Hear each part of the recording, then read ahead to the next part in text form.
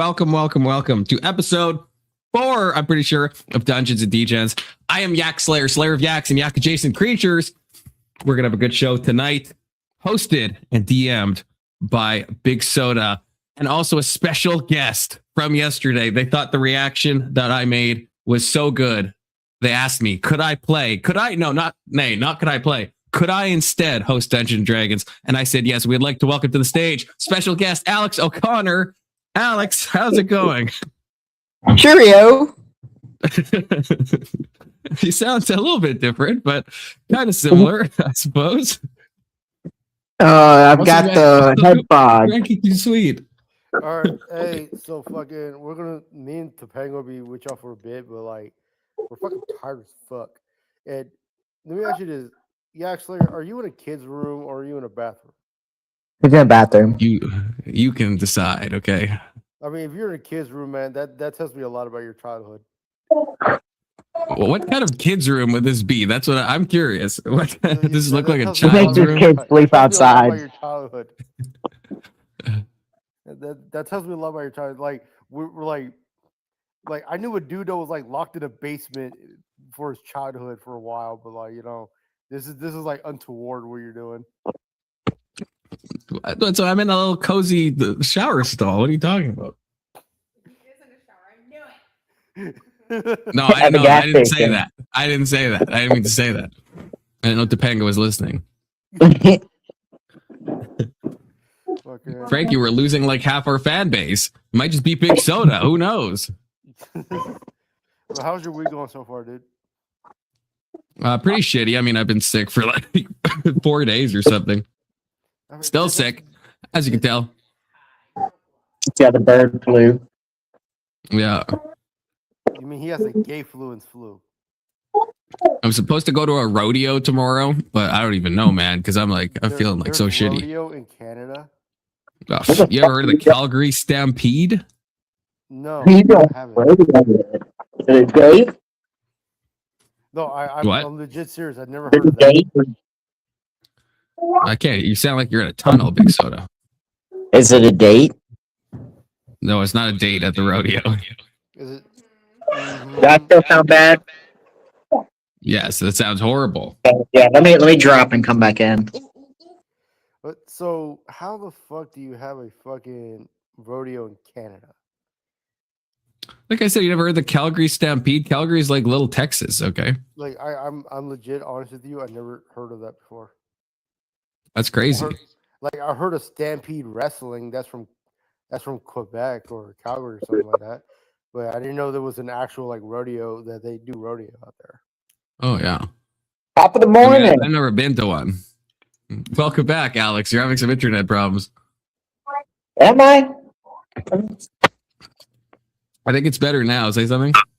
Can you hear me? Well and distinguished. Yeah, there we go. Okay. Alex O'Connor, I always been wanting to ask you something. Go for it, bud. Like, is it true that Richard Dawkins likes to fuck his own asshole with a butt plug? Or is it just him and Sam Harris doing it? And I thought sandpaper is going to be brought in there somehow. Crazy. Frankie, you're growing. I don't want to talk about my fellow atheists, my fellow Degens. What they do on the weekend is none of my concern. Like, I promote it though.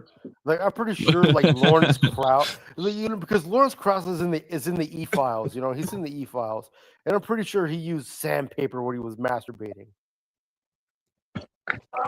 Well, to quote my good friend Jordan Peterson. Wait, do you have to play D&D to be here? Yeah, but you can like take over someone's character, Kirk. You would like it. You have autism. Autistic people love D&D. Not to like pigeonhole you, Kirk. I'm on my phone, so I don't know if I could. I mean, I could definitely. We could loan a character to you, and I can keep up with it, and just kind of have you make the decision. Kirk, you just got to role play, Kirk. I just got to what? Echoing. Did you play before, Kirk? No, I haven't. I don't know how to play. So you don't know how to play? Oh, it's very easy, especially if Big Soda's handling it. You basically just say what you want to do, and Give then me Big your Soda lunch tells you money, if it K2. Give succeeds. me your fucking lunch money. No, you give me your Okay. lunch money. That's the only reason why I'm here. You give To me get your lunch fucking money. You know, you give me I'll lunch play. money, and I'm gonna take this butt plug and put it on. But I just want to know what exactly do. That's what Kurt would like. No, but Do that to seriously, Kurt. what do I need to do though? Okay, so hey Kurt, so pure and simple. If you go online, go to DND Beyond. Oh, he doesn't need to do. He doesn't need to No, do no, all no, that. He no, doesn't need no, to do no, that. no, no. Yeah, we'll You're start them confusing off. him, I'll Panky. look after them. Okay, Confluence. What do I need to do? All you You need go to, to all you need, you don't need to escort go to website. anything. You don't need to go to anything. You're just, You Big just So's need to gonna be tell you here. what you're. Yeah, you just need to be here. Big So's gonna tell your character, and then he's gonna describe a situation, and he'll say, "Oh, you'll have a name," and he'll say, "Kirk, what do you do? A goblin enters. Would you like to attack it? He'll give you some scenario, and you come up with what you want to do, and he'll tell you if it succeeds or if it doesn't succeed, and then we talk amongst ourselves, plan things out. It's very like laissez-faire. It's kind of just like, Okay. you know." Big Soda handles if stuff like succeeds or not, and we just like make decisions. So you don't need to know anything about D&D. You don't have to have played before. Very casual. Zombies like to Can we come talk over about here. other Yeah, I things got while you. we're playing? Nope. No, because that would distract a lot from the. As we learned last time when Mel joined, and then the whole thing got derailed. Can we just have like casual conversations? Wrong. I'm afraid to tell you yes, Kirk, because I feel like you'll abuse that privilege. Well, I kinda No, wanted nobody to, gets to talk about anything. You get to just thought- pretend like your character puts on a dress. Yeah, I just wanted to kind of talk about your thoughts on like Eastern thought, like Buddhism and Taoism. Of course he does. Well, Buddhism and Maoism don't exist here. Taoism. Well, I like Taoism. I've read the Tao Te Ching. That's probably my extent. Well, no, I've read a couple other things that I can't remember what they're fucking called because they're in like a broader anthology of like Taoist literature. It's a bit like, you know, they have like those koines or whatever they call them. I can't remember if that's what they call them in like Buddhism. That's not the word. Kone. I don't know. It's like, you know, it's those nonsense phrases that are just supposed to make your mind like not really think of anything. You know, like what's the sound of one hand clapping and stuff like that. And it's like, so I feel like a lot of Taoism kind of like when you read the Tao Te Ching, a lot of it's just like sounds like nonsense, kind of like I understand about trying to find the middle path, and it's like, but the way it's worded and stuff, maybe if you're an Eastern mind, it like makes more sense. But it's like it's kind of a vibes thing, and it's like, okay, I get it. It's like it's like the Tao that you can define is not the real Tao, and it's like I understand, but it's also, you know what I mean? It's like sentences like that over and over for like the whole book. But it's interesting. It's interesting. I'm not trying to like shit on it or nothing, but Hey, Confluence. Why I recently was watching a talk on by Alan Watts where he was saying that Buddhist thought teaches that there's no substantial self, which I find interesting. yeah, I do love me some Alan Watts. Okay, don't threaten me with a good time, but yeah, I mean, it depends what they mean. I think there is a core. Like I agree with the Buddhist, you know, the whole like chariot argument. That's like, if you take the chariot and if like the chariot seems like a chariot, but then if you take away the wheels, if you take away the driver, if you take away all the horse and whatever else, right, then what are you left with, right? And that's kind of the argument of Buddhism. If you take away the emotions and the intellect and the memories, it's like what is left? Some Buddhists seem to think nothing. I think that's kind of ludicrous. I think there is still kind of a spark or an infinitesimal point, if you will. But and I think that is meaningful, like the true self. But I think it's useful to acknowledge that a lot of these things are Finally. like things on top. Hey, Egg. Hey, what's up? Welcome back, Frankie. Yeah, I don't know what the fuck happened. Confluence All right, kicked you. Confluence is gay. Absolutely not, friend. Absolutely not. Well, see, if fucking Kurt, Brandon, if Kurt becomes an artificer, he could talk about physics. We should make Kirk Yeah. Topanga's character so he can play as a girl and achieve his true destiny. No. I think if Halffoot doesn't show up, I may give him the drawer. The Nobody black should be a takes my barbarian. character over. I heard that. What? Nobody takes my character over. Yeah, not only that, but Kirk should be a barbarian or something. A man. You don't barbarian. want Kirk to skinwalk as your female character, Topanga? What's wrong with you? You trying to get in too on this ag? I got a character for you. I just can't guarantee I can stay on the whole time, man. That's fair. I mean, if you feel like you got about 30 minutes to an hour, I can give you a character. That's easy, Emmett. Every point is definitionally infinitesimal. Every point is dimensionless. That's how points work, probably do Emmett. that. So I could easily give you a point on a Cartesian plane that's infinitesimal. That's the literal definition of a point. The only other thing would be my mic issues that I have. I mean, I'm still on an iPhone, so if I have to drop, just as long as Confluence will actually let me up, we'll be good. Oh yeah, we got you. What is that? That's what a point. That's what the mathematical definition of a point is. It has no This is the weird dimensions. shit. It's infinitesimally Oh, like small. Something like conjoining intestines. The line would be. Yeah, even if it's the two-dimensional, origin, right? even if it's 0, 0. Yeah, a line has dimensionality, but a point, like if you look up what the definition of a point is, it has no dimensions. Like it's because that's how if you ever see like a function that has like what they call like a hole in it, right? Every other possible number it works at, but it has a hole at this exact specific point, not slightly bigger, slightly smaller, and that number is infinitesimally small because let's say you have a hole at 2 at like x equals 2, well 2.000000001, well it is defined there. It's just not at precisely 2. And so it is infinitely small. Like so that is how points do work. Boring. That doesn't mean anything. What's the value of a mathematical point? That's a meaningless question. That doesn't make any sense mathematically. DM. Yeah. Can I roll for a perception check? Well, it's not meaningless if by value you mean No. what's the like value to Yeah, human beings? give me one Like, what's the second, purpose? What is the kilos? Yeah, you wouldn't say a point is nothing. Like if a point was nothing, then you wouldn't have holes in like in a graph, right? It's rolled a obviously one. something. Frankie, When you he's failed. asking what the value is, I think he's You saying rolled a that 1. what is the purpose of it? Like, why does it matter? Oh, yeah. Well, yeah, it matters a hell of a lot.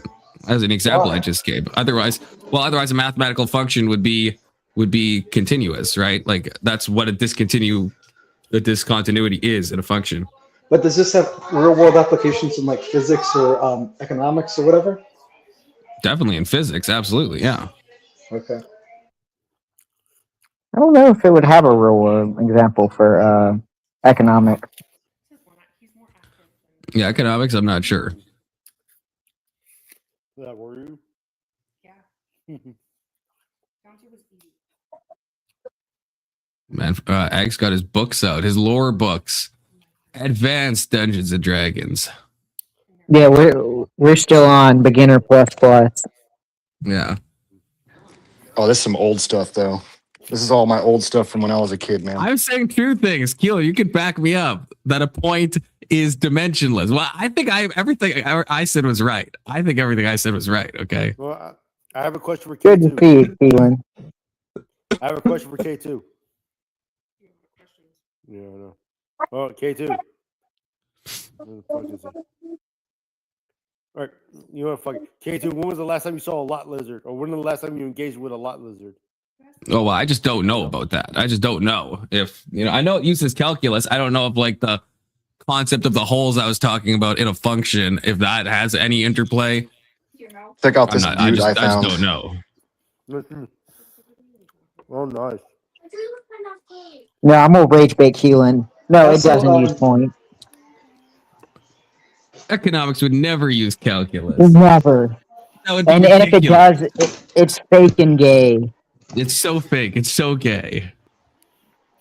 Confluence, didn't you say you liked existentialist literature? Never, Frankie. I know it relies on, but what I'm saying is like a discontinuous. Does it ever rely on that? Don't lie. That's don't my lie, question. K2. And I just have no idea. I'm not like saying that as in I know an answer. You- I have no how idea. do you know if physics uses it? Well, I know physics uses it How? because Yo, mama uses it. there's just a lot of functions in physics that are like related to, I guess, didn't like know, wait, I didn't know you took physics. I took physics. I was a physics major for a hot minute. No, you Oh, A weren't. math hold on. major. No, you Maybe Where's the math? economics. Maybe Thanks economics for telling does me when use I'm it. not. weren't. No, you weren't Confluence. You were fucking around with. No, the I'm talking about. properties I on know. the I'm talking about side. holes. Keelan, try to keep up, because Emmett was saying about points, and then I said about polls, and so I said I don't know if it relies on that aspect of like when you have like a chart and everything is defined except that, let's say, x equals 2. Everything else is defined on that Yeah. graph. I don't know if economics uses that. That's what I'm saying.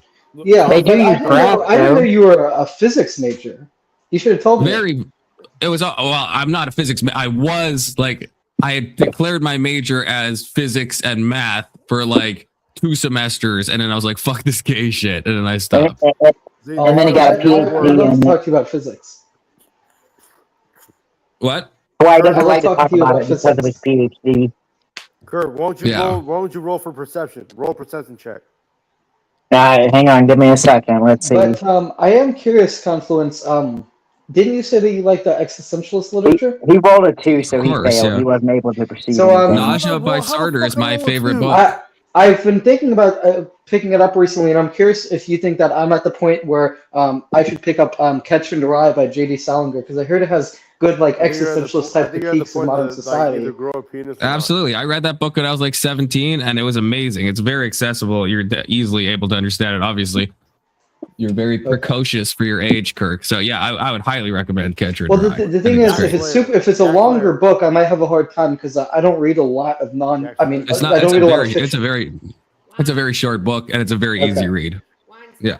I'll probably pick it up. Wine Slayer. Yeah, so it's Someone not say my Yak name. Slayer, it's not Yak Oh, check Slayer this anymore, out, it's Wine Slayer. Soda. Check this out. Oh, Oh yeah, bunch of dice. Wait, is that the metal? Is that the blue metal ones? they're brass. Yeah, I have the same ones. You full And screen then Confluence? these are like these are just like I don't know, plastic Normal. ones. Yeah. Hard to see on my phone. Hey, he has the same one as we. And then these are solid. These are solid right here. Yeah. Wait, yeah, are this? hey. Yeah. Wait, is hey, that technically 3-sided die? With a triangle or Yeah. a pyramid? That's base. Yeah. Yeah, there's a Oh, brass one over here. Oh yeah. Oh yeah. shit, about to Play drop with it. those guys. Yeah, play with them. Yeah. Oh yeah. Frankie's getting too excited. Yeah, I'm getting a little excited too. Maybe we want to play some I D&D. can't show I can't show you all my pewter figurines with one hand and trying to open all the boxes, but I probably have like 500 pieces or so. Yeah. All background Now, stuff, it- characters, and everything. So I have If- a 4-sided dice, but it looks very different than that one. I also probably need to pick No, up Emmett. It's not four-sided, Emmett. I probably need to pick Emmett. up Mark I mean, Twain's pyramid has 4 sides. The Adventures of Huckleberry Finn. So that way I have an excuse to say the N-word. Wait. Yeah, say the N-word. Kurt, does your penis get hard or no? When I'm putting on a dress, sometimes. Oh my god. Oh my god. Wow. Moving on. You know what? That's your fault, Frankie. I don't blame Kirk for that. I blame you. What You me for? because you asked him the question. I can't Yeah, blame him for I giving a did, like- degenerate answer to a degenerate question. That's not his fault. Wait, how is that degenerate when a fucking doctor would ask you the same shit? I don't think It's doctors. not necessarily a degenerate answer either. Yeah, do you get an erection? There, that's what a doctor would ask. I didn't say medically. Are You you know, a if I would have said, doctor? Kurt, do you medically get an erection? No, I said, Yeah, Kurt, does your dick get hard? if a doctor says take off your clothes, that's fine. If I go Dr. up to a random Frankie. woman and I'm like, take off your clothes, I'm a pervert, right? So like your professional context kind of matters. No, no, it doesn't. Like with Kurt, it doesn't matter because like, hey, Kurt, does your dick get hard, or is it Kurt? Does your penis get erect? Same shit. Wait, what? Yeah, that is the same. And it's weird when you ask him. I mean, I've never had a doctor ask me quite that way. Yeah, I don't think a doctor's ever asked me that either. Actually, now that I think about it, I don't think it's a little normal bit different, question. but different What doctors approach are to y'all it, I guys guess, seeing? Hey, bro, do you get but erections or I what's guess good? not a doctor for that. I haven't had the need for that. But What kind of doctors are you guys seeing? Fuck. what kind of I don't doctor are think you that guy's seeing? a real doctor, Frankie. I'm not gonna lie to you. I think that's just someone on the side of the road that's telling you he's a doctor. Look, look, if you're on thin ice, might as well dance. And spread wide. But how is that also Confluence? How is that a degenerate answer? It's factually true. there's a lot of factually correct things that are very degenerate, Kirk. Okay, there's a lot of factually things that are true things that are degenerate. Some would say too many. Yeah, too many. No, but Confluence, you need to know about it. You need to know about his bodily functions, though.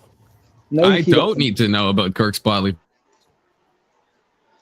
I see you're using that word "need" very loosely, man. Also, wait. Why did you Why is your name Mr. Yaxlayer 358? Because that's my That's my his D&D name. I am Yak Slayer, Slayer of Yaks and Yak adjacent creatures. Oh, do I need to change my name? It's up to you, dude. Yes. Like, if you have a character you want to name your character, Wait, how it's do up I to you, change dude. that?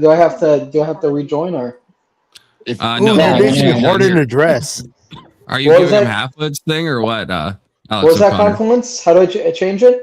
My wife just farted. You just Yeah, click he on your can do- name. you like your own He can do brand, half Frankie? full. I'm on my phone, so I don't know how to do this. I Hold on. can Hey. change it for you if you want. Can you, Hey, hold you on. change it Hey, to a girl's name? Ag, does your wife ever... Ag, this sounds like a weird question. Yeah. Don't fucking say Can you it. change it to a girl's name? Fine. I mean, What's I don't... it? What's his? Is it Half I'll Hood or DM you, no, Ag. Half Hood's his normal name? What's his Okay. Big Soda? What's his name? Like, no, because Topanga gets all weirded out when I ask, like, do women fart around you guys, or is it just my wife? No, women never fart. No women ever Frankie, fart. stop talking about your Your wife degenerate doesn't stuff. fart around you? Big Soda. Well, What I'm is not his married, name? but- What's his character name? I thought you were Uh, married, dude. Halfstone. No. Oh yeah, He's gonna play the Black Dwarf. Can I play? And No, is he- but can I he's a play as fighter? with a girl's name? yes, fine. You get to be Halfstone S. Half Okay. Jim. That's my compromise. Look here, man, woman. Calm your ass. You're still a male character, but we will allow the dress. As long as it doesn't cause what You're Frankie fine. said, okay? And if you have to be honest, we will change it, okay? You have to let us know. This is not that. DM, this I is have a not question. Degens, but it's not that Yeah. degen, okay? I hope Don't that ask them are we fast. going to see a Fae anytime soon or not? A Fae? Probably not. We don't know who's going to show up on the panel. No, because I've been the waiting. Fae, I've been waiting for a little bit of consistency, and then I plan to kind of open it up to the D&D world. Right now, everything that I've gone through is just made up off the top of my dome. Okay. No, because But like I- if Yaxlayer, because like see if Yaxlayer gets befriended by a Fae, that's gonna be a problem because next thing you know the Fae will like rip off fucking Yaxlayer's arms just for laughing. Just because he Yeah. wants to laugh. Yeah. I mean, I don't plan to put y'all in a situation that I have to write y'all to die. Alright. That's good. All right, and Ag, if you want to stay around for 30 minutes to an hour, I can give you the character Z Pope. Well, I'd rather Yeah. just be Agrolopolis, but I mean, I guess I could be that too. I mean, you can. I mean, Yeah. if you want your name to be Ag, I can just change the name and you'll be a level 2 cleric. Oh, no, I want to be a paladin though. Wow. Do you want to go through the character creation? Because I mean, I don't really. Everybody else is, yeah. well, Frankie's a paladin, but he has his own character Oh. sheet. So Yeah, I have my own I have my own paladin character that's like Well, if level you're already a 5 and paladin- just fucked everybody up. Yeah. I don't. Yeah, if you're already a paladin, I don't want to be another paladin. I want to add Or- diversity. or I have a warlock. See, I don't know. I've never Well, played a fucking warlock or a I cleric. could really go for I think I'll This try. warlock's melee. You're So you gay. won't be, You just be the gay character. attacking with melee. I know, but I'm saying I could really go for some Buffalo Wild Wings. Right All right, now. I'll give. All right. Look, We'll bone try and it. wings, not boneless. Don't be weird. So Ag, I'll give you the warlock, Ooh, and then look at that shit. the cleric will not be joining us on this campaign. 'Cause Well, the I don't bard wanna- ain't joining us either because the bard's, this that, and Where's the other Mo? Did Mo just play one session and dip?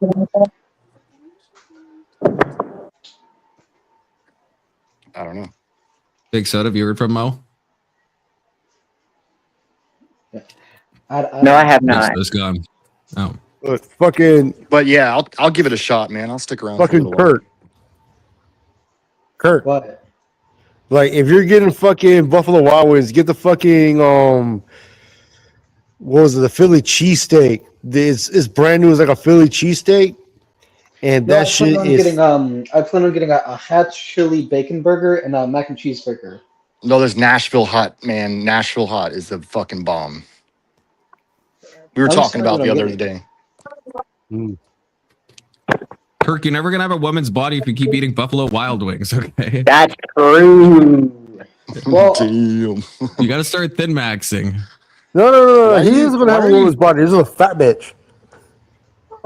It's like almost affirming that he. Yeah, but that he's he'd got do to prove this. his odds because he's already going to be, a trans woman. So Yeah, but He's you're got the thing is, to the thing is compensate like, the the other amount of direction. population that's going to be interested I in live- you is I live- already to be fair- small. Now you're going to add weight Confluence, onto I live it. in It's going Mississippi. to dry Here in up. Mississippi, Yeah, but Kirk, you Norla's like a women, fat don't you? trans chick, okay? Oh, here true. in Confluence, here in Mississippi, there's a lot of women who are overweight, and I'm not even overweight. well, then you'll be like Just- them. Are they Because also then, Give me enough no, interested swag. you'll be like in them. trans Because I men? passed through Mississippi. Yeah, them bitches are weird. And fucking, there you go, Kurt. You're gonna be one of them fat bitches and out of Mississippi again. I'm going to be honest. That's one of the states I avoid. Mississippi and Disavow. Is it because of Kirk? a little bit. I'm gonna be like, you know what? It Kirk feels ruined so it for me. weird being in the fucking fucking bumfuck state, Mississippi, as someone as Kirk is cussing a lot knowledgeable as I today. am. Yeah, Hey, but Kurt. hey, Yeah, but Kirk, Kurt, you you steal- gotta you remember No, just hold steal on, your hold on. stepmom's Ever I thought wine, we're Kirk? allowed to cuss here. We're allowed. You are, I'm it's just just wondering you if you never stole do. if you stole your stepmom's wine. You seem to be cussing more than usual. That was like 3 F I would bombs in hope. 5 I would seconds. hope not. Yeah, but Kurt, like, okay, look, you live in Mississippi, all right? Look, the South will rise again. You already know it will. So just get over it. What cities in I'm this? fine with Mississippi. I'm just saying it feels weird because not many Mississippians are interested in like physics and stuff. That's because they're fucking hillbilly fucking rednecks. Exactly, and I'm not a hillbilly redneck. Not yet. You'll be a woman, hillbilly redneck bitch. Leave me alone, please. What? No, I Can't don't. check I don't want to be a hillbilly redneck man or woman. Well, that's you your think? destiny. So accept your destiny. That's true.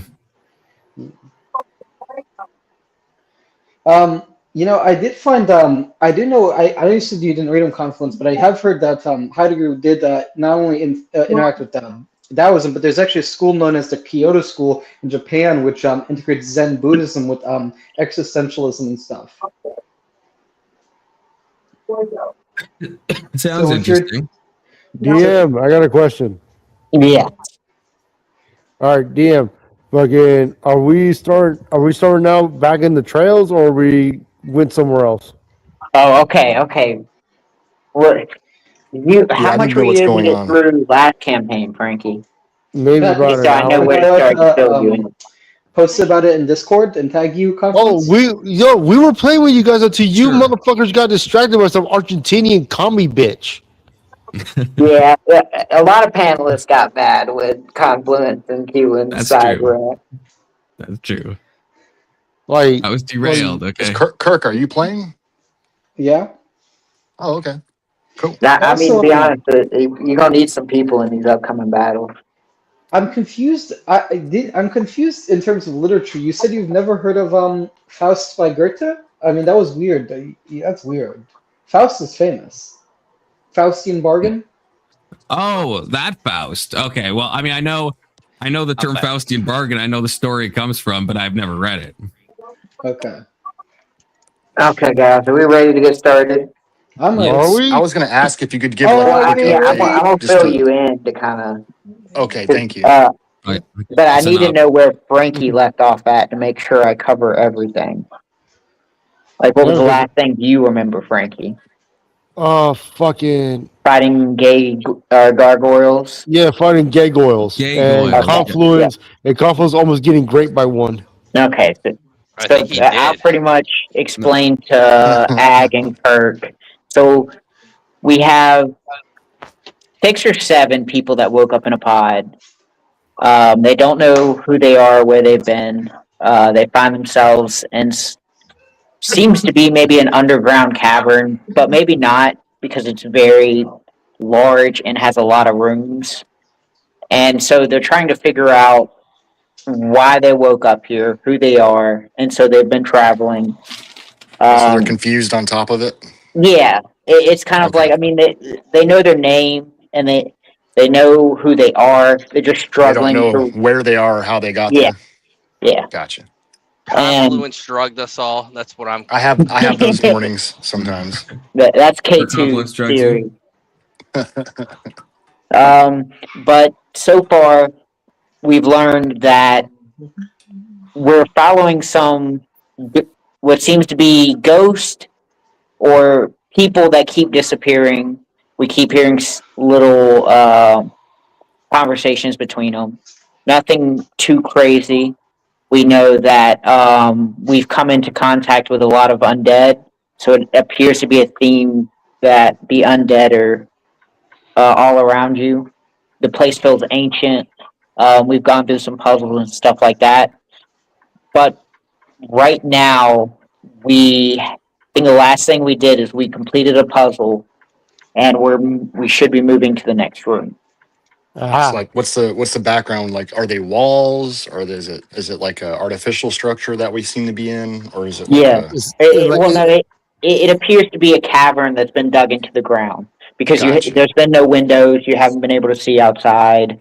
So we're in And a tunnel. We're in a fucking tunnel. massive because you remember we've gone through like 17 plus rooms, Yeah. and so that'll kind of build the map for you. Also, am I the only person who finds the song that goes, "I'm dancing with myself" annoying? When you say it, yeah, it is annoying. Random question. No, that song's fire, actually. Okay.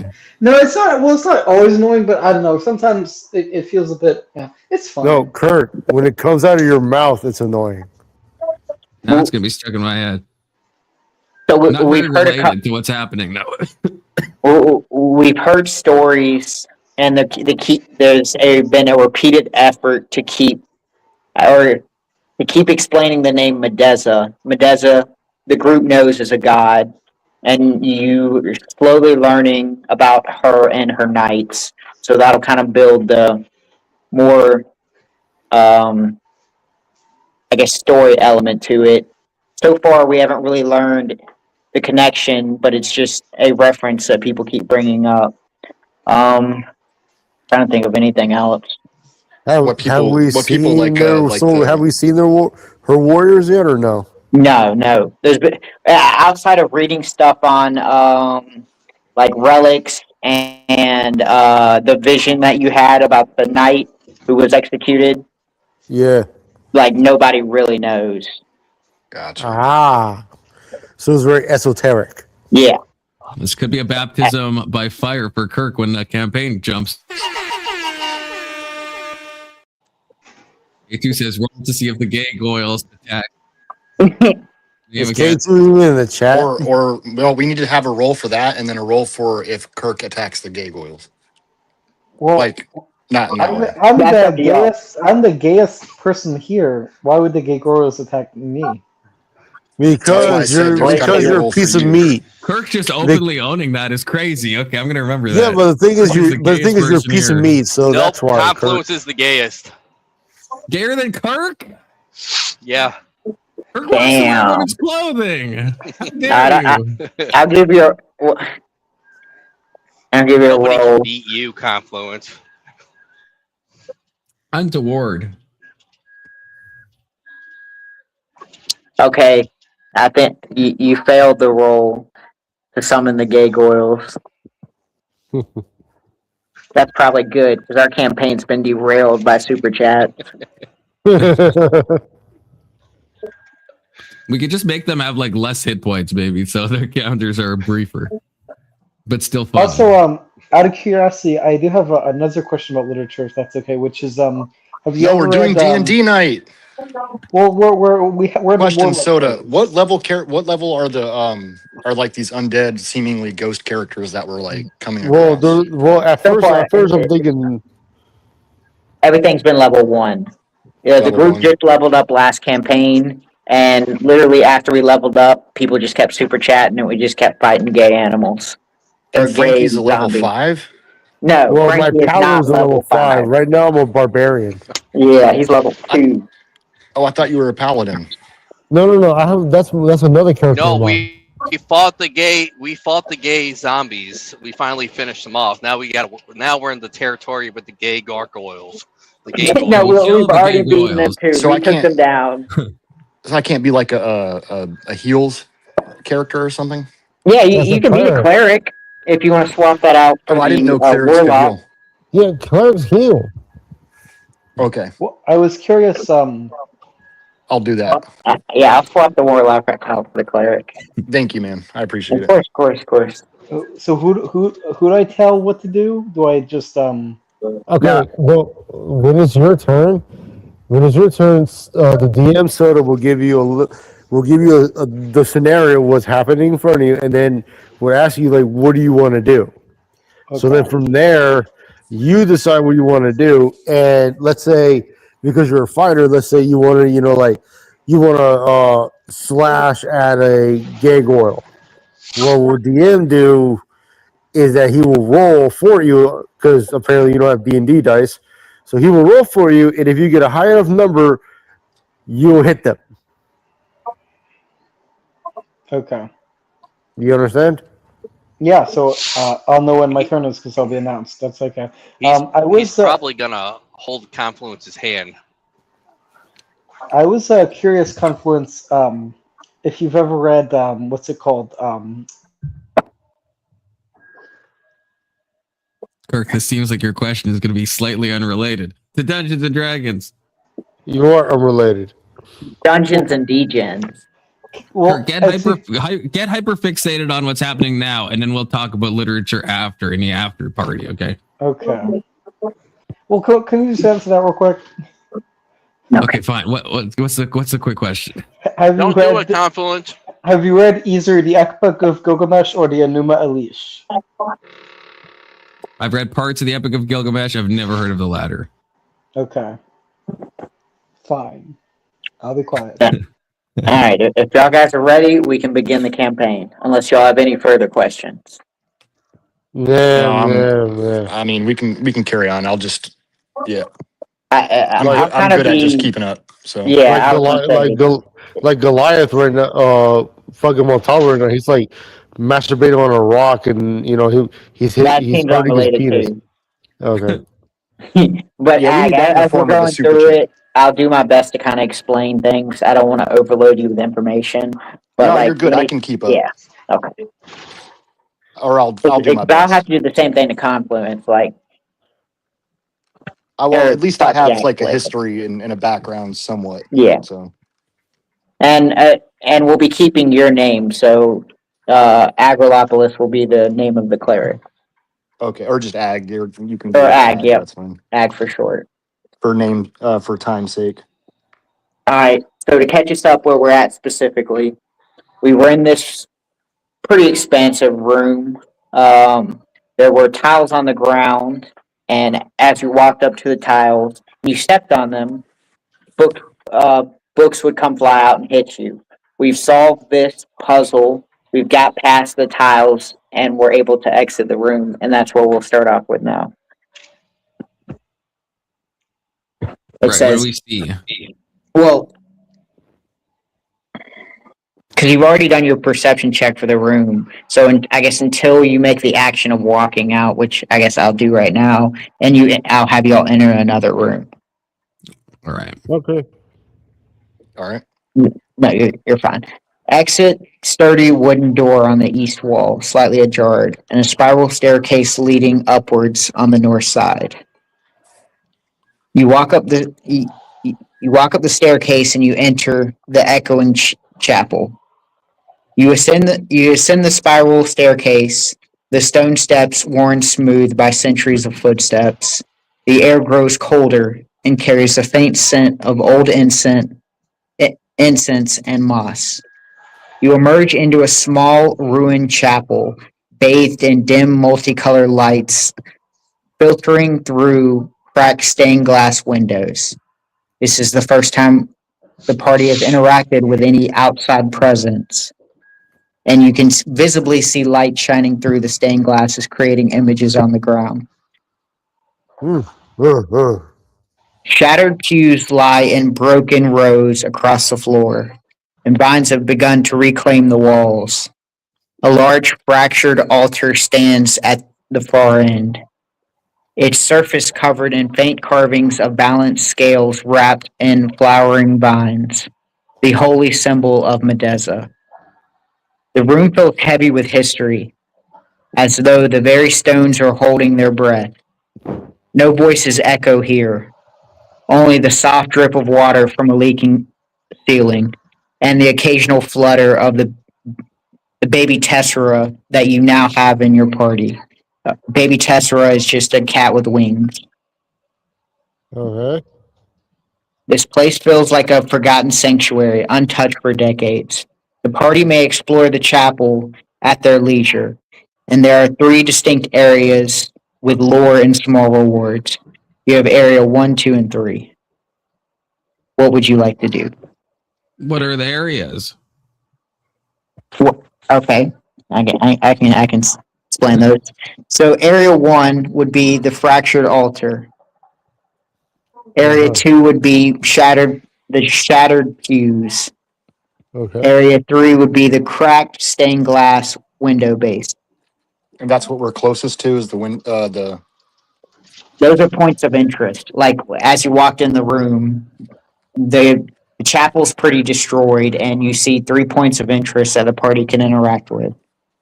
which one are we Do we all closest do we to? all have to decide together? No, you don't. I mean, I would assume you would use democracy and then go through them one by one. All right. What do you guys? Let's check out the broken glass or the not the was it broken glass or was it stained glass shining through? Yep. Okay. Let's check that Okay. out, is what I say. Well, how old is this church? I mean, from the fact that vines are reclaiming the walls, I would say this church would have to be over 150 to 200 years old. Well, the worn footsteps too. So you gotta Yeah. add the worn footsteps in, and then now vines are crawling. So it's even And that bigger. could be 500 years. I mean, people constantly Yeah. walking up it. Yeah. Yeah, I'm down with going to the So stained Hundreds glass. of years old. What's K2's name? Is it something Meteor Mountain? What is it? Mysterious Mountain. Oh, Mysterious Mountain. That's right. Is K2 playing? He is, right? Yes, I am. Yeah. I want to go over and smack Confluence with my glove. No party on party violence. Yeah, that is true. I can't forget that rule. Y'all would kill each other. That's true. Okay. Instantly. As a let's group go comes to to agreement and they walk over to the cracked stained glass window base, a wisdom or investigation check is initiated. Now, looking at everybody's, I would assume you probably want, let's see who's got the best investigation skills. Yak Slayer with 2. Alright, yep, Yak Slayer's got the best All right. investigation. I look So, closely give at me a the roll. stained glass. Oh, boo. Oh, What fuck. is this? 9. Guys, I gotta 9 go. plus 2 is 11. You gotta Guys, go, I Frankie? gotta go. My son's going crazy. Oh, seven right, small okay. tail of a Whatever. Goliath. See, Yeah, you failed the investigation check. You still Fuck. notice at the base of the large stained glass window depicting Medeza as a serene figure holding a scale and a flowering vine. Do Underneath we her, know you if we see the like 7. Bethesda yet? No. I mean, from what I've revealed, I don't think she's good or bad. Okay. Like, She I haven't seems like really given somebody you that any incriminating. it seems like more like somebody they may have worshipped, maybe, but maybe she's like a lot older than maybe even the place itself. Yep. Or Like so far, what we've learned, what we know about Medeza, her priest and her knights, is that after so long ago, like I haven't given a specific time of how long ago, her knights were killed off by the temple priest, who are the authority of her church. And they believe the knights betrayed them, betrayed their oath to Medeza. And so far, that is all that I've revealed of what you know about her. Yeah, we don't know what I happened mean, to her. why would but- people willingly die for something they know to be false? If you think about it, right? I fucking There's hate probably that some you use truth. that argument.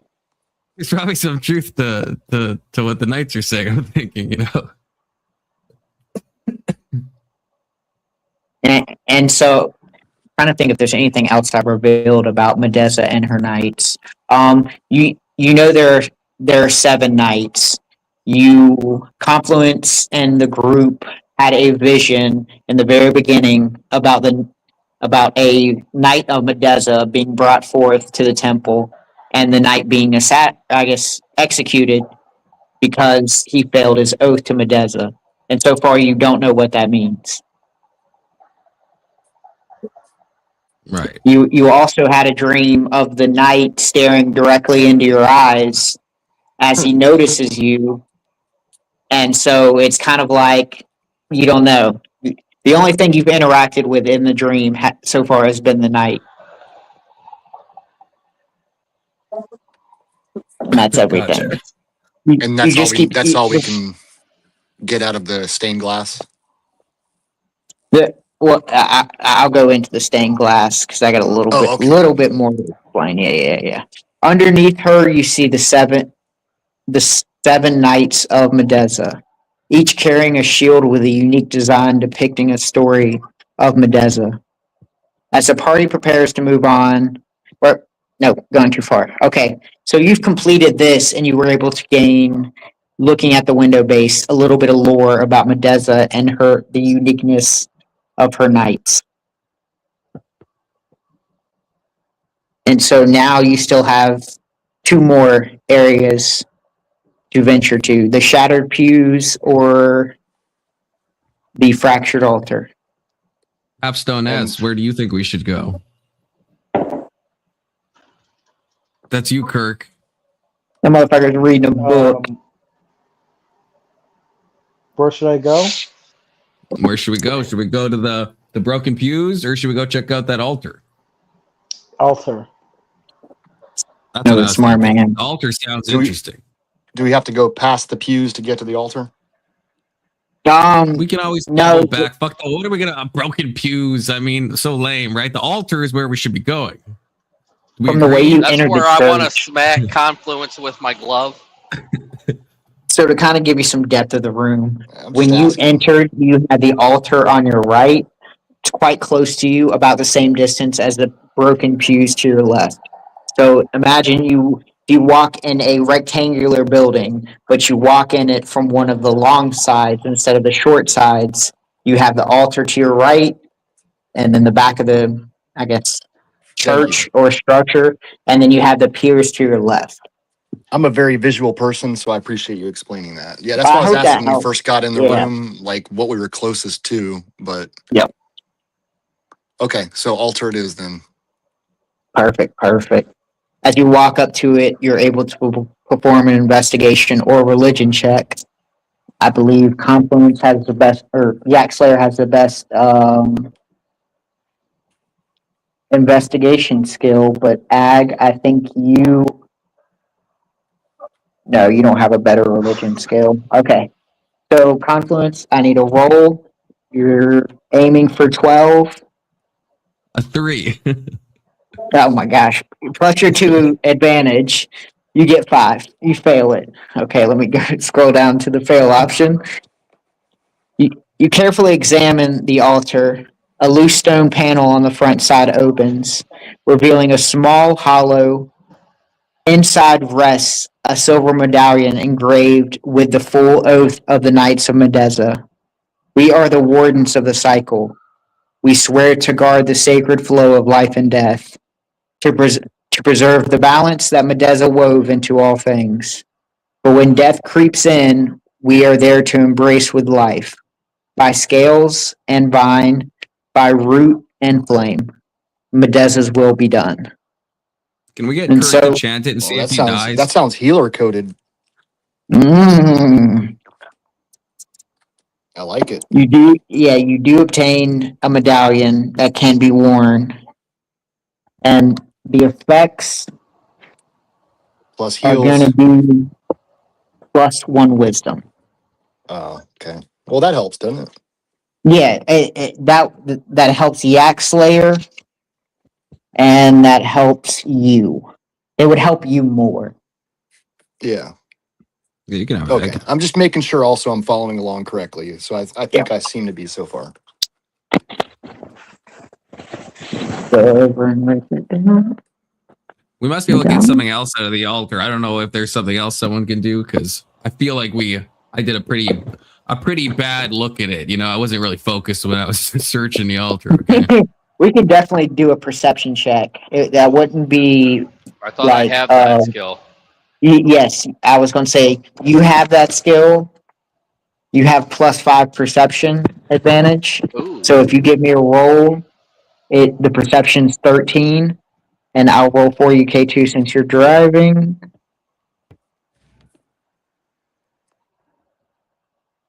You got a 17, so you pass it. As you walk up to the altar, you're able to notice that this is an altar of Medeza. You're able to notice that appearing from the statue, this temple or this structure seems to be well over 500 years old. You can just tell by I don't know if stones oxidate, but the wear and tear on the stone, as if wind has been beating it constantly its entire creation. They do if Zyklon is mixed with the concrete. Pause.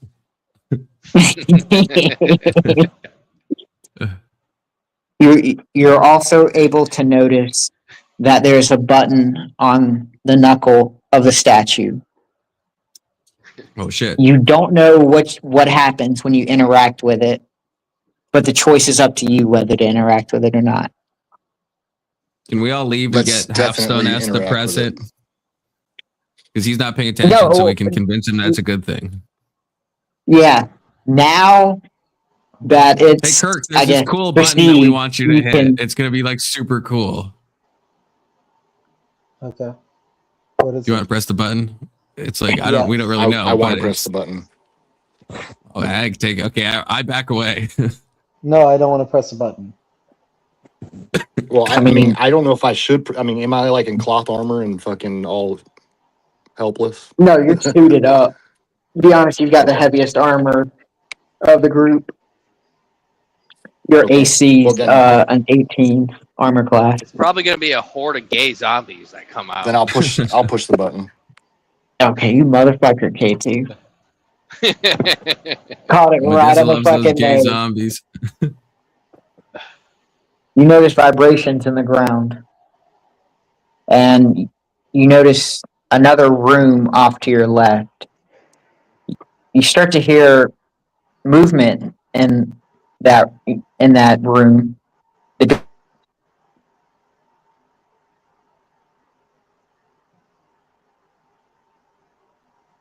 They go down. What's that? My bad. Did I back out? It says you Yeah. start to hear movement in that Okay. room, Yep. and then Something about Confluence getting attacked by gay zombies too. Mm-mm. No, it's because I don't have StreamYard up. Let me bring it back up. You hear movement in this room, and it's growing louder and louder. Eventually, the sound grows so loud it sounds like people are beating against the door.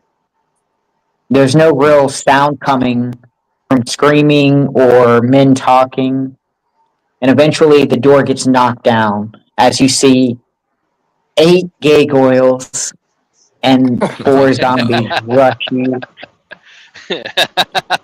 You had to push the button, Egg. You so we had to just push fucking it. killed the party. Is that what you're saying?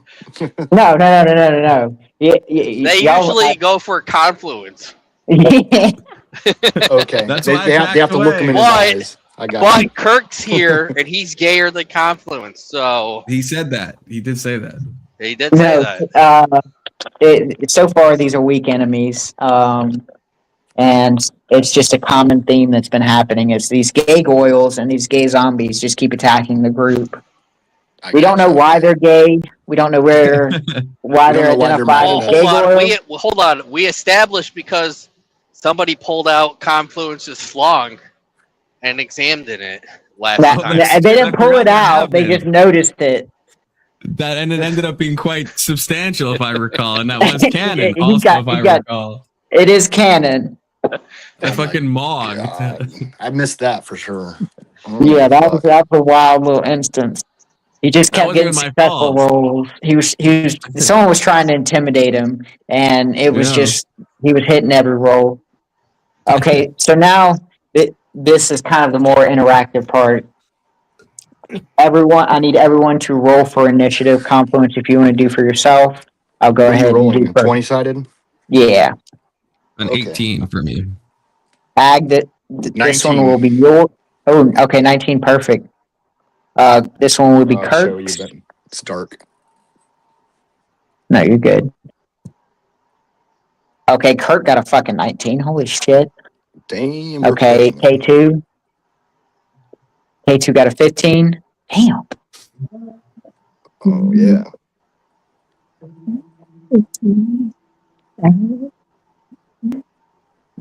Kirk, 19. Confluence, have you rolled yet? Yeah, it you was got an 18. Like, good lord. We just kicked that shit out of them. Boom, Yeah, boom, we boom, just boom, Okay. crushed it. boom. So, I'm gonna roll for the gay zombies. Oh my goodness, they rolled a 3. As a I, group, I just rolled but again for that, but I'm not gonna tell you what I got. okay, It was higher. I bet you it's He got a a 20. nat 20. Yeah. Yeah, it was a fucking 20 I rolled. Okay, and the gay Goyles get a 4. If they would have got a nat 20, if they would What's have got that? a nat 20, they would have been able to attack twice at one turn. Damn. Yeah. Yeah.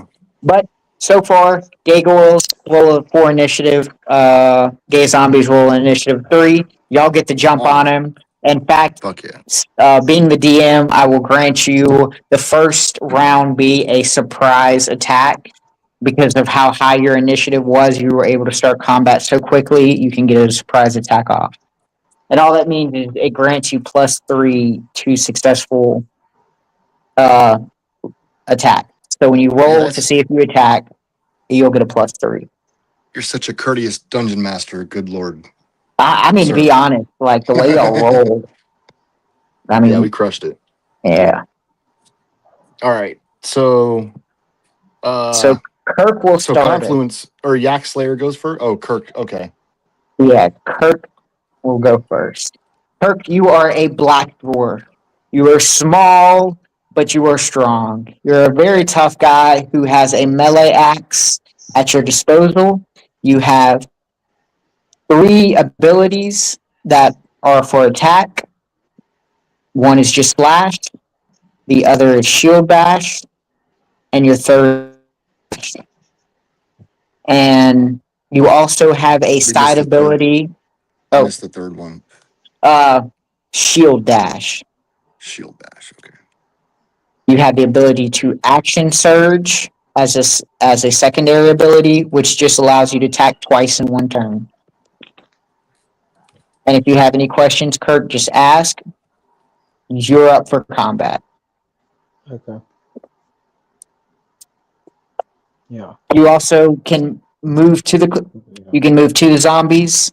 You'll be able to reach them in one successful move, so you can walk up to the closest zombie or gay goyle or whatever you would like to do. He's probably going to get the gay Goyle's number. Yeah, can I get the gay Goyle's number? It's all up to your imagination, Kirk. Okay. It's a scary thing to tell Kirk.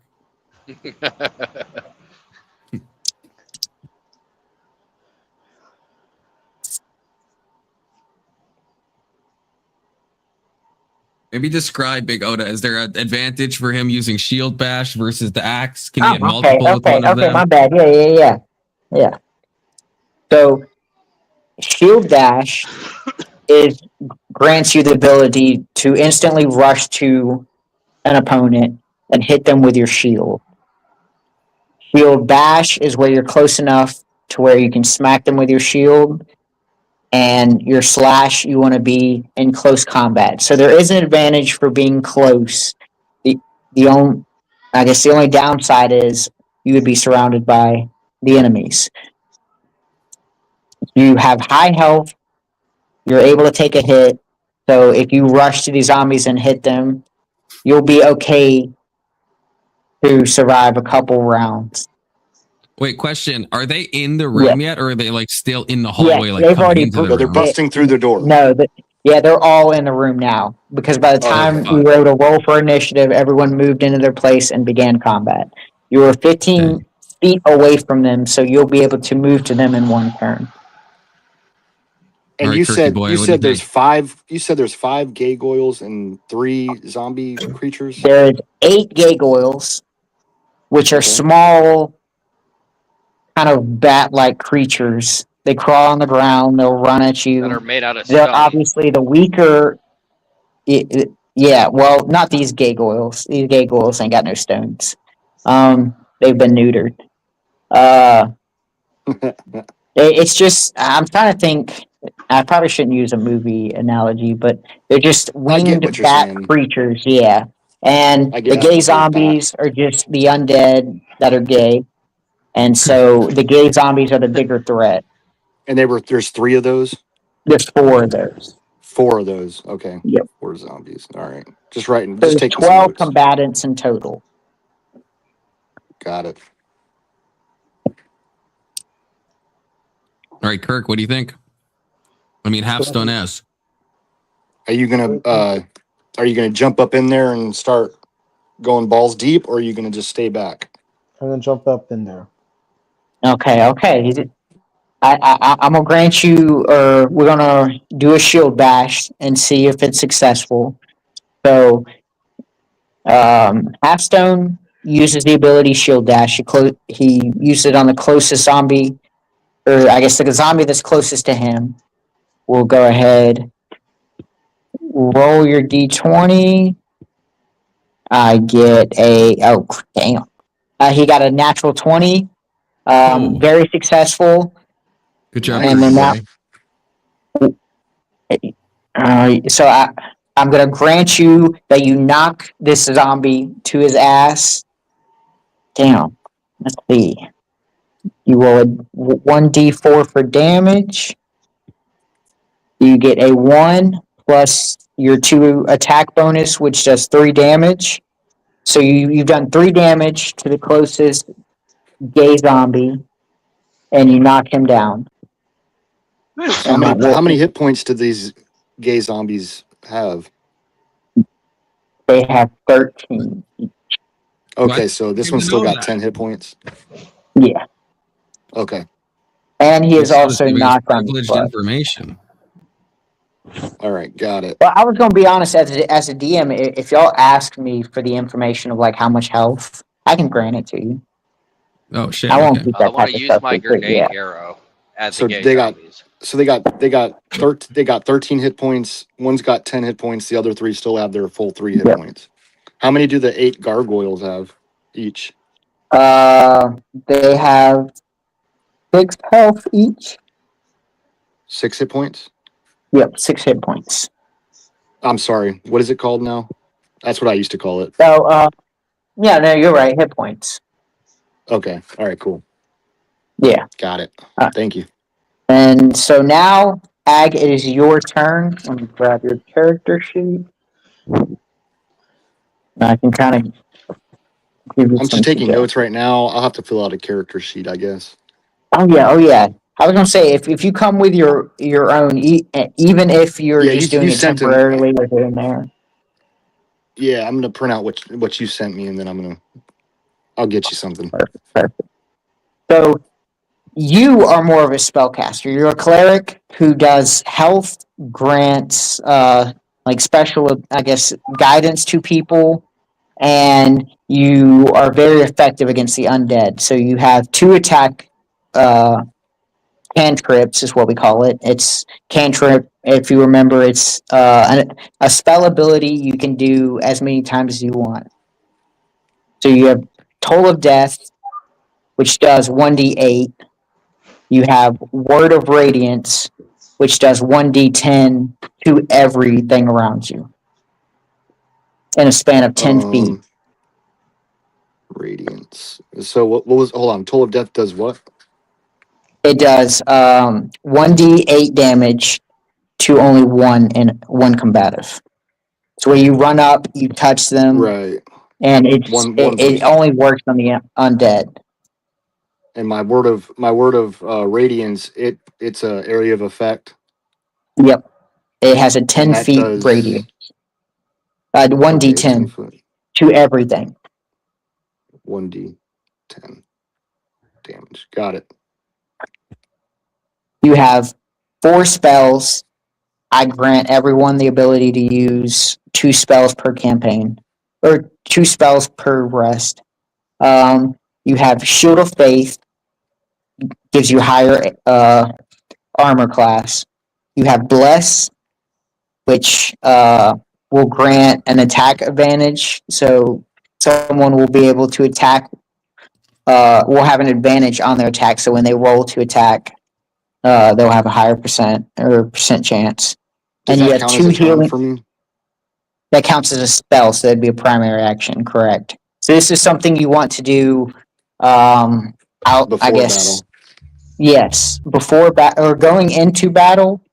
Like, I guess, so like when you're not in battle and you're just around, it'd probably be wise to cast it on someone if you're expecting a battle to come. You can use it mid-battle and it would be effective. It would help definitely if someone's about to attack. The only thing is it's going to cost you a primary action, so you won't be able to do anything else. For And you my have 2 turn, healing right. spells. You have one that's touch based, so you have to be right next to someone. The other one is just healing words, and it can heal someone from afar. Distance. Okay. All right. So, and what did the Shield of Faith do? I didn't catch that. Shield of Faith, so it grants 2 AC to, which is armor class. So it'll give them, I guess, more of an ability to resist attacks. And that will grant 2, and that's a side action. So when you use this, you'll be using a spell slot, but you will not be using a primary action. So you can still attack and use Shield of Faith based on your class. Gotcha. So, okay, I got you. So I can use that along with one of my attacks and Yep, then yep. see what happens. Gotcha. All right. Okay. All right. So it's my turn now. Yes, sir.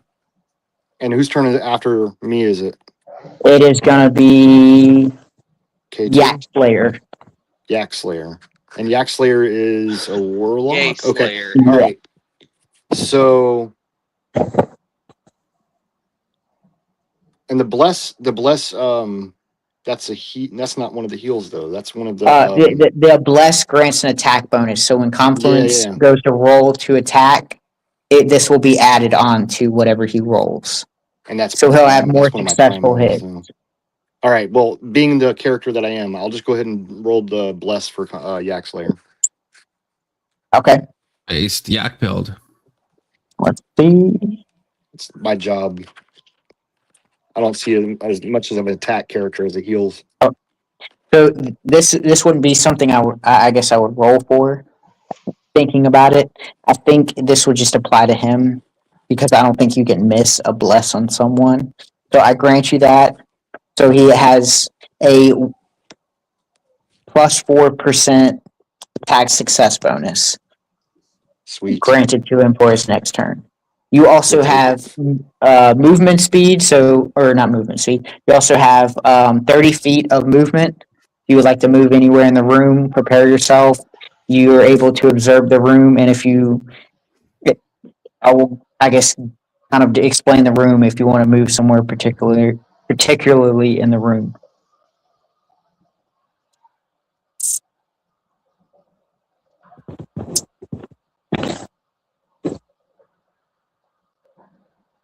That's for you, Or Yak you can Slayer. end your turn. I think it's No, useless. it's To me? still technically your turn, Ag, because you Me? still have movement. Since you didn't Oh, move, you start. You yeah. can kind of position yourself. You can move closer. You can. I'll move myself kind of midway between the group and the attacking creatures. Perfect. Can I perfect, tell perfect. yeah? Can I tell Ag not to get too close? Can I That's why say I'm that? staying midway. Yeah, I'm trying Yeah, to stay yeah, midway yeah, just because I have a heavier armor, but I can still have a little bit of distance. And he can be close enough to kind of help Kirk, since Kirk's right there in front of all 12 of them. Right. So that's why I was like midway maybe was a good spot. Because you're still behind me and Kirk. So Yep. All right, Yak Slayer, it is your turn. All right, If Yak you need Slayer any help notices. remembering anything, Yak Slayer notices there are 12 enemies, and he does a proportionality calculation in his head, and he acknowledges that Halfstone S is in the presence, but he also knows that this is an old building and that the ceiling maybe could crumble. So he casts Yak Blaster on the ceiling, hoping to crush the 12 creatures what about below. Kirk? and Kirk. What it's the proportionality. It's 12. God, you're I mean, crazy it's- like I used to be when I was playing when I was a It's kid. You just so make some many rash gargoyles. decisions.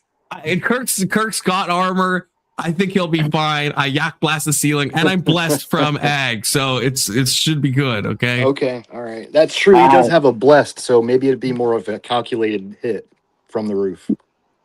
Yeah, I'm trying not to, but if I hit Halfstone S, you got to crack a few eggs to make an omelet. You know, unintended. Young Kirk. Okay. You shoot the Yak Blaster up at the roof at what appears to be a weak spot in the building. You roll. I'll give you a 17 plus Ag's 4 to attack success. It'll give you a 21. Let's see, Yak Blaster. Well, you wouldn't hit them with damage. How much damage do I want that to do? Beep, beep, beep, boom. Actually, I you know what? I'm gonna know. give you a D1 check to see or a D112 or yeah, 1D12 roll to see how many you hit. You hit 9 of them. Okay, damn. Based. Yak pilled. Oh, look at that. Boom, boom, boom, boom. I'm gonna be Good luck. honest. We're probably gonna be dead. But if they're alive, the big Orioles will try to test the end off. My testy ends off. You hit. Yeah, they won't let you do that censor because you won't let me put balls in chat. Or test. Two I zombies. don't stop you. Confluence Stop me kills from doing all the coom. the gargoyles. Oh, Okay, the Vagoils are done. Okay. Did any Hold of you on. hit Did they at Kirk, least rip? okay? Did they at least rip his nuts off? No, they weren't even able to They're get pretty far close away. enough. Oh. So which That's Here two comes the zombies? sad part, though. Kirk was right up under them, and he was exposed. So I'm gonna give you a 1D8 roll to see how much damage you do to Kirk. You fucking asshole. It was an accident, Kirk. It He wasn't stayed all intentional. behind and stuff. Me and Kirk I did. rushed I in tried there. to do a roof knock to let you I'm know. glad I dropped kept some my leaflets distance. to tell you to leave the area. You know, I did all the proper stuff. I'm not responsible. You drop little leaflets on him. Yeah. You do 5 damage to him. Damn. He goes from 20 HP to He's 15 fine. HP. Halfstone S, you're fine. You're fine. To kill all the gargoyles, that's fucking worth it. I forgot how many hit points I have. How many do I have? Oh, I don't think I told you, Ag. You have 18. 18. All right. Yep. Thank you. Your build doesn't have a lot in Constitution. Yeah. It has a lot more in Dexterity and Wisdom. So your moves are super strong, and your armor is really good. You just don't have a lot of health. Yeah. Okay. And All then So I think I'm gonna end your turn, Yak Slayer. I'm not gonna let you move. Because holy fuck, Daxler's you fine. He's blew just through that rejoicing. combat. He's rejoicing Yeah, right now. That's yeah. my secondary action. I'll be honest. These last 2 campaigns, you've been doing a lot of killing. Yeah. so I think it's so set up. you I think it's set up so Confluence can get his balls ripped off by the gargoyle. It's amazing I it's still have my rigged. balls in this It's campaign, rigged. to be honest. It's rigged against the What were you gonna say, Ag? cat. I was just wondering. You said we hit 2 zombies. I was wondering like which ones and how many hit points we took off of them. Because there's one on the ground, and then No, there's 3 that were still I full. had to recount. You took Oh. one zombie and all 8 gargoyles. Okay, so one zombie. He took out one zombie, right. like one of the standing ones. He hit one that was closer to the back. So the 4 zombies was closest, and then the gargoyles were behind them. And so All right. All right. when the roof fell, it hit the back. I guess the back flank of them. It took out all 8 of the gargoyles, and then hit one zombie that was already full health. All right. So you have Let's 2 use injured zombies and 2 uninjured zombies. Right. Okay. All right. Let's use the grenade arrow. I should Oh. have 4 because it's a new part, right? Yep. It's true. All right, Yeah. let's use a grenade aim at the fucking zombies near Confluence. Remember, Confluence is still in the back. Confluence isn't near the zombies. I backed up. I knew it was coming. Okay. You backed Damn up to it. shoot the roof on Whatever. Kirk. So I take Alright. it you want to use the grenade arrow to hit the zombies and not Confluence? Well, where's Kirk now at this No point? party on party damage. You just Kirk's did that on to the front Kirk. line. Unless it's putting the ceiling down on Kirk when he's surrounded. So- But I'm gonna be Kirk- honest, Kirk's on the Confluence. I ground should have still? granted that. Yeah, it's kind of a weird. it's incidental. It's not like I'm trying to hurt Kirk. He just happens to be under the ceiling. Okay. Whatever. Shoot the grenade arrow since I'm not that close to him, and I Okay, got range. Boom. okay. I will say you will do a 1d4 damage to Kirk.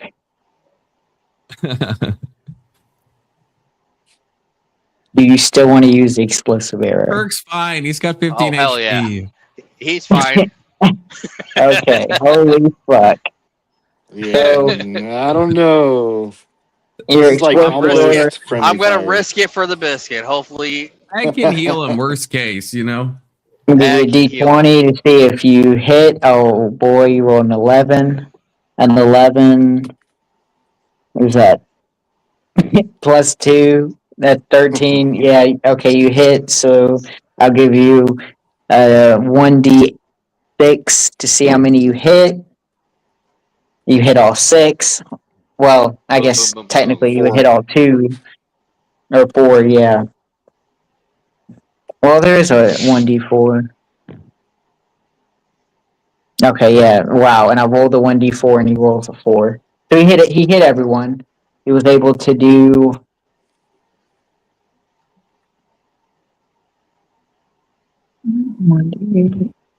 risking it for the biscuit right here. He does 3 damage plus 3 piercing damage, so he does 6 damage to all of them. I was hoping one would lose their leg, and one would be crawling towards Confluence. I think you may have gotten one weak enough to be crawling. Or Because one has. play D&D with us. So we Yeah, have 2 at 9 hit points, and then 2 at 4 hit points, and one of them's crawling. Based on my calculations, I could be wrong. I have 2 at 7. I have 1 they at start at 1. Yeah. Or no, they start at 13. 13. Oh, And then I okay, do well, 6 'cause- damage to all of okay, them. 6. All right, So gotcha. you have But- one that only has 1 hit point. He's crawling around, struggling. Confluence is starting, or Yak Slayer starting to feel bad for him. So you know, you've got 2 at 7, and then you have 1 at 4. 4. So there- Yeah, okay. So the 2 highest hit points, half the damage is gone. You have 1 at 4. He's still moving around. He can still reach you. And then you have 1 that's just crawling around, and it'll be a penalty to his movement. And then so after K2, it'll now be the gay gargoyles' turn, which they are eliminated. And then in the next in line for initiative, it's gay zombies. So since they rolled a 3, 1 can't And then move. rip off, since I wasn't We able have- to get the gay gargoyles, can I get the gay zombies rip off Confluence's nuts to roll to see? Since So now, I'm not gonna bully Kirk and send them all after Kirk, even though they're right in front of him. I'm gonna send the 2 highest health points to go and attack Confluence and try and take out his balls. They're mad about their And That's roof. terrible. yeah, the one with 4 health points rushes Ag. It comes all the way in distance. So now Confluence is face to face with 2 gay zombies. Ag, you're face to face with 1. They will each perform, I guess, the Oh, same what are they striking performing on my slash. balls? Well, It's in your we'll start with the imagination, slash Mara. first. It's in your I mean, imagination. Okay. Ag could always heal your balls. Ag, I'm gonna do That's yours true. first. I can use healing See touch if on my he balls if he hits. has to. Fucking gay. He goes to swing at you, Ag, and you with your superior reflexes, you're able to dodge and take no damage from it. Sweet. He rolled a 2 on the attack. See if he was able to attack. Now, Yak Slayer, I got to do you. Then they rolled a 4. So the first gay zombie goes to attack you. You're able to get out of the way and take no damage. Now we'll do the second zombie. See if he attacks you. He rolls a 12. He does attack you. So we'll do 1d6 damage for the arm slash. He rolls a 2, so Confluent or Yak Slayer, you take 2 damage. Holy cow, Boom, boom, Confluence. boom, boom. Yak Slayer, you've got so much health. Okay, so 30 hit points minus 2, you now have 28 hit points left. Because he They built really a want your freak of a balls. maze. Marilyn, the And So- he's the one that's standing in the coronavirus. back. Fuck. Yes. So they ran past you, Ag, and went straight to him. But one missed, and one was able to hit him. And so now we will begin with Kirk again. Kirk heals himself off the ground. He's hurt, but it's not severe. Just seems to be bumps and bruises. Kirk, you can now begin your turn. There is one zombie next to you who's on the ground crawling, and all the other zombies have now rushed for your teammates. You get a Don't choice help on who you would Confluence like 'cause to he tried attack. to kill you. He Wait, tried to kill what do I get a choice on? Okay, so Do you want to attack the there's zombie on the ground next to you, or do you want to attack the other zombies that are headed for us? Or Yeah, I'll would past you attack like the to zombie on move? the ground next to me. Kokomo. Oh, perfect. So since he's on the ground, you get advantage in your attack roll, and yep, you're able to attack. You have the option of using flash or shield bash. Shield bash, you have a chance to knock them on their butt, and I guess have them on the ground. Plus, you do 1d4 damage. If you slash them, you do 1d8 damage. So the potential to do damage would be slash. You want to do the most damage. If you want to immobilize them, shield bash would be your Yeah, option. do a slash and be done with it. Both of them will do damage because Right. you're able to hit them. So like you either It's more move will guaranteed be able that to you're going kill to take them. this zombie out if you do a slash. That is true. You do have the potential to roll a one. Well, no. Actually, no matter what he rolls, he'll take the zombie down for either attack. Oh, okay. Since the zombie's only got 1 hit point, and he landed a successful hit. If he wants to use shield bash, he'll take it out. If he wants to use slash, he'll take it out. The option's up to him. It's kind of like a free will dilemma, Kirk. You have no say in the matter, really. I mean, whatever you choose is going to lead to the same outcome. I'm trying to get Kirk invested into this. Okay. Kirk, what do you choose? What meaningless action do you The choose? first option. First What? option. Okay, we'll slash him. Okay. You do 1d6 damage. You do 6 damage. You kill the zombie. You now have 1 less zombie to face. Now there are only 3 zombies left. Alright, next person in line is Ag. Ag, what would you like to do? Let's see. I'm not in. enough distance to do any kind of attacks. Well, I only have I don't even have any attacks, do I? No, you do. You have the option to move closer, Oh wait, or yeah, there's word of actually a zombie right in radiance. front of you. So if you want to use Total Death, you can attack. If you want to use Word of Radiance, you could probably position yourself in the middle of all three of them and use Word of Radiance. Yeah, you should do that one. So I'm now like closer to the to Yak Slayer and Mysterious Mountain. The way you're positioned, so imagine uh, 16 feet to your left, you see Confluence. 16 feet to the right, you see. Okay. Big Soda, you cut out. I Yeah. don't know if you know that. Yeah, I heard what I got what he said. 16 to the left is you. 16 My to the bad. right I is keep leaving my phone on the I keep leaving my phone on the dice. And Wait, does Word of Radiance do extra damage to the undead, Big Oda? Or no? It'll still do 1d. It'll still do 1d10 damage. There's no, I guess, extra damage that applies right now. Okay. Because of his level. So and then so Yak Slayer has 2 zombies still on him.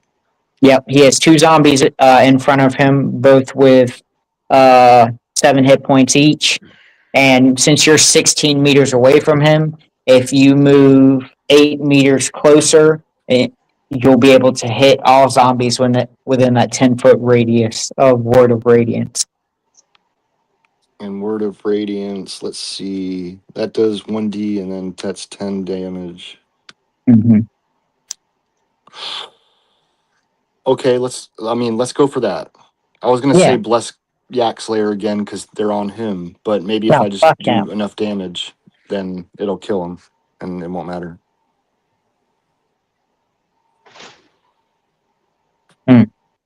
Ag. Oh, ag. You do 2 damage to everyone. To everyone? No, not to teammates, not to teammates. Oh, okay, all right. Yeah. So It's only 2 at works on 5 hit enemies. points. Damn. Yep, you have 2 at 5 hit points, and you have 1 at 2 hit points. And that was the one that was in front of you. So he's crawling on the ground. He's not immobilized. There's no movement penalty, but he is on the ground. So when you attack He's him, not he'll have begging for his advantage. mom, is he? His zombie mom? No. Okay, good. I don't want to feel Yak empathy again. No, He's just high enough fact, crawling where he can reach your balls. in fact, the gay zombies resent their moms because they didn't accept them as being gay. No, libtarded. Okay. Libtarded zombies. That's some epic lore right there. Shit. They probably got blue and pink hair zombies. Yak Slayer, it is now your turn. Yeah, I want to just use my melee on the weakest. What is it? Yak attack or whatever it is. Hold on, you still got one grabbing your balls. Confluence. Before you use, I do want to remind you. The other one. You may not remember. You have since you leveled up to level 2, you have a new move called Dragon's Breath, because you are a Dragonborn. Your Dragon Breath does 2 to 6 damage in a certain direction, which would hit both of them. No, but I get limited of that, don't I? Or is it unlimited? It's 1 per rest. Yeah, no, I'll save that. Okay. I'll just use Yak attack on the one that's grabbing my balls, I guess. Okay, perfect. Okay. I thought you were going to go for the other one so it could still grab your balls. Since your character is a Yakspert, it's one of the abilities that I granted you when you leveled up. You get a +4 to that to the attack roll, which that's to see if you attack. You rolled a 9 plus your 4 equals 13, so you are able to hit him. You do 2d6. You do. That's gonna friggin' kill him.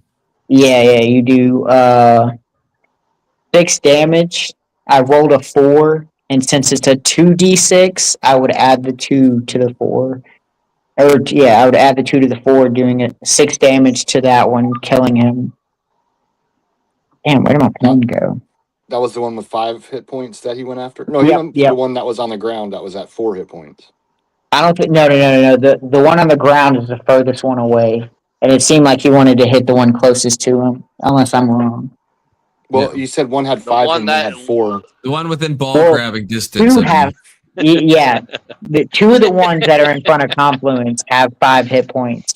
There's one that Oh. did have 4 hit points until you That's attacked right. him, which turned it down to 2, and that's why he's on the ground. And That's so, right. since you did 6 damage to that one, you kill him instantly. So now you are only faced with one zombie that is rushing to eat your balls in a poetic way. Eat mine. I hope it's not in the gay way. I hope it's in a normal. It's How in many the hit worst points type. does that one have? That okay. That So one the has one that- 5 hit points left. Okay, got it. Yep. And then you have one on the ground. That's a That's little the one bit with further 2. from you, Ag. Yes, with 2. Okay, that's a distance. K2, it is now your turn. I'm sorry, man. I'm just No, you're good. You're good. You're good. Is the I'm kind zombie of drunk, still so it's helping me explain things. is Yeah. the zombie still ripping Confluence's balls off, or did it not succeed? no, he killed it. No, Oh, he killed it. So which one's left? The one you have that's you have the other one trying to rip his balls off, and then you have one on the ground in the middle of the room. Can the one on the ground? Can I just run up to it and stab it with an arrow? Yeah. Oh yeah. Because I don't have a sword or anything yet Yeah. Yep. I will grant you that. Well, for like close attacks. since he's on the ground, you have an attack initiative. You have attack proficiency, which grants you the attack, and I will let you do 1d5 damage or 1d6 damage. Sorry, there's no 5-sided die. You do 5 damage. Yep, and you kill the zombie that's on the ground, leaving Confluent to be face to face with his zombie. And now we will go to the gay zombie and perform his action. Does he rip his balls off? no, we still got no. If that's the one with the 5 hit points, then all we have left is that one with 2 hit points at a distance. That's K2 attacked the one that was on the ground. He ran up and so he attacked the one that's at a distance. Screw Confluence. Yeah, gotcha. My bad. All right. If Confluence dies, then the gay zombies and gargoyles stop coming to us. That's a fair point. They do keep some Russian Confluence. Okay, and then so now we only have one zombie left. I will perform his action. We'll do attack roll. He scores a 13, so yes, he is able to score a hit. And we'll do 1d6. He does 4, so Confluence is now brought to 24 hit points. Still more than anybody else.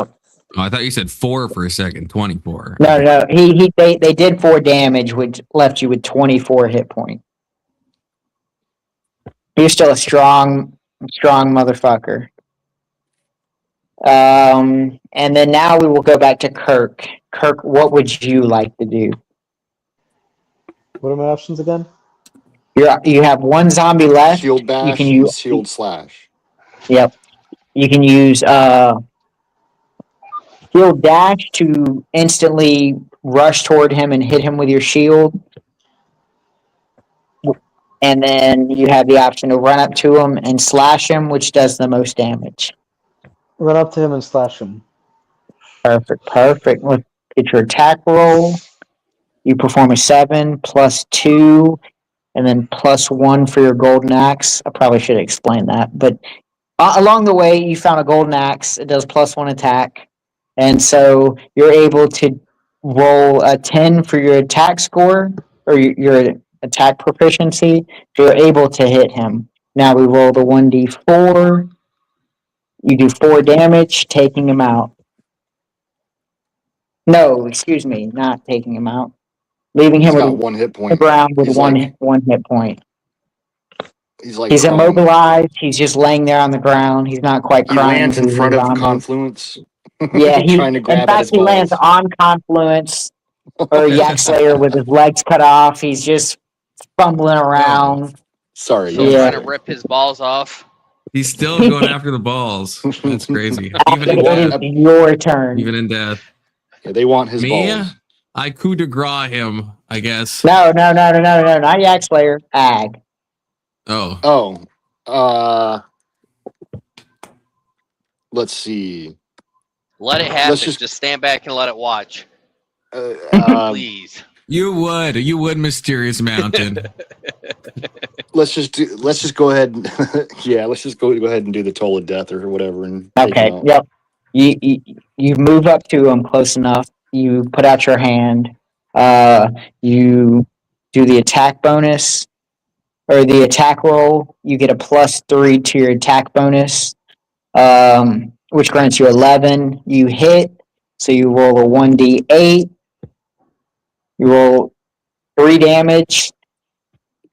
I don't think you have anything that increases the damage, but it wouldn't matter. You eliminate the last gay zombie.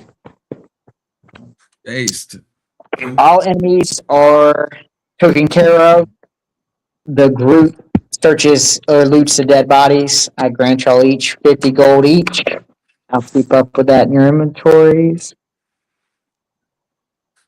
Those are Let's some all remember rich that Ag pushed the zombies. button that did all this. Let's all remember this, okay? It's Just want still to note it. Confluence's fault, though. Think Confluence didn't want it. He wanted to leave. Okay? I don't He wanted see this Kirk as hit a the bad button. thing. I Well, mean, I we're all in just the gained back. us all 50 gold each for That's barely true. anything. I mean, Kirk is like half health, but like I said, you got to I break gotta a few rejoin. eggs. I can't hear. I can hear you, Well, but Alex dropped, and then so you might have to rejoin Egg. average quit.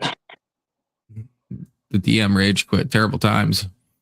No, I added the 50 gold. We can progress back to the story. We'll wait for Ag to come back. Yeah, this will be the last time Kurt comes on D&D, huh? He's gonna be like, nah, fuck that. what? You having a blast, Kirk?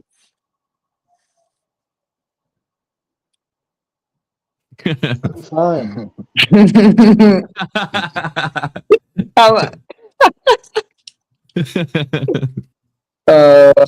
Love it. No, why? No, it's the same. It's just this. The lighting is slightly different. Okay. Everyone always asks me that. So as we return back to the room or the church structure, and we're inside now. The room on the left has been taken care of. You have one more area of interest, and that's the shattered pews. What would you like to do? Hey, Abe. I guess we should look at the pews right before we. You might as go well. through the You might as well knock out all zombie. the Yeah. points of interest. Okay. We need a perception check roll of 14. I think K2 should do that. And since he's driving, he should roll some dice. He scores a 7 plus 5 equals a 12. Yeah, I don't think he got it. Yeah, no. He wasn't able to perceive it. Okay. Let's go to the Damn it. failed option. Confluence. Oh, shit. My bad. Hang on. I'm scrolling through my notes to make sure I get back to the right area. Such a buzzkill. Okay. At the base of the largest stained glass window, depicting Medeza as a serene figure holding up a scale and a flowering vine. Underneath her, you see the seven knights of Medeza, each carrying a shield with a unique design depicting a story of Medeza. As the party prepares to move, hold on. Yep. As the party prepares to move, something draws your attention to a life-size statue of Medessa standing quietly next to the grand double doors leading deeper into the complex. Unlike the rest of the ruined chapel, this statue has been remarkably well preserved over time. Its marble surface almost immaculate, the flowing vines carved around her scales, gleaming faintly in the dim light. You approach the statue and glaze up into its eyes. For a long Glaze up. moment, nothing. Pause. My bad. Yeah, just gaze up. As if I don't getting know really why gay. I said the word gaze up, and I was like, wait, that Wait, this sounds like saying bad. gaze up.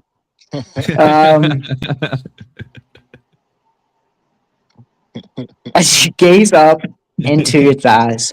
For a long moment, nothing seems unusual until you notice that the statue's cheeks are wet, as though it's been crying.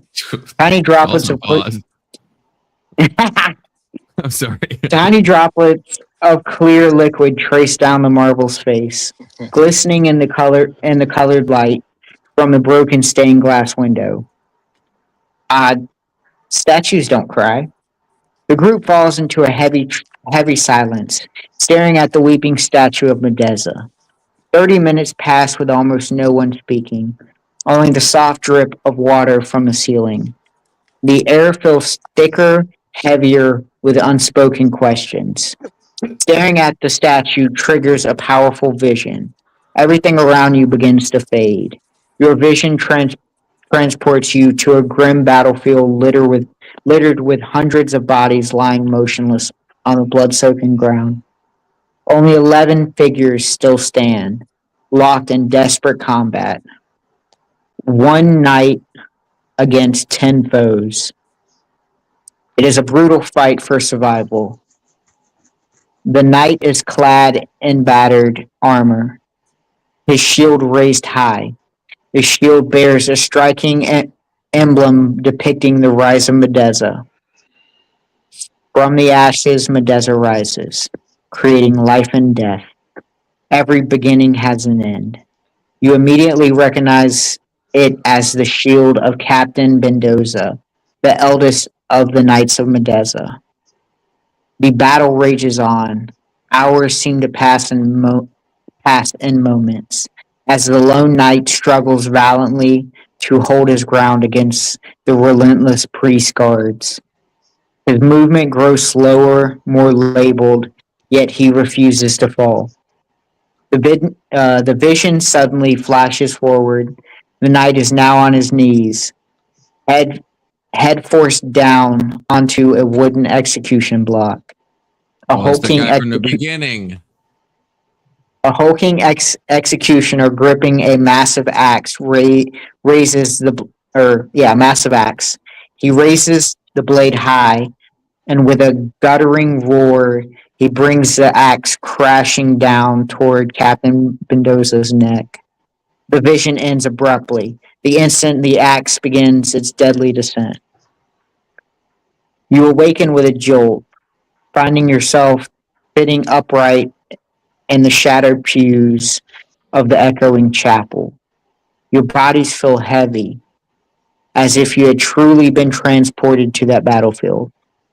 Before anyone can speak or fully regain their bearings, a bone-chilling cold fills the air. 10 translucent figures materialize around the party, spectral warriors clad in the same armor and bearing the same cruel expressions as the 10 priest guards from the vision. Their eyes glow with the same flickering green light you've seen throughout the complex.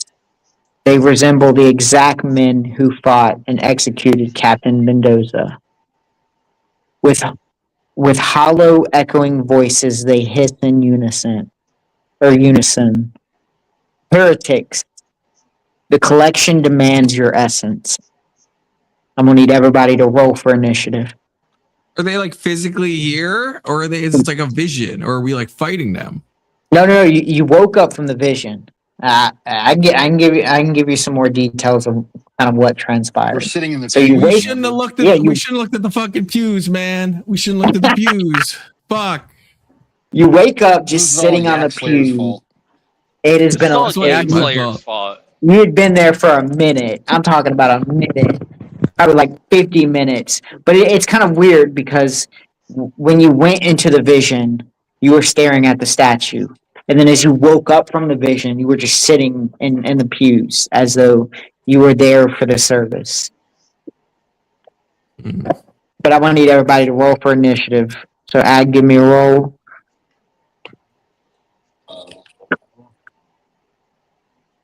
You want me to literally give you a roll? Because I just put my die Yeah, away. yeah. Oh, my bad. I got you. I can do it. Thank you. I got you. Confluence, you give me a roll. I got a 14. Okay. I got 16 for K2. I got 16 for Ag. Yak. I've got 14. And 0. Kirk, I've got 6. Kirk. I don't think Okay. Kirk's gonna make it. Yeah, it's way past his bedtime. Kirk's waiting for the promise of literature talk. Okay, that's why he's still Yeah, here. he was like, I know if I hang around long enough, they'll fucking end his D&D. All right, so there's 10 specters. I'll give them a group roll. They roll a 4, so the specters will be moving last. K2, we will begin with you. How many hit points do these guys got? So who's attacking us? They have 11 hit points each. Oh, I Ghosts said is. whom's attacking? Ghosts is. Ghostess is. My arrows Yeah, can't Ghost penetrate a is. ghost. I don't know You're how right to go about that. this. Yeah, K2, I'm gonna be honest. Grenade. You're a little bit of a disadvantage. I'm at fucking useless. Grenade their No, ass. no, you still can hit them because you still have arrows and you have Can't do any damage to them because they go right through them. I wish I had an enchanted 45. that is true. If only half hood, the real half hood was here, we could have swapped that enchanted 45 over maybe. No, but you do have Oh, a candle that's in your old man, isn't it? That's Emmett's character. yeah, but he's in he's in He's a in his vial. pocket. Yeah. Oh, I forgot he's still in there. Yeah. Fuck. You Confluence, do message have old man to come. I did. I messaged him. I added hey, wait, everybody. You know? K2, you have the option to light a arrow on fire. That fire damage will do a 1d4 roll. So the arrow won't do anything, but the fire damage will. All right, let's go with that. Alright, I'm gonna give you a chance to hit. They're 8 gonna rip off my balls. plus. They're not gay. They're not gay. Not gay specters. Just Oh gay my ghosts, god. or just regular ghostesses. So you score a 13 with your +5 to attack roll. You're able to hit. You do 1d4. You do 3 damage. So one specter has 11 health. The one closest to you, you do 3 damage to. You now has 8. So you still have 10 other specters with 11 hit points. K2, that will end your turn. Ag, well, no, hang on. Yeah, Ag, it will now be your turn. Okay. So I can't use bless again, right? No, you still have one more spell that you will be able to use. Any spell you want. Except your let me go to your character sheet. Your Shield of Faith, it being a class bonus, so you being a cleric grants you 3 uses of Shield of Faith. So I guess you can use that 2 more times before you're not able to use it. Every other spell, like bless, heal, or heal from a distance and heal up close. You only have 1 more access to those. Okay. Well, I mean, I guess might as well. There's 10 of these, 10 of these motherfuckers. Holy shit, dude. So I'll go for a heal for Yak Fluence. All right. Ooh, there we Nice. go. Yak build. Let's Okay. go. So we'll use your. I don't know why they call it. Wait, maybe I could do a You said I had an AOE heal. You have a Do I have an distance heal. AOE? Oh, okay. So I don't have an AOE heal. Yeah, you have Okay. a distance and an up close. Well, I'm already up close, I guess. So might as well do that. All right. Your cure wounds. We do 1d4 roll plus 3, 6. You will heal 6 health points. So he's full health. Bring him back to full health. I'm glad you're thinking about that, Ag.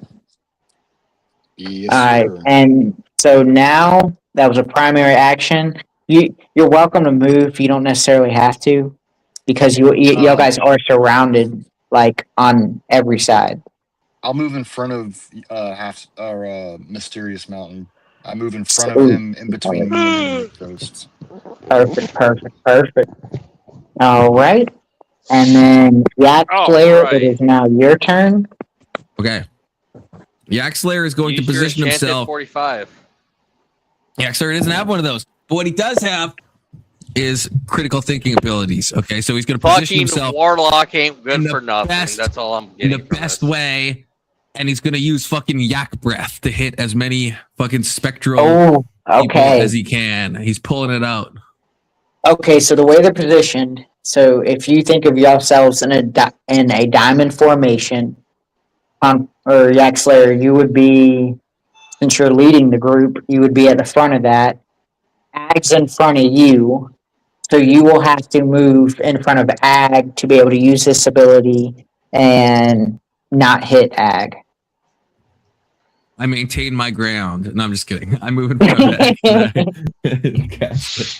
I hope you catch on fire. Where So- am I? Like, I thought I moved in front of Mysterious Mountain. You're Am I on right. the other side of the Okay, I diamond? mixed up my characters. You don't have to move around Ag because Ag Oh, is good. now in between Mysterious Mountain and the Spectre. So you can just use it if you want to use it. You don't have to use any Yeah, movement. I just freaking Yak Breath Yak away. breath it up. Okay, you do a 2d6 to 3 targets that are in front of you. You do 6 plus 2 damage, since it's Oh, a 2d6 dice. So you do 8 damage to all 3 spirits, which leaves them with 3 hit points apiece. That's 24 damage in one move. I guess if you add it all up. Let's see. That was a primary action. What are my secondary actions? Your secondary actions. You don't really have a lot of secondary actions as a warlock. You have No. a reaction. So Fucking the good moment for nothing, Warlock. you get hit, I guess during this next combat roll, you have a Yakish Rebuke, which means the moment they hit you, you can activate it, and you'll do 2d damage to the attacker. 2D what? 2d10 damage. Oh shit. Okay, yeah, I use the Yakish Rebuke then as my secondary action. Well, you can't use it. You have to be wait attacked for a that. reaction. Oh. Yeah. Well then, okay, it's my So- secondary action. I cut my balls in I case think you some can move. untoward stuff happens. So I just put my hands in front of my balls to protect them. Can I do that? Okay. Yeah, I'll give you a d20 roll to see how They're successful. not Okay, you roll gay a 2. ghosts. They could become you- gay at any moment. I know how this fucking shit works. Okay. you roll a 2. So imagine, So hold your balls were hand up. completely I exposed. failed to cut my own balls. How is that possible? How bad do I fail at that? You rolled a 2 out You of just 20. cut them and it Okay. hurts. You put so much pressure against them that you end up smashing them, and it does 1d4 damage to your. I grabbed my nuts so hard that I damaged myself. Really? You do 2 damage to yourself. So he's down to 28 Oh damage. boy. That's not bad though. It could have been worse. Could have done 4 damage. Self-inflicted ball damage, 2 hit points. All right. Yeah. You know, I meant to do that. Okay, I meant to do Confluence, that. I'm gonna have to ask you to We'll stop think being about this. so harsh on yourself, man. I'm a healer here. I could be an You asshole gotta DM and you gotta say, heal my nutsack later on. I'm gonna Ag, let you okay? go if you keep doing that shit. You gotta use healing hands on my balls. I'm sorry, that's your job, Ag. No, Okay, not if you that's keep your harming job. yourself, man. hang on, I think I must warn that you do have the option for Yakish Rebuke. If you would like to use that on the person who caused you damage, you're more than welcome to. Not me myself. No, I don't want to do that. I don't want to grip my balls Stop it, Okay, sir. harder. You're supposed I'm to be a just good reminding DM. you that you have that Thank reaction. you. Thank Okay, you, DM. no problem. Okay, so now that you've gone, it will be Kirk's holding up the rear with for the last person to attack on your side. Kirk, you have 10 specters all around you. You have 3 directly in front of you, and you have the option to absolutely do nothing because you can't affect them. Well, Okay. can I just ask too before? So we got 6 at 11 hit points, 3 at 4 hit points, and 1 at 1 hit point.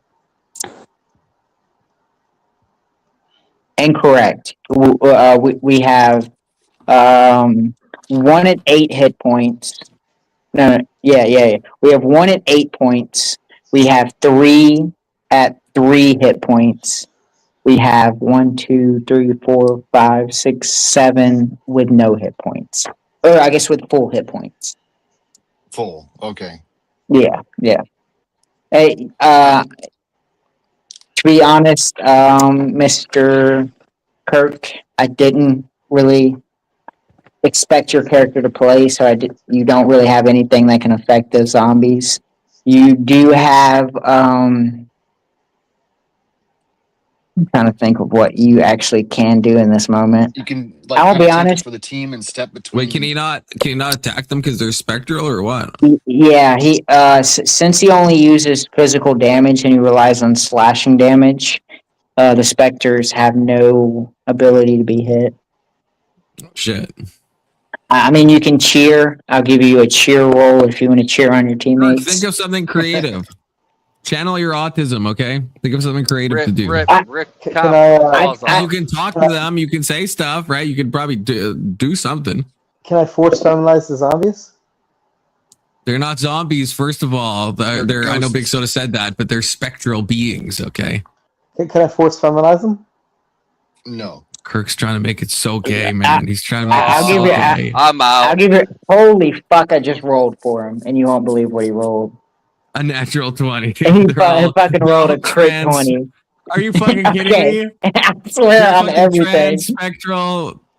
Oh fuck, Come man. on, man. He convinces all 3 in front of him to become trans spectra or specters. Oh my god, man. Seriously though? I don't even know what to do with that. I don't. It doesn't give them an advantage or disadvantage. They're just It confused. should Do they disadvantage. feel Okay, more no, in line with their perfect. being, or do they feel more like, confused in general, or like what? They're going through an existential crisis.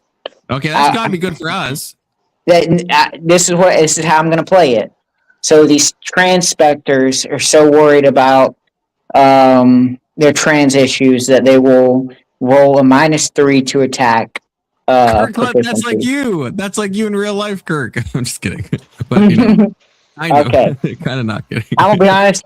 That was kind of creative, Kirk, in a weird way. You were able to do something to them. So now, when these 3 zombies that are facing you go to attack you, they'll be less successful in that attack because they'll be worried about their trans identity. Good job, Kirk. And you I'm said honest, that was pretty creative. Yeah? All right, so ending Kirk's turn. Now I've got to go through fucking what is it? Yeah. 10 specters attacks.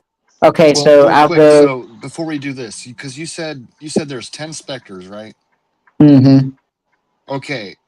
So like I asked before half Stonus went, and you said there's like 1 at 8, 3 at 3, and 7 at 11, because that's 11 specters. Okay, then one of the full health ones, he doesn't exist no Yeah. more. I may have miscounted. Oh, okay. All right. Yeah. Gotcha. So 6, 3, and 1. Yeah. Come And the on, 3 guys. that Why are ain't no at 3 catch hit that? Why has points. Ag got to catch that? I'm taking notes. Hey, The smart 3 and man. 3 hit points. Yep. They're the ones that are in front of Halfstonus. They're the ones in front of Yak Slayer. He did his dragon, Yak or Slayer. his dragon spray. The 3 in front of Kirk or Halfstone are the ones that are affected by the -3 attack bonus.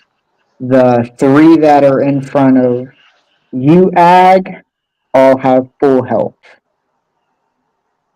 And then there is one kind of off to your. Oh, sorry, my screen blacked out. There's one in front of K2 that is off to your left. Like you weren't just able to, I guess, run in front of all of them. There was still one off to your left who's closest to K2. And I think, what's that? 3, 6, 9, 10. Yep. Okay. So that's all zombies accounted for, and their positioning. So Ag, Yak Slayer, and Kirk all have 3 zombies in front of them. K2, you only have 1 zombie in front of you. I thought it was Ghost. Ghost, my bad. So yeah, I'm like 4 beers so the deep, one forgive me. and the ones in I front don't know. of I think I should just let Kurt take care of this and just leave the Hey. room with Ag and with Ag.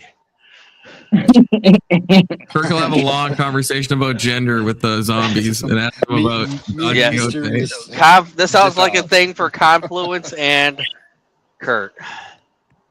So the ones in front Alright. of Halfstonus, those are you said they have I some kind convinced of Ag to leave the room with and let Yeah, the the ones gay guys deal with this. the ones in front of Halfstone all have full health, but they have the attack disefficiency. all right. Minus attack. What is that like? Minus what? It'll be like a -3 every time they try. So when the zombies go to roll for their attack roll, they'll have -3 added to that. So more than likely, as long as they roll low, or even if they roll medium, Kirk should be protected and no miss and not hit him. Okay. But if they roll like I think it's 13 and higher, Yeah, 13. then they'll be able to hit. Gotcha. And it's okay. So it's the ghost turn. Yep. The first ghost is the one with 8 hit points that is front of K2. Okay. And K2, you have really the only option of shooting them with a flame, pulling out your candle, lighting another arrow, and hitting them with a flame arrow. Oh, I thought I was just trying to be like this. These feminized ghosts are for Kurt and Confluence to deal with. I wipe my hands with it. Okay, you can but in your you got a turn. regular one in front of you. You Nope. do have one that's like right in front of your face that isn't a Oh, I trans got one in zombie. front of me. Okay, I'll just There's shoot only that 3 trans I'll zombies shoot that out one of the. and leave the room for Okay. for Confluence and Kurt to deal with the rest I'm of them. gonna roll your 1d4 for fire damage. You roll a 2 plus 2, so you do 4 damage to it. It now has 4 damage. And you leave the room, so you go back to the previous room and you are no longer in combat. All right, It is now your turn. because I'm gonna have to break apart this set anyway, so probably gonna have to skip me for a little bit. I got you. Let's see. How much health does Kirk have total, and how much does he have after that last fight? So far, Kirk has not been hit because. Well, no, Yeah, excuse me. Ag, he was hit by I said it was your. True.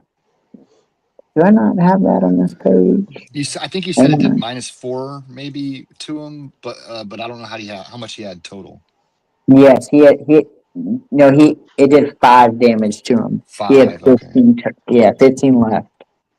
I just Okay, flipped through so he my has pages. 20, and then he went down 5, so he's at 15. And I could do a heal, so I'll go ahead and heal him. Okay. Now, after this heal, that will be your last spell. You still have, let's see, you still have your guidance, which is just a +4 success to any attack or perception roll or anything, any type of roll, and you have your Oh, 2 attacks. After that, all your spells will be done besides Shield of Faith.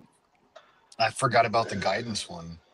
The guidance one will be pretty successful, especially if you cast it on yourself, and then in your next turn use your Word of Radiance. Right. Okay, let's To be let's go honest, ahead and Ag, do. in this situation, you're going to do the most damage.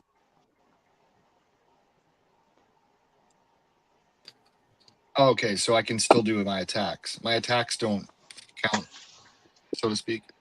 Guidance. I may not have explained this to you. Guidance is a secondary action. So your Shield of Faith and your Guidance are secondary actions because of your class.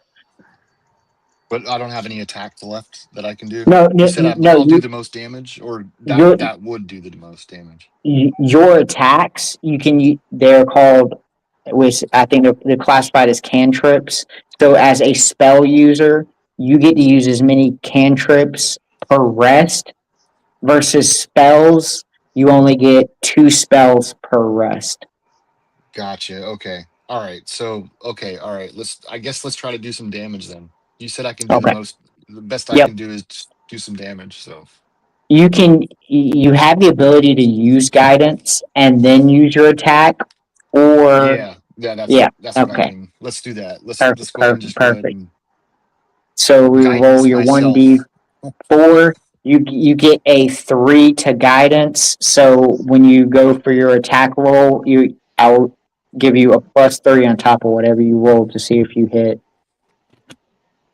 You roll a 9 plus, so you have +3 already, and then you have +3 on top of that. So you roll a, what is that, 6, 15, 15. 15. So yeah, you hit.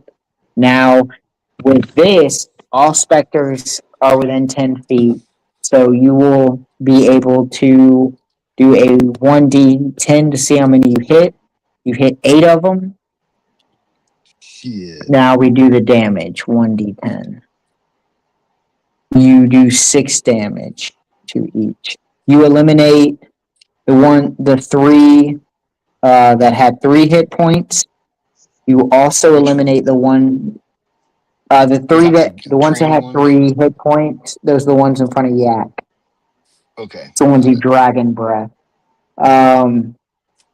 So you took out all the ones in front of Yak Slayer. You took out the one that was in front of K2 before K2 dipped out of the Out that room. one.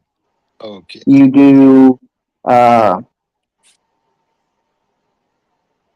6 damage to Kirk's, the ones in front of Kirk, which leaves him with 5 hit points. And then you also do 6 damage to the 3 that are in front of you. So you Okay. have 1, 2, 3, 4, 5, 6 left 6. at 5 hit points. 6 specters left. It will now be. That was a badass roll right there, man. Shit. Nah, that was pretty good. There's still Fucking, 6. There's so many. well, yeah, but you've taken down 4, and Well, shit, 3 of them are trans. We lost K2. Oh yeah, half of them are trans now. Jack Slayer, it is now your turn. Yeah, I get 2 spells, I right? can still hear you. I can still hear you, Soda and Con, but I can't. I don't know if I can hear Kirk. Well, Kirky Boy's not talking. Kirky Boy, say something. Because K2 dropped. But if he Hello? comes back, okay, I can hear you guys. Okay, Perfect, base. perfect. Cool. Okay, so I get 2 spells, yeah? You you have one more spell. Remember, you use Yak Attack. No, that's what I mean. I get like 2 total, yeah. Yeah. You have one So more that you have. So I'm gonna use Yak Breath again, because I mean there's still a lot of enemies, so I might as well fucking yak away. So I position myself again using yak tuition. I position myself in the best possible spot, and then fucking yak breath. Okay. I'm gonna give you a roll on that yak intuition to see if you do any extra bonuses. Like put yourself in a good position. Nope, you hold a 3. So you move yourself around. It doesn't really do much. You take 3 steps to the left. You're not in a better position to hit any more than just the 3 that are in front of you. And so we'll do your attack roll for your dragon's breath. Oh, you do 14. So yes, you hit all 3 zombies. Based. You do 2d6 damage. Which 3? Yeah, and you The one in do front of me? the ones. Oh yeah, Confluence.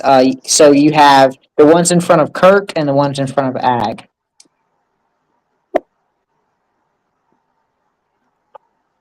Because the 3 that are in front of you are dead. Wait, I have to choose. You can. I mean, Because if you you want to gotta choose choose, you which can just pick direction a you're random pointing it at. amount. Yeah, I guess the one I with guess Ag or Ag. Kirk. Ag has less. Wait. Does Ag have the highest AC or the least AC? I have the best armor class or better armor class, but lower hit points. Yep. Is Kirk still But he's still- damaged? Probably, right?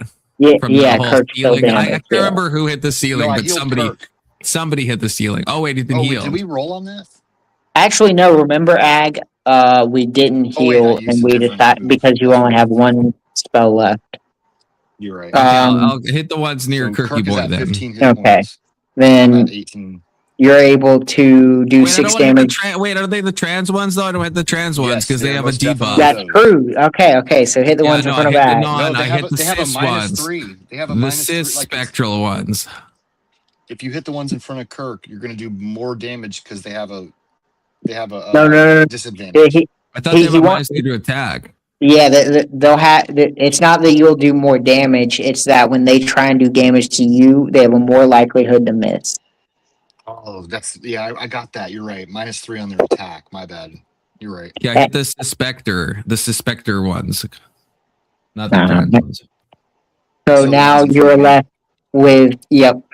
So Ag, you're in the clear right now. Kirk, you're the only one with 3 combatants in front of you with 5 hit points each. Wait, I kill all of them? Yeah, you killed all the ones in front of Ag. Oh, You rolled fucking yeah. 8 damage. You rolled a 6 and then +2 That's cool. And they only have for your 3 hit points each. 2d6, yeah. No, they have 5. Or at least that's what I counted. Yeah, you're right. You're right. Okay. Now it is Kirk's turn. And he's Kirk, got what 3 would in you front like to of him. do? What are my options? I'll be honest, unless you can come up with something creative again, these zombies already are pro-trans. You can talk to them, I guess, about their gender now that you've trans the specters, because you can't attack them. Or you They can are ask. trans. You can ask them to comment on your transition. Yeah, That's do true. that. Much like your Wait, sister. what? I'm sorry. I asked them to comment on my transition. Okay. Oh my God. You get a D20. Okay, you fail miserably, and they looked Oh, even no. more pissed because you assumed that they were trans. Did they like change their ways and go back to not being pro? Yeah, they're kind of so pissed that you removed the buff from them, or the debuff, and so now they're just 3 straight zombies. They're so Like, pissed. this is where questioning your gender leads you. Fuck that. Yeah, they're like, man, this is Kirk. insane. I'm a specter. I'm not anything but a specter. I was born a specter. I'll die a specter. No amount of clothes I can put on to unspecter me. All right, Kirk, that's pretty much your turn. You can't attack really. You did your best. Hey, proud of you for trying. We'll go back to Ag. Ag, what would you like to do? We'll just attack again. Would you like to use this the same move, or you have the Toll of the Dead? Yeah. Toll of death. Okay. You walk up to. Yeah, let's walk. You walk up to all 3 of them, but you attack one. You roll a d20 to see if you attack. You roll a 7, you do +3, and it is 11 to hit the zombies because of their armor class. So you failed that spell and they were able to perform a saving throw. So after that, that was your primary action.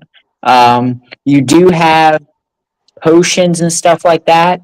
I don't think you've lost any health. I don't really think you need to use them. I'm looking at your items. You don't really have anything that can be used as a secondary action. I mean, you can move, but you kind of already repositioned yourself. It's probably best you just wait your turn or wait till next turn. All right, and we're going back to Yak Slayer. Okay, I will. Well, I have no spell, so I guess I'll use Yak Attack on the 3 desisters, I think they're called in the literature. That is true. You say Yak Blaster? Yeah. Yak attack.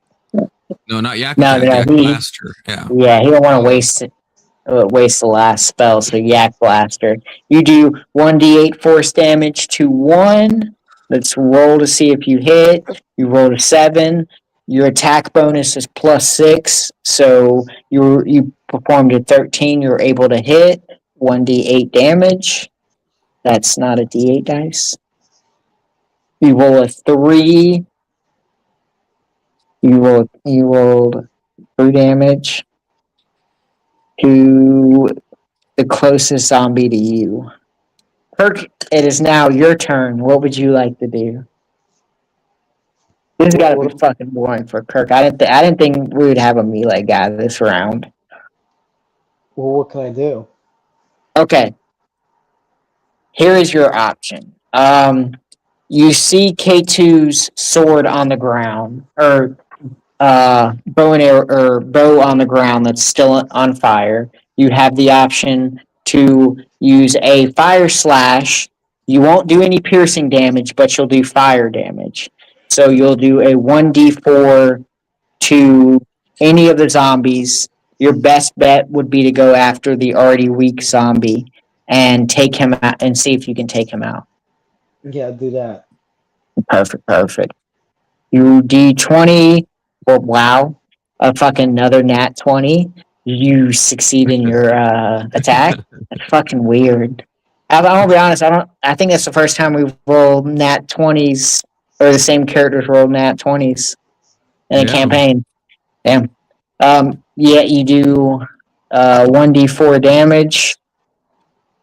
You roll 3. You're able to eliminate 1 zombie. You now still have 2 zombies in front of you. We will go through their combat rolls. Shouldn't take too long. First zombie rolls a 20. Ooh. Oh, no. I roll a d20. He rolled a 1, so his attack Okay. was a miss. After swiping at Kirk, he does no damage. The second zombie will roll to see if his attack succeeds. Rolls a 7. Check Kirk's armor. Okay, with Kirk's armor class, that is, he performs a saving throw, so he is able to avoid the attack altogether. And now it's back to you, Ag. What would you like to do? Oh shit. Yeah, you have both your Word of Radiance, which I think, based on your ability, you would probably be able to take out all the zombies. Because the odds of you get like a 50% chance. I don't know if that's how dice works, but 5 to 10 that you roll, you'll take out all the zombies. If you roll anything less than 5, you will have 2 zombies. There are still 2 zombies remaining. Let's do that. Yeah, that's a good idea. You roll an 11 that matches with their armor class, so you are able to hit them.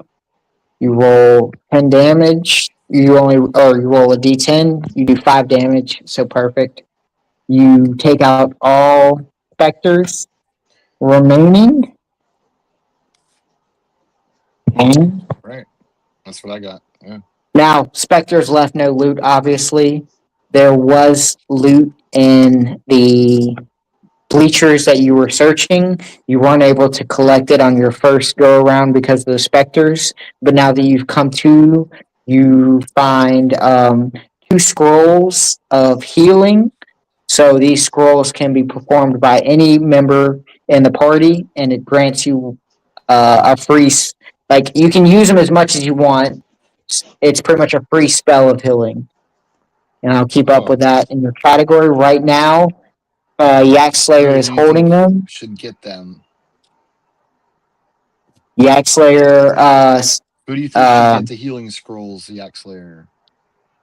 Probably He's the one that picks them up, so I guess you can grant them to. If you want to keep one, give one.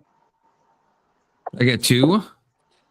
There's 2 scrolls of healing, correct? And you get since you picked Does them it make up. sense to give it to Egg, or does that make less sense because Egg can No. already heal Actually, normally? In case I'm not here, I guess it'd be a good idea to keep one. there is 2 things that would probably be worth doing: giving one to Ag just in case, and keeping one for yourself. Ag is going to be able to be more successful in his healing attempt, healing more damage, but it's probably good to have a healer that can heal the healer. Yeah, Right. and If that makes you can sense. use it. You can use it, but how many times can you use it per rest? With the scroll, it's a one-time use. You can so even if you're out of spells, as long as you have scrolls, you can use them. Gotcha. Yep. And since you like if one character had 2 scrolls, he could use those on back-to-back turns and still have all his spells remaining. Okay. Yeah, that's what I Alright. do. Keep one, give one to Egg. So after you get done searching the pews, and then the last specter lets out a final fading scream before dissolving into wisps of green mist that drift toward the weeping statue of Medeza. The statue grows quiet once more, though the air still carries a lingering chill. You are left shaken, but the vision and the attack have made one thing painfully clear. The priest's vision of history is drenched in blood. The Knights of Medeza are shrouded in a mysterious demise. The weeping statues of Medeza continue to shed silent tears. Can I talk to the party? Yeah. Why does Medeza seem evil? Because I feel like Medeza's attacking us. Because where'd those specters come from? Are those from Medeza? Should we be hating Medeza? The numbers Your seem thoughts? to add up. Right? Like, unless that's the Knights, I mean, why is Medeza sending fucking specters to attack us? Well, the 10 specters would represent the kind of clerics that killed the knights, right? Yep. It was the priest's right. So that's on Medeza's side, right? So still. So why does Medeza hate us? Is she evil? Did we do something evil? Thoughts, and I guess why are they both attacking, or why? I guess you kind of get some understanding of why they're attacking the knights. Yeah, there seems to be some beef between the knights and the priests. You don't know why they're attacking the knights, and you also don't know why they would come and attack you. Right. And that is a mysterious sanctuary thing. Did we profane something? We just looked around. I mean, I did blast the ceiling, I guess, but I mean, no. I mean, and it came right after you seen Medeza, the statue of Medeza weeping. Right. So that feels untoward. I feel like Medeza's a bad person. Okay, I'm just gonna say that. But I mean, she's the god of life and death. She believes in the balance. Doesn't really fit the little bit of description you've gotten from her. I don't know. What are we all leaning? I'm leaning Medeza bad. Medeza bad. Okay. What you think, bad Ag? for us, at least. Bad for us. Okay. The Knights haven't tried to kill us. I'm beginning to wonder if there's some kind of other more powerful presence, and it could be Medeza. Unless we're the Knights, are we the Knights? Because we just woke up in pods. Are we somehow the Knights? They're still doing their sacred job of protecting in their view. So when they attacked us as ghosts, that's what they've been locked into for Lord knows how long until we happen to stumble across them. Because That's we're a in like good the point. temple or what? I don't know. Like maybe we're That's what- intruding or something. I don't know. And why is Medeza crying anyway? I don't know. And I feel like we were putting some hypnosis because we're like, there's like 30 minutes that passed. So I feel like she fucked with our minds in some way. It seems like the grounds have been desecrated in some way. She's saddened by it. But and these are some good thoughts as a group discusses among themselves. They're kind of able to collect their thoughts after a lot that's happened. Let's see where. Okay, let's continue a little longer and then we'll wrap it up there. I've got just a little bit more story for you. Kirk, you heard that? We're so close to literature talk. You're so close, Kirk. You're so close. My stepmom came in and he had to go to bed. He doesn't have a I do have bedtime to go to anymore. bed. I mean, I do have to go to bed eventually because tomorrow is Saturday, and I always try to go to synagogue in the morning. But I've got time. Fuck all that Jewish nonsense. Yeah, knock that off, Kirk. Yeah. You can keep the trans stuff, just knock the Jewish stuff off. The lesser of two evils. Have to weigh my options. Okay. After taking a moment to catch your breath and process what you've seen, you push open the grand doors at the far end of the chapel. You step into a long, narrow processional hallway. That's an interesting word. Tall stone pillars line both sides, each carved with scenes from the life of Medeza. But many have been deliberately defaced or covered with fresh green moss. The floor is smooth marble worn down by countless footsteps over the centuries. At the far end of the hallway stands a pair of massive bronze doors. As you move down the hallway, you examine your surroundings. Confluence, give me a D20 investigation check. An 8. So bad at perception checks. No, this was an investigation check. Your perception. I can't remember. Is your perception good? Because you could also do a perception check. Yeah, one of them is better than the other. I can't remember what. But either way, an 8 is. I don't know if that's going to be that good. Yeah, no. K2 is the one that's got really good perception. Ag. Let Ag perform a perception roll. I'll roll for him.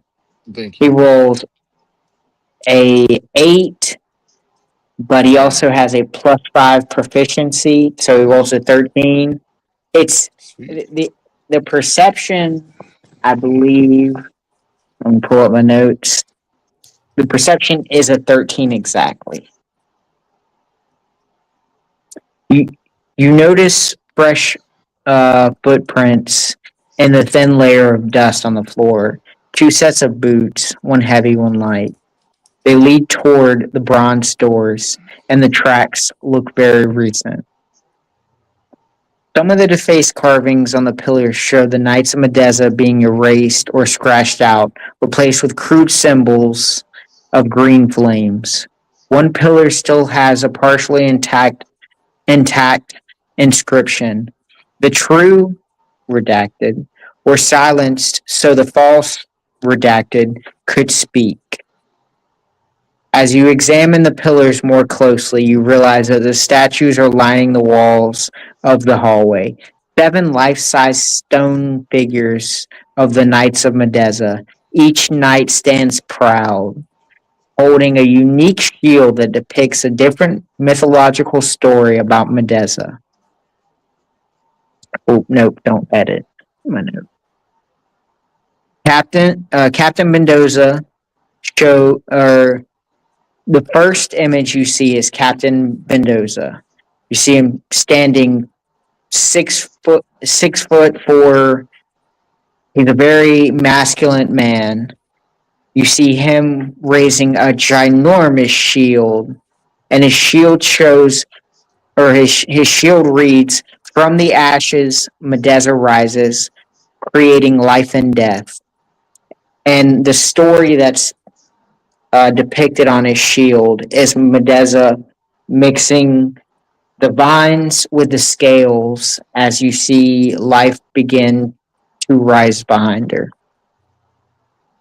The second statue is the Night Sister Laurel, a serene elven woman who stands 6'5", who bears a shield medium sized. It's not as massive as the knight captain, but it's a decent sized shield. Shows Medeza kneeling beside a dying mother and a newborn child. She gently takes the mother's life and breathes it into the infant. Life and death exchanged in a single kiss. The inscription reads, "The cycle turns, one soul departs, so another may arrive." That's like the title of this stream. Holy shit. Then you move to the third statue, Knight Commander Varric. The description on the statue reads, "A stout dwarf whose massive shield depicts Medeza standing at the edge of a battlefield, her hands outstretched. Fallen warriors on both sides rise as spectral guardians to protect the living, then peacefully fades once the fighting ends." Inscription: "Death is not the end. It is the shield that guards the next life." Knight Arcanus Silvara, a human mage knight who bears a very tiny shield, probably about the size of a dinner plate, and her shield illustrates Medeza walking through a withered forest. Wherever her feet touch, dead trees burst into blossom, while fresh saplings wither and return to the soil. Inscription: "Life feeds death, and death nourishes life. Balance in every root and flame." Now, fuck this bitch. She's evil. Fuck this. Knight Warden Corinth, a halfling scout whose medium-sized shield depicts Medeza at the mouth of a great cavern. She bears the way for restless spirits trying to return to the living world, then gently guides lost souls into the light beyond. The inscription reads, "The door in between worlds swing only when the balance allows. I am the keeper of the threshold." The second to last statue, Knight Protector Thorn, a tall human whose shield is the biggest in size. It has to weigh the size of a person. It's 5 or 6 inches thick. It's probably the thickest shield. It's probably the biggest shield y'all have ever seen someone wield. And to be honest, a normal person probably wouldn't be able to wield it. A tall human whose shield portrays Medeza cradling a broken hourglass. Sand flows upward from the bottom chambers back into the top, resetting time for a single dying soldier so he may say goodbye to his family before death claims him again. The inscription reads, "Even death may grant one final mercy before the cycle claims its due." The last Knight Vanguard Alara, an elven ranger who doesn't have a shield, but on her breastplate depicts Medeza standing between two massive opposing forces. One side living soldiers, the other undead horrors. She raises a single vine-wrapped scale, and the undead crumble to dust while the living living lay down their weapons. In peace. Inscription: life and death are not enemies. Maryland coded. Only those who twist the balance make them so. Which leads you to the big bronze doorway. And this would be a good spot for rest before we adventure forward. And so we can end the campaign right here. So I figured I wanted to give you some kind of lore on the knights. You kind of know their names and who they are because you will start hearing them again in the future. A lot of emphasis on the size of their shields. Okay, I noticed that. Yeah. So I don't know if that's relevant, but their size of the shield pretty much depicts like what's the best way to put it? Like their, I guess, who they were and what they did. So like the bigger the shield, probably they were up close fighters. They were probably some of I guess Medeza's strongest knights. And then the ones with smaller shields would probably be someone who would use a bow or someone who does magic. And their shield is only for, I guess, in case they get in close range combat. So their shield pretty much determines what they're going to be, what mission they're going to be serving. So if like you don't need a heavy shield, you're probably doing something else combat wise. I don't think I like this Medeza. What do you guys think? Ag, Halfstone S? Yeah. That's kind of what I'm thinking. I'm thinking we should don't trust definitely her. tread carefully just because it sounds powerful and dangerous. I don't like the Knights either, though, because I think they're traitorous scum, I was thinking the opposite, though. Like, they're kind of infidels, if you think about it, right? So, like, fuck them as well. So I don't really know. I was thinking like the clerics were the ones that killed them are probably the traitors. Confluence, can you give me a roll to your can you give me an insight check? Just roll a 18. Okay. 18 plus you're very proficient in insight. So I think that's +5, so you're given 23. You remember the dream from the very beginning of the campaign of the knight who was drugged to his execution. You remember he looked at you and he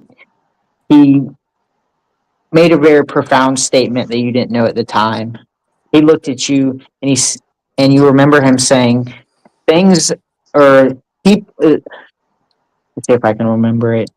Things are not what they seem. People are not who they are. And this memory flashes through your mind and adds another layer of questions of who he was talking about and is it related to your now new opinion of Medeza. Yeah, I think Medeza bad. Medeza bad, you guys, okay? I say that aloud to the group. Medeza bad. And now Medeza smited you and killed you, Confluence, and now you no longer exist. Fuck, she got my balls. Damn it.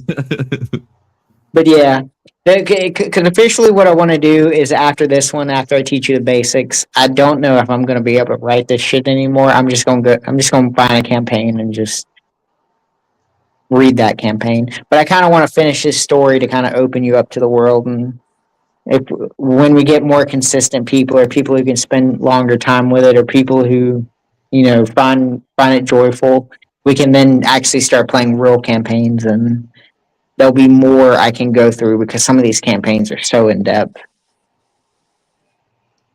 Yeah. Because I'm only I can only do so much. Well, I'm enjoying it. What I do it for. Great. I hope that Kokomo asked about you earlier in Speakeasy's chat. Yeah, I believe it's Speakeasy's chat. Yeah, he asked if you would be streaming tonight, so he may have flipped over once you were streaming. I did. Kokomo was in the chat briefly. Yeah, he was in there watching. I think it's the beginning half of BK, like the day process, and then he runs into the night. I think he was still doing the day version. I swear I saw Kokomo today. He probably was in the chat because he did ask if you were streaming today. Oh, there he is. Yeah, he said, "I'll play this card face down, defense mode at my turn." I just stopped by to say that. He fucking probably talking about Kirk's turn because Kirk wasn't able to do anything with most of the combatants. And Anson gives a glowing recommendation. Where is it? This is the dumbest content you make. Nobody likes this. Okay, and if I'm gonna go I'm whack gonna off be the honest, sandpaper because this will be more entertaining than this. How dare you, Anson? it's like it feels a little truthful. But with Anson, I never know. But if chat don't like it, I mean, we can find another game to play. I just thought y'all seemed interested in it. We could I always like make it. something Okay, up. I like it. Yeah, but it's not about what Meg? you like, Confluence. It's about what the chat like. Yeah, but there's got to be some We solely confluence operate time, on you the know? chat. Are we done? Yeah, we done, Kirk, you Kirk. have You can go survived. on. Kirk, You have can go survived. on You with can your ask. literature. You can ask, but there's still no. You haven't earned physics time yet, Kirk. You haven't earned that, but you've earned literature You've earned time. 5 okay? literature. We can You've go back earned to 5 the- literature questions. Yeah. Actually, But no But I'm gonna need a physics. roll. I'm gonna need a roll on each literature check. No, I'm just kidding. no, I to be honest, I wasn't really paying attention during the game. I just was waiting for you to call on me and did that, and I was just scrolling Wikipedia pages while you guys were playing. That's kind of what it seemed like. That's based. I would have never guessed, I mean, Kirk. hey, I appreciate you for riding it out. That's your, I mean, It's true. that was very We- generous of I can you. I can talk about physics, but I'm not going to because you don't want me to. But whatever. That's true. I was just curious. I don't know. I was looking at some Wikipedia pages on Buddhism, and I really have become interested in Eastern thought. The teaching about what's it called, non-self, the idea that the self is not substantial. I have a mixed attitude too, because I do think that the self is divided in the sense that there is a subconscious which is dynamic. But on the one hand, I do believe that like we do have a feeling of like apperception. Yeah, okay. So I'm pretty wine drunk. So take everything I say with a grain of salt. But I don't think it makes. I think it's definitionally false to say the self is divided. I think when Buddhists talk about the self, or when Eastern thought or even Western thought at a deep enough level talks about the self, it is definitionally like a monad. So I don't think it can be divided. I think that the subconscious would have to be like separated. You could separate all the things like the emotions, the intellect, including the subconscious, including everything else, right? But yeah, I think you still get to some perceptual experience, some like baseline, like you are like beyond your perceptions, right? Even beyond your perceptions, beyond your feelings, there is still a you who is alive. And I would say that's like the spiritual self or whatever we want to call it. And I would say that thing still exists. So that's why I would reject that. I don't think the self is like illusory in like in some forms of Buddhism, right? I don't think it's an illusion. Well, But no, I so would the disagree with you Buddhists, that it's divided. the Buddhists, to my understanding, do believe the self is divided in the sense that, it's not really that the self is divided, it's that there is no substantial self, but there's multiple ways of conceptualizing the self such that you could conceptually divide it. Yes, but what I'm saying is that I think the true self, like if I'm saying the self in like the truest way, like the deepest depths you can plumb, then it's definitionally indivisible. It is the point that I was talking about before that has no dimensionality to it, right? Like it is just like a monad of consciousness. It is you experiencing things. It is your like spiritual core, and everything on top of that is like layers of like a concentric circle that like builds outwards, right? Like you have your subconscious, and then maybe your emotions, your intellect, your memory, and your intuition, and all this shit that like adds on to that. Before we get too deep, what do we mean? What do we mean by divided? Divided from what? Well, divided, I guess, in a sense that like there is division, like in the macroscopic view of the self, like who I am, like me personally, right?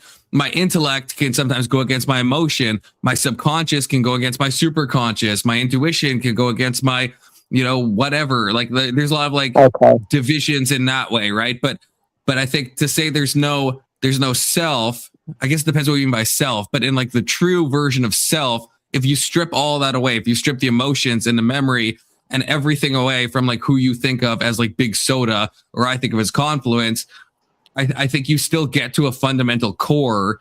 Whereas Buddhism a lot of times says that fundamental core is itself illusory, that if you strip everything away, there really is no self there.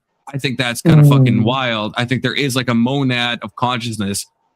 There's like a center, and it's interacting with like the circumference. If you're thinking of like a circle analogy, we are the center, and there's a circumference everywhere, and that's like reality and God and whatever else. And we are that like dimensionless point, but we still are that point. Like Emmett came in and he was saying, well, if the point is dimensionless, it's nothing. It has no value. I don't believe that. I think we are that like monad of consciousness. There is still, even if I stripped everything away from me, even if I got past all my emotions, intuitions, intellect, memories, everything else, there is still a being that I call Confluence, that other people call Confluence, that is experiencing something, right? There is some being having an experience, right? And I don't think you can really like take that away and say that's like illusory at that point. So that's why I would disagree. Do you think that it's like, are you doing like a Kantian argument of like it's necessary for apperception? Not really. Not really. I'm just saying if you experientially, if you strip everything away, even in like, and I mean, I don't know, like obviously Buddhists have probably meditated more than I have, but I think even when people talk about like ego death and stuff, or like when Buddhists will describe the states of like samsara, or samsara is like the circular, I can't remember the fucking Hindu terms. The highest, I can't remember what it's called. Samadhi, which is like one of the highest like forms of like, separating yourself from yourself. There still is a you to know that, like even in the ego death experiences that people have, even in the deepest depths of meditation, when people are like, I feel like I'm nothing, my ego is dissolved.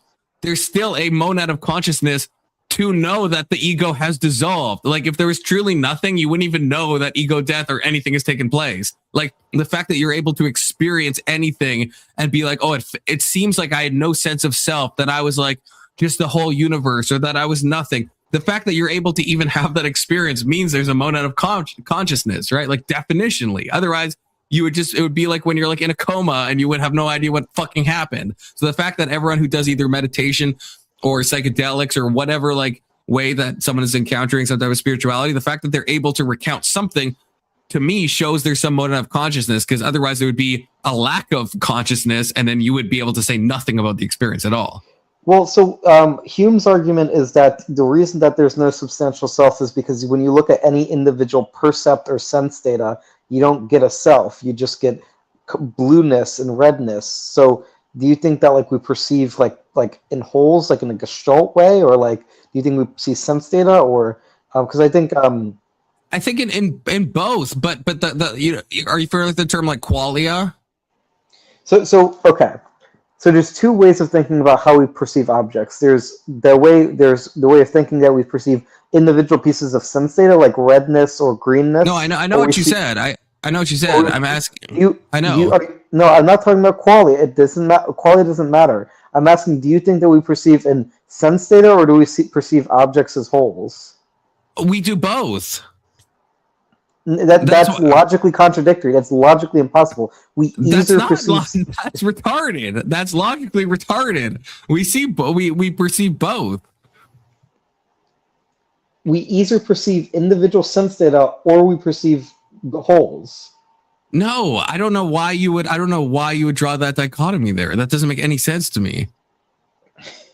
Well, like we can divide. I can see an object and I see it as a gestalt, but I can also dichotomize it and think just in the same way. If we use an analogy, I am seeing right now, like I am seeing Alex O'Connor, which is crazy that he was hosting D&D, and I see Alex O'Connor, but in another level, I'm seeing pixels, individual pixels on the screen that are convincing my mind to build an image that I will perceive as Alex O'Connor. But it's just a bunch of, RGB pixels on my fucking monitor.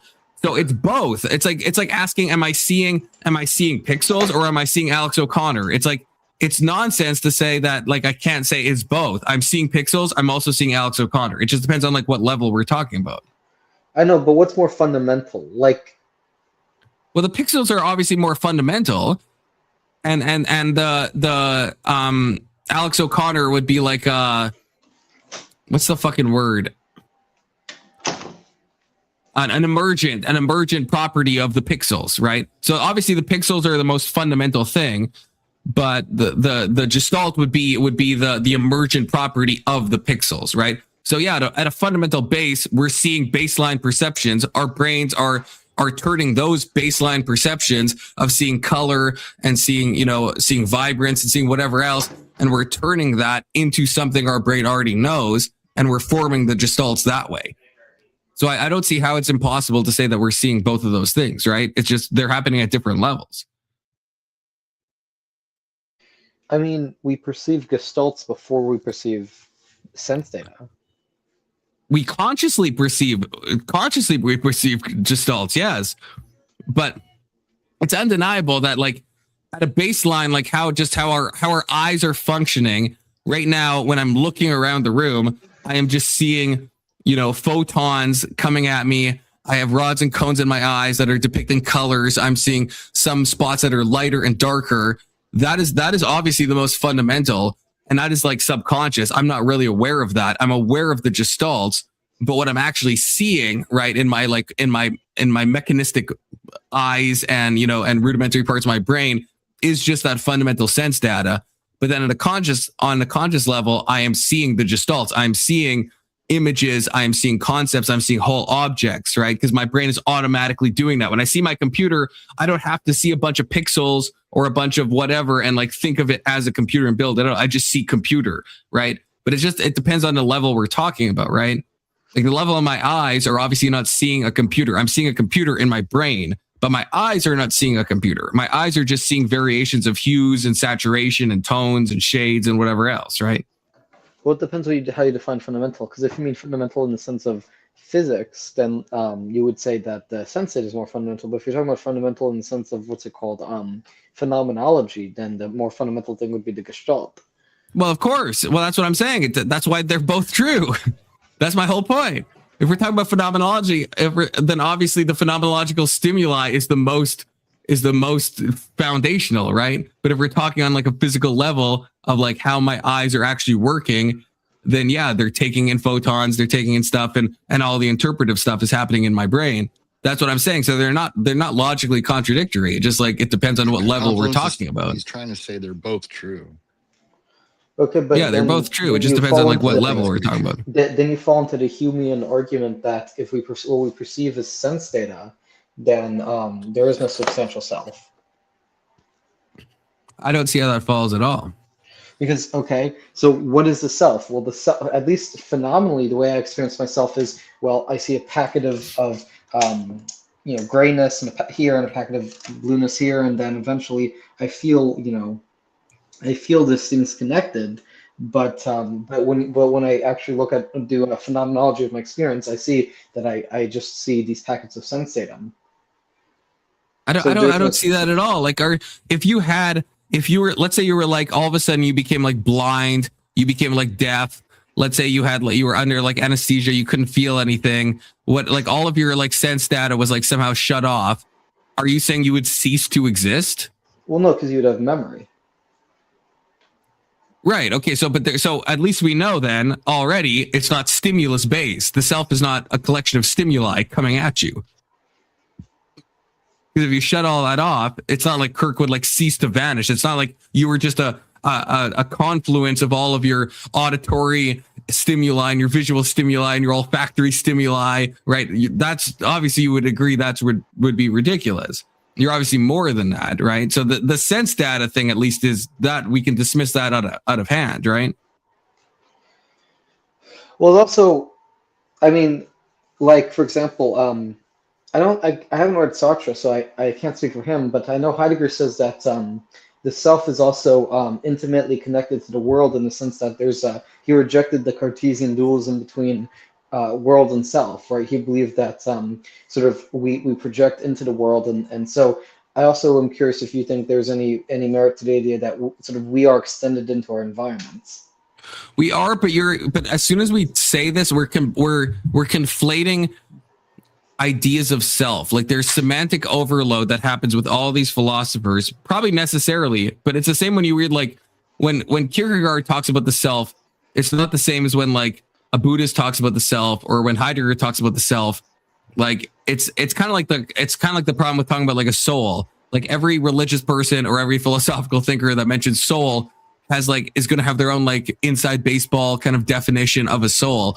And so I think we're just confusing the planes because when we can like I'm not saying it's invalid. We can talk about that the self does extend into different parts of stuff, right? Like that's totally valid, but that we have to acknowledge that's not the same self as what the Buddhists are talking about, which would be like saying there's no monad of consciousness at all. Every experiential thing, everything that you do, your whole identity, everything is illusory all the way down, right? That's different than talking about the self in like a broader sense, because that's more of like myself is like, yeah, impacted by my environment, impacted by the people I talk to, impacted by my culture. But that's like a more macroscopic lens of like the self. That's talking about like me as a person, my physiology, my psychology, all that stuff mixed. Whereas like if we're talking in like the Buddhist sense of like no self, we're talking in that like very granular, like microcosmic sense, if that makes sense. Well, so the part of the problem is that there's multiple like forms of self. So there's phenomenal consciousness, then there's your subconscious, and then there's multiple, and then there's your environment, and there's multiple components to that. And so when we're talking about the self, there's multiple senses in which we can be referring to. But I guess my point would be when we're talking about whether it's Heideggerian phenomenology or even certain traditions within Buddhism, there's an idea that essentially the separation between self and world is illusory, and that enlightenment is recognizing that we are intimately embedded in the external world, and we project our understanding onto the external world, and so the external world is constituted by our understanding in a sense. Yeah, I mean that's word salad, but yeah. Yeah, I guess I don't know what. I mean, yeah, That's I'm not sure what you're. You said infinitely and all these other words. Like, I don't know, man. It's just okay. It was. I'm saying there's a convergence of these philosophical traditions. We were talking about Eastern thought or Western thought, that the self is not separate from the environment, but is extended into the environment. Have you ever air fried a pizza? No. But like, do you understand what I'm saying, Confluence? I don't know if I'm being clear. No, I get what you're saying. I'm just not sure. I feel like you're kind of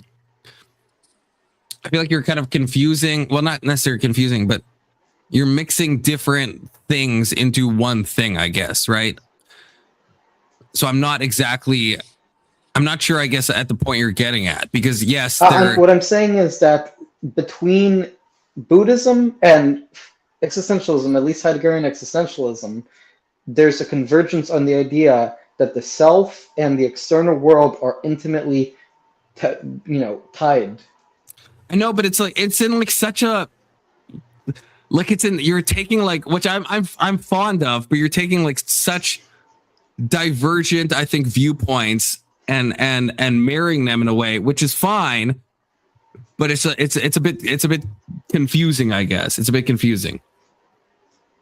Because when the Buddhists talk about the no self and that, and that the self is going to be blended with the external world and stuff, that feels different to me, at least, than like the Western idea that like we are all, we don't exist in like no man is an island, that we all like connect with everything else and that there's no like separation between, like, it feels like it's like the semantic overload I talked about, whereas like that the word self is like used in like vastly different stuff. And I think you're drawing a comparison there, but it's hard to really, I guess, give thoughts on that because it's so divergent that it's like, it's hard to like marry those ideas, I guess. But I don't, it's not a bad idea or anything. It's just such a different, I think, worldview between like the West and the East. Well, no, I think, Heidegger literally did study with Buddhist monks and Taoist monks and stuff. Like, I can't speak for the other guys, but I know he definitely was influenced by Eastern thought directly. Yeah, but that doesn't mean as much as I think that you think it means. Like, there's a lot of people that have been influenced by like Eastern thought that are still coming at it from like a Western point of view, and they themselves are attempting to marry like the Western thoughts of self with the Eastern thoughts of self, which again I think is based. I'm not trying to detract from that, but I'm just saying it gets a bit muddled because we'd have to define the self in both contexts and decide if we're even talking about the same thing.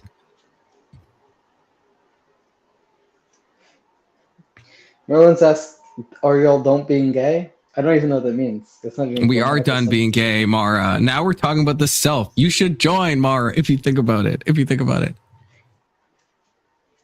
Yeah, I mean, I guess well, I guess the point I'm trying to make is just that as I understand it, I mean, to be fair, I've read Heidegger, but I haven't read any Buddhist texts directly.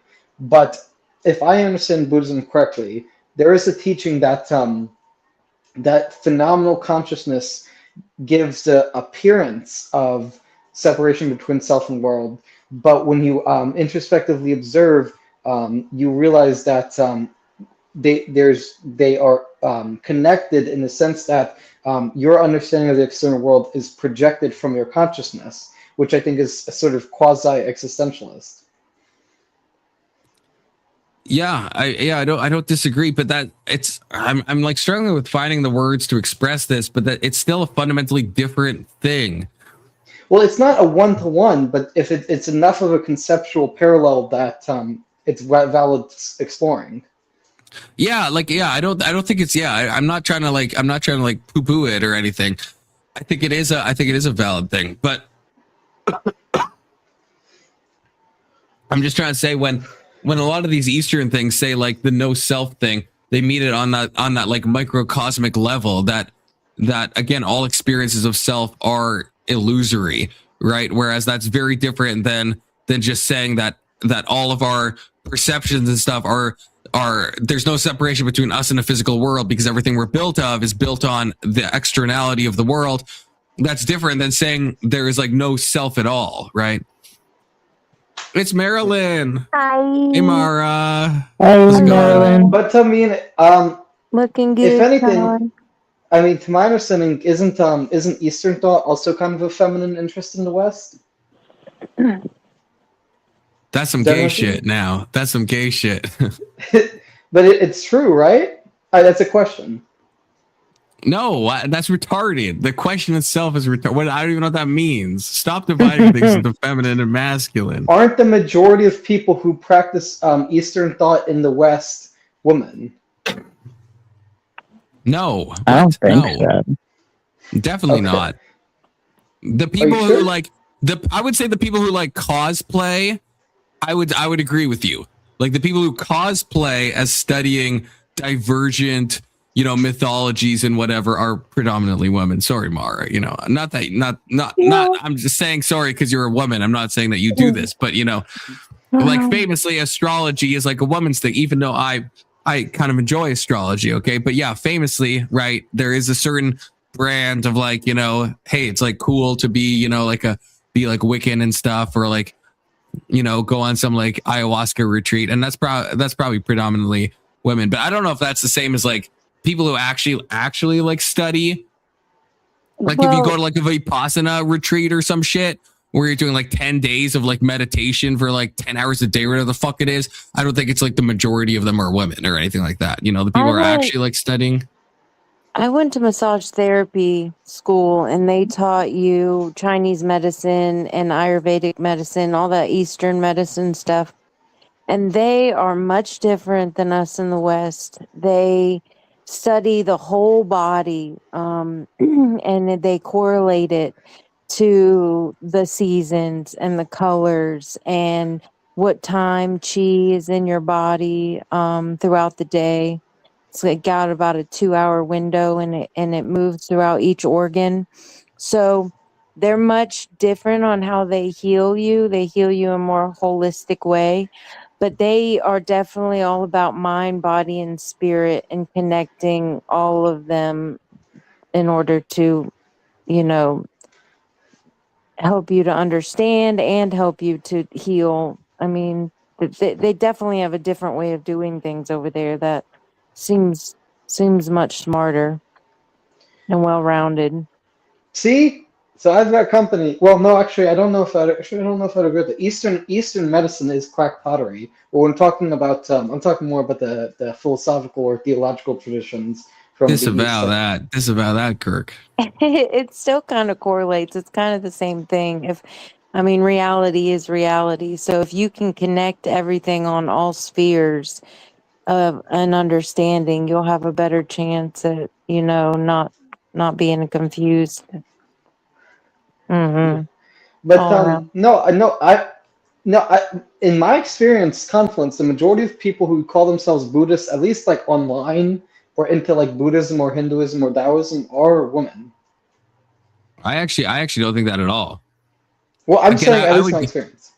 Yeah, if that's your experience. But in my experience, no. I think most people who call themselves like pagan or like New Age, not or pagan Wicca, or New Age. I'm just saying. I would say those people are predominantly women, but people who call themselves in fact, I would say the opposite. Most people in the West who actually like are in the fucking weeds of Buddhism and Hinduism, I would say it's probably like 90% guys in my experience. Like it's the opposite. It's like incredibly like male I'm telling dominated. you, most people who call themselves Buddhist and Hindus and Taoists online that I've met are women.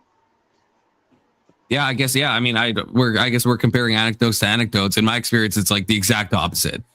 Okay. People who are at least, but not just, I guess, I'm thinking like people are actually like when I'm like a part of, because I've been a part of like some like stupid like fucking Facebook groups or Discord groups or whatever of people like studying this stuff, and it's like maybe it's just the internet is like more male dominated, but it's like the vast majority is men that are like, because I don't know, maybe that's just like because it gets more intellectual or heady or whatever, but yeah.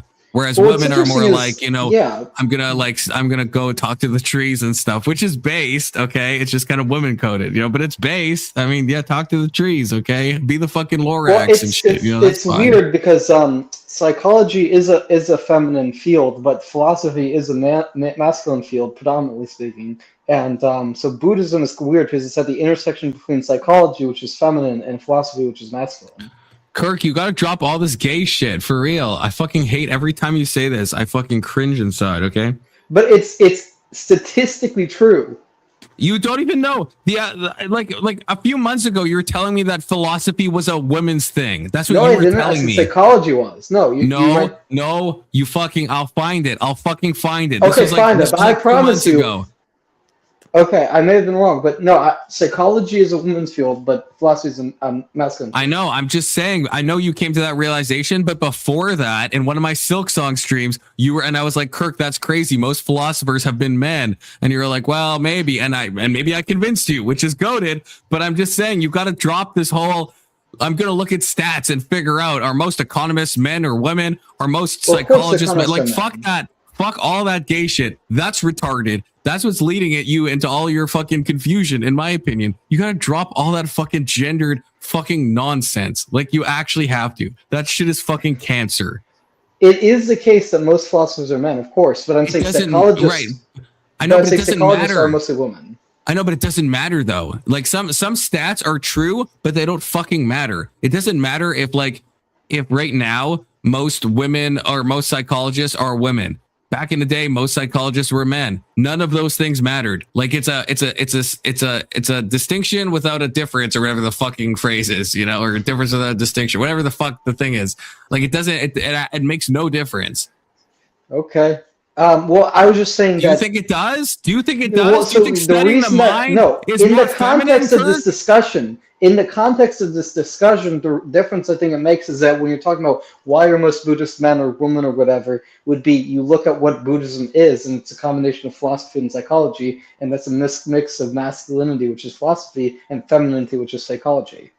I know, I'm not trying to like meta conversate this, but why do you care like to go outside of it? What does it even matter if, like, let's say that even it was true. Let's say like, okay, yeah, most Most Buddhists you've met are women. What, like, does that mean fucking anything? Well, so that would mean that if I'm interested in Buddhism, that might be evidence that I have some feminine inclines. See, and that's the thing. That's the most retarded thing I've ever fucking heard in my life. That's so fucking stupid. That's so fucking stupid. Why don't you not choose Buddhism? Because they all feel like they're nothing and worthless, and they just sacrifice their own being for something else. For Well, I wouldn't idol convert worship. to Buddhism. I'm just saying integrating certain Buddhist meditation practices. I don't Yeah, know. I think that's fine. But no, how is that retarded? Like, if it is the case that Buddhism is predominantly a woman's thing in the West, then wouldn't that mean that people who are interested in Buddhism, by definition, have a feminine interest or feminine inclination? No, that's such a stupid way to look at the world. When I'm interested in something, Kirk, I don't like quickly Google and figure out, wait, is this interest more masculine coded or feminine coded? Do more women read John Paul Sartre or do more men read it? Let me decide and like think about my gender, because like you're viewing everything through such a retarded genderized fucking lens, which is, I just don't know why anyone would choose to do that. I don't understand. I'll stop then. But can you also stop calling him Sartre when his name is Sartre? Yeah, I'm giving the English thing because I don't want to be like all French and, you know, and shit. Okay, I speak more French than you do. Okay, guaranteed, Kirk. So shut the fuck up. Okay, I'm just not going to be retarded and, you know, try to correctly pronounce his name. I didn't speak French, but his name is Sartre. Yeah, it's the same way that, like, you know, Nietzsche isn't actually said Nietzsche in German, but I'm not going to try to pronounce it in German because I'm not going to sound like a freaking gay person. Okay. Yeah, but no, I'm not mad that you're saying this. I'm mad that you think this, because I think this is like an awful worldview to have. I think it is a detrimental worldview to have, to think about interest in religions and philosophy in terms of what portion of each sex is more interested in them. I think that is definitionally fucking retarded to do. I don't know why you would do it. So I'm not mad that you're saying it. I feel like you shouldn't think that way. I strongly feel like you shouldn't think that way. Okay, then I'll stop, but whatever. But then, well, part of the reason, okay, I'll stop doing it, but part of the reason that I did do it was because I was afraid you'd think that, like, if I'm interested in predominantly male things, that I would not be a real woman if I transitioned. I don't care about any of that. I don't care about any of that. Like, I don't care about what someone is interested. I'm not trying to gender somebody's fucking interest. I mean, if maybe like in the base level, maybe sure. If you're like super into like makeup or something, I'm like, that's a little sus, you know, maybe that's because I'm a product of my culture and stuff. But with anything beyond like the most base level stuff of like these man things, these women things, anything like of just looking at something on that level of like, yeah, I would never think that. I never think, oh, you're interested in philosophy, psychology. My question is, why have you said that I would not be a woman? Because I thought the argument you would make is that I have masculine interest. No, that's never been my argument. My argument is that you are a man. That's my argument. I know, but what's your argument for that proposition? You are a small gamete producer. You produce small gametes. Do you not? You ain't producing large gametes, Kirky boy. Right? Yeah, but that's your biology, but your gender is your psychology. Right, but gender is kind of fake and gay if you think about it, okay? Like, I'll entertain the gender is a performative thing and all this stuff and whatever, but ultimately, right, that's a separate thing. You are male or female, right? I mean, just like boots on the ground, if you think about it. And you are a male, right? But the whole trans argument is that your gender is what a man or woman refers to, and male or female refers to sex. So you could have a male woman and a female man because they have different sexes in their birth gender. I understand the argument. I guess I just don't. Well, first of all, I would never. It's not like my judgment of it is based on if someone has more male or female interests based on population, you know, interests or anything like that. Like that to me is insane already. But secondly, I don't think one, just because we find utility in talking about gender, I think you're so quick to accept that that there is like a gender and sex divide, so much so that these things are like incontrovertibly true, that you can have like a man or a male who is a woman and a female who is a man. And I don't like that. I don't like that you accept that as just like de facto truth. That troubles me. Well, do you disagree with it? I do disagree with it. Yeah. Okay, but like, if we trust scientific consensus of experts, it's not scientific consensus. This is why it troubles me, Kirk, because you say nonsense that doesn't make any sense. So there's no science. There's no science. It is psychotherapy. Okay, that's not science. That's not science, right? It's not psychotherapy is a science of the psyche. No, it's not. That sentence makes no sense. That sentence makes absolutely no sense. You can say psychology is a soft science. You can't say psychotherapy is a science. That doesn't make any sense at all. Okay, most psychologists support a distinction between gender and sex. Sure, yeah, the soft science that is good for determining certain outcomes and has no utility in actually like deciding what's true or not. Like, you understand that, right? Like, and I love psychology, as you know, but psychology has no ability to discern like what is actually foundationally true or not true. I don't necessarily, like, especially not in the science sense. Like, maybe you could argue like the origins of psychology. Maybe like we're talking like the beginnings of like Freud and Adler and Jung and stuff. At least they like tried to argue that stuff was like foundational and stuff. If you want to argue in that way, fine. But then that's not a science at all. But if you're talking about like the soft science that psychology is known as today, where you're using some type of empiricism, then you're talking about outcomes-based things. Like, that's what it is. You're talking about, hey, I put these group of people in this experiment, or I'm analyzing this about this population group, and I'm just coming to like data of like what people tend to do. But it says nothing about what people actually are or what any type of truth is. It just says, hey, if people are like this, if people are like X, Y might follow at like Z%, right? Like, that's all you're getting. That's why it's a soft science. It's useful for like predicting outcomes, predicting patterns of behavior. It's not useful at all for saying anything like foundational, right? I don't necessarily agree, because when you're talking about psychology, it is a science in the sense that it uses empirical observation and logical inference to establish causal relationships between mental health and, consciousness. Exactly. You just said what I said. Outcomes, right? No, Outcomes. That's not what I'm saying. I'm saying underlying causal relationships. Like what? Like, for example, what causes you to feel sad? That's an outcome. No, outcome is just when you're talking about the prediction of experience. I'm talking about the underlying causal mechanisms that are the reason for that outcome. Okay, so what empirical thing is saying why I am sad? You aggregate data and then you isolate the relevant variables and then test your hypothesis. So give an example, I guess.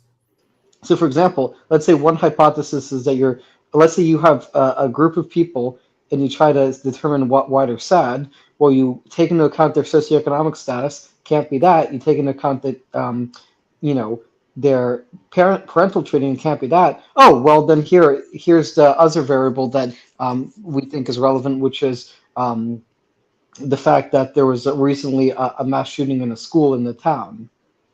You isolate the variables. That's so retarded. So you're saying the best, that's your best example is correlation and trying to isolate a bunch of variables to determine why someone might be sad and correlating it with that. Well, you try to find what the causal reasoning is from that's isolated still variables.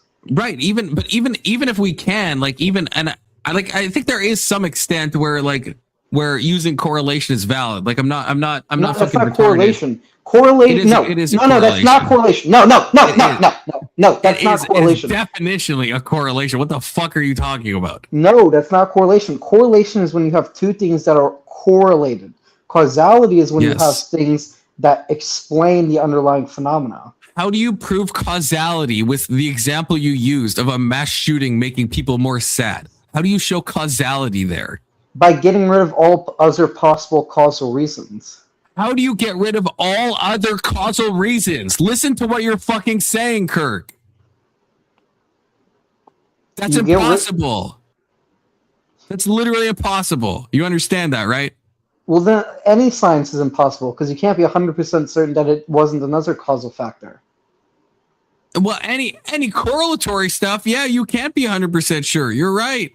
When there's like, especially when it comes to something like sadness, which like we could probably, you and me together could probably think of like 100 reasons why someone might be sad, right? Like, so like and if we can think of 100, someone else might think of 100 more, right? So it's something as vague as that, yeah, that is definitionally just correlational, which is fine, but that's the limits, right?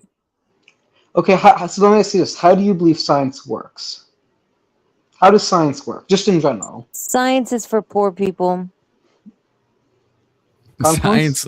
Science is for poor. Wait, we got a super chat from Casey. I don't care about your fifis, says K2. Well, but my question is, how do you believe science works? I think in science, we make observations, and then we make hypotheses, and then we fucking test those hypotheses, and then we fucking do experiments and shit, and we see if it's valid, and we go back to the drawing board if it's not, etc. Okay, and so I'm saying that same method can be used in psychology. To a degree, especially for outcomes. Not really for the roots of outcomes. Why can't? Right, why can you find the roots of outcomes in other sciences but not psychology? I mean, you could, like, if you. The only thing I'll grant you, I guess, is if we took away all ethics barriers and all like proper ways of living, then it's possible. If you took, I don't know, 1,000 people and you like truly randomized the samples, and you took the 1,000 people and you exposed them to a mass shooting, and you took 1,000 people and you didn't expose them, and then you compared them, then yes, you could. But of course, you can't do that. That's the problem with psychology, right? Jesus. So I'm confused. So why can't? Okay, can you just straightforwardly tell me what's different about psychology than other sciences that makes it less predictively valid? Well, there's two things. One, I think, is the human mind is not so easily testable as like the natural world. I think the human consciousness makes things especially unique, and I think that's why you have like the what do they call it? Fuck, I can't remember the word. I'm too drunk right now. The fuck, I'm not gonna be able to say replicability. Yeah, replicability crisis. Right, because I think human consciousness is it's way too fucking wild, I think, to reproduce in the same way as we do with the natural world. I can't remember what my second point was now. Two is the ethics point, is that back in the day when people didn't give a fuck, we kind of would do a lot of like double blind stuff and untoward fashions, but now we just can't. So, like, I agree it would be more of a harder science if we could. Like, with your sadness and mass shootings thing, like I said. And I don't even know if you would disagree with that. If we could double blind mass shooting, people exposed to mass shootings, and we had 1,000 people in one camp that weren't exposed and 1,000 random people in another camp that were exposed, then we could maybe measure their self-reported levels of sadness or happiness. And we could get to more truth about that. But, of course, we won't do that. And we ought not do that if you think about it. And so, right, but we can do that with like a fucking neutrino or some bullshit, right? Like, do you get what I'm saying? I guess, but still, when we're talking about scientific consensus, it still is the case that psychology is enough of a science that if most psychologists say there's a difference between gender and sex, that we should take it seriously, in my opinion. No, there's no, because now you're going outside of empiricism completely. There's not any empirical, that's like a foundational view, right? That sex and gender are different. They're like, what do you, like that's you're defining sex as different than gender at the beginning. Like, what experiment are you running to show that sex and gender are different concepts? Well, I guess name an experiment. Good question. Wait, hold on. Good question. So first, we have to understand. Okay, we have a correlation between your birth sex and your psychological predispositions. You acknowledge that? Acknowledge what? That what I just said. I know. I need you to say more. No.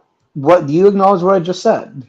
Well, what do you mean no? I mean, you have to be more specific. Okay. I don't know if I yes acknowledge or that. no, do you acknowledge there's a correlation between someone's psychological predispositions and their birth sex?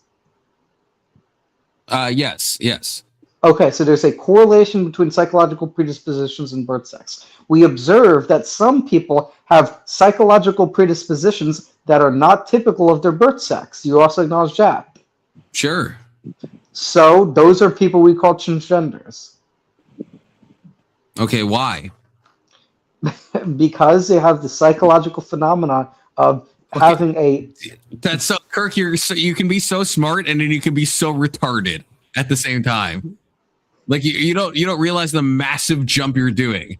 Explain the jump you just did. So yes, there is psychological dispositions that align with sex, and there are some people that don't align as closely with others. And then you just jump to, we call those people transgender, and therefore we're talking about gender, and therefore now we have like that's a massive jump you just did, right? You acknowledge that? That's a huge leap.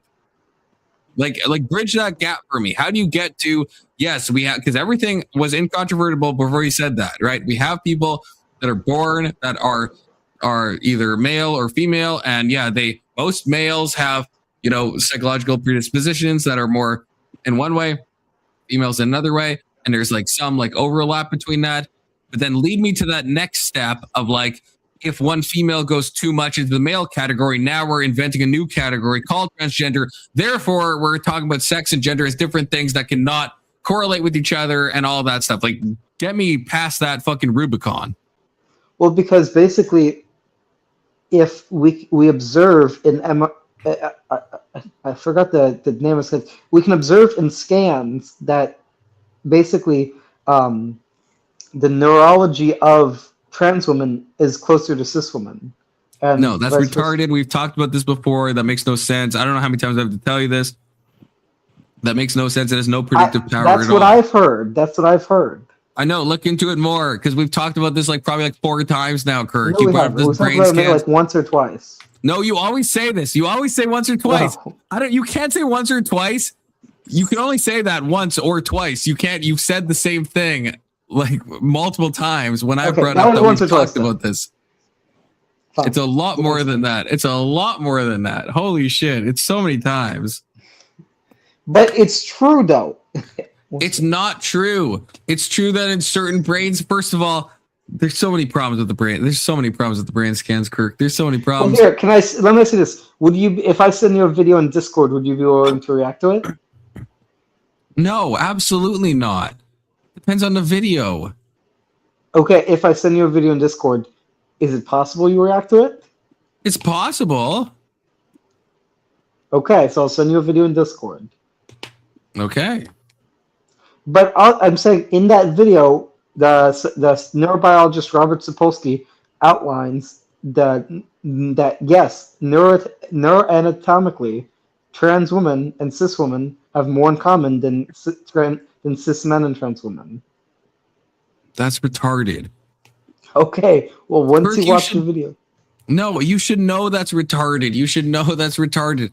It's only under these brain scans. It's only under like certain metrics, certain criteria that people are looking at. You can be like, yes, in this specific way, there's more overlap in this dimension. That's what all those brain scans show. Again, if they showed the other thing, there would be predictive power. You could scan your brain, Kirk, and tell you if you're transgender. And no one claims that that's possible, that you could just take 100, let's say pre-hormonal trans people, just people that are like, hey, I'm trans, I have gender dysphoria. And you could take like 100 cis people and you could reliably tell who is trans and who is cis. Nobody says that that's possible. Why is that? Why would that not be possible? It's because it's only the correlations only show when you're looking at specific brain scan differences, and you're like, hey, there's something going on in this specific region or in this specific zone or whatever, right? Like it's very specific. It's very specific.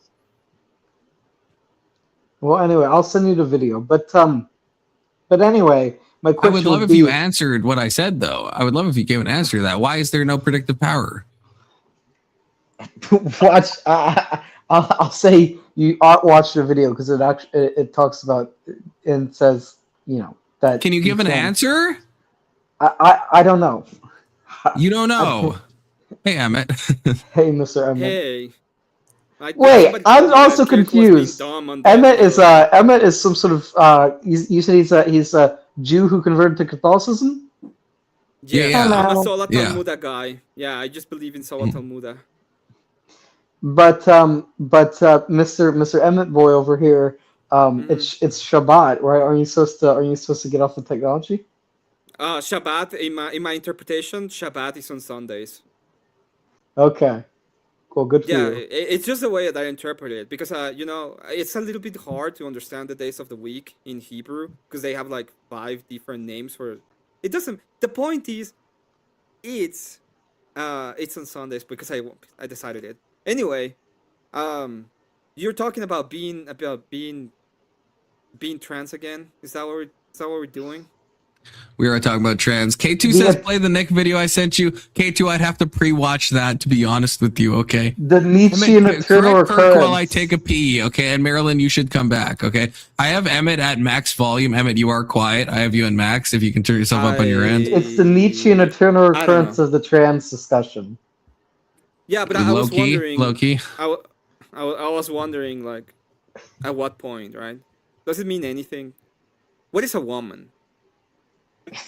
Confluence. I mean, Emmett, you're a funny guy. I'm just asking questions. What is a woman? A woman is someone who probably is not interested in the conversations we're having right now. But so you're not a woman then? Not currently. Oh, perfect. Then why you want to be a woman if you're having these conversations? Wouldn't you be moving away from these conversations instead of being in these conversations? I don't know. I mean, Marilyn's a woman. I think she's interested in this. No, I'm asking you. I don't know if Marilyn's a woman at this point. I'm asking you about your fucking... What? I don't know what a definition of a woman something is. And just be consistent on your own bullshit. Why you have to think that I'm doing something? It's not about being consistent on any sort of bullshit. Shit. It's just what do you mean? What is a woman? Like a woman is what we define. I don't know. You a use the woman to be. term because you're talking about trans, so the term woman is used all around. Okay, what is it? What is it? What is a tree? To become one, what is? Or I what just is have a to tree? say, A I've tree never is a seen living someone. being. I've never seen someone dog walk themselves so hard before than when I was peeing and I heard the exchange that I just heard. That you said a woman is someone who is not interested in this discussion when you are like hyper fixated on this discussion. You could talk about it for like 24 hours. Therefore, you are not a woman. How did you fucking own yourself that badly, Kirk? I don't understand. I don't understand what just happened. That's fucking crazy. Mr. Agropolis and Mr. K2 are in the backstage. But I don't know if you want to bring them up. But K2 is, yeah. Oh, thank God, Emmett saved your show. Like Yeah. I'm actually on. But I guess my okay, but I'm saying trying to understand you because every But time you come up, you come with terminology and bullshit, and most of the time I just want to understand what the fuck you're saying because you just say shit. You say shit, and then you're like, yes, I don't care about any of these. It's like, okay, well, why? If you don't care and you're trying to move away from these conversations because you want to become a woman, why are we even having these conversations? It's kind of weird. I do care. No, I do care. But anyway, Emmett, to answer your question, I don't know what a woman is. To answer your question, Yakslayer 358, aka Confluence, aka Warlock. The point I'm trying to make Jack is Slayer, that people are asking in my chat if you're in a shower and why is there a bunch of shampoo. He is in the shower. He is in the shower. And also, why don't you take a shower right now, please? Hold on, that's $30. That's There's a $30 donut for bucks. that. That Yeah, was- that's That's $30 $30 bucks. That's That's That 30 was $30 bucks. my okay. I'll 30 give me bucks your I Cash turn on the App. water. Okay. Yeah, give me your Cash App.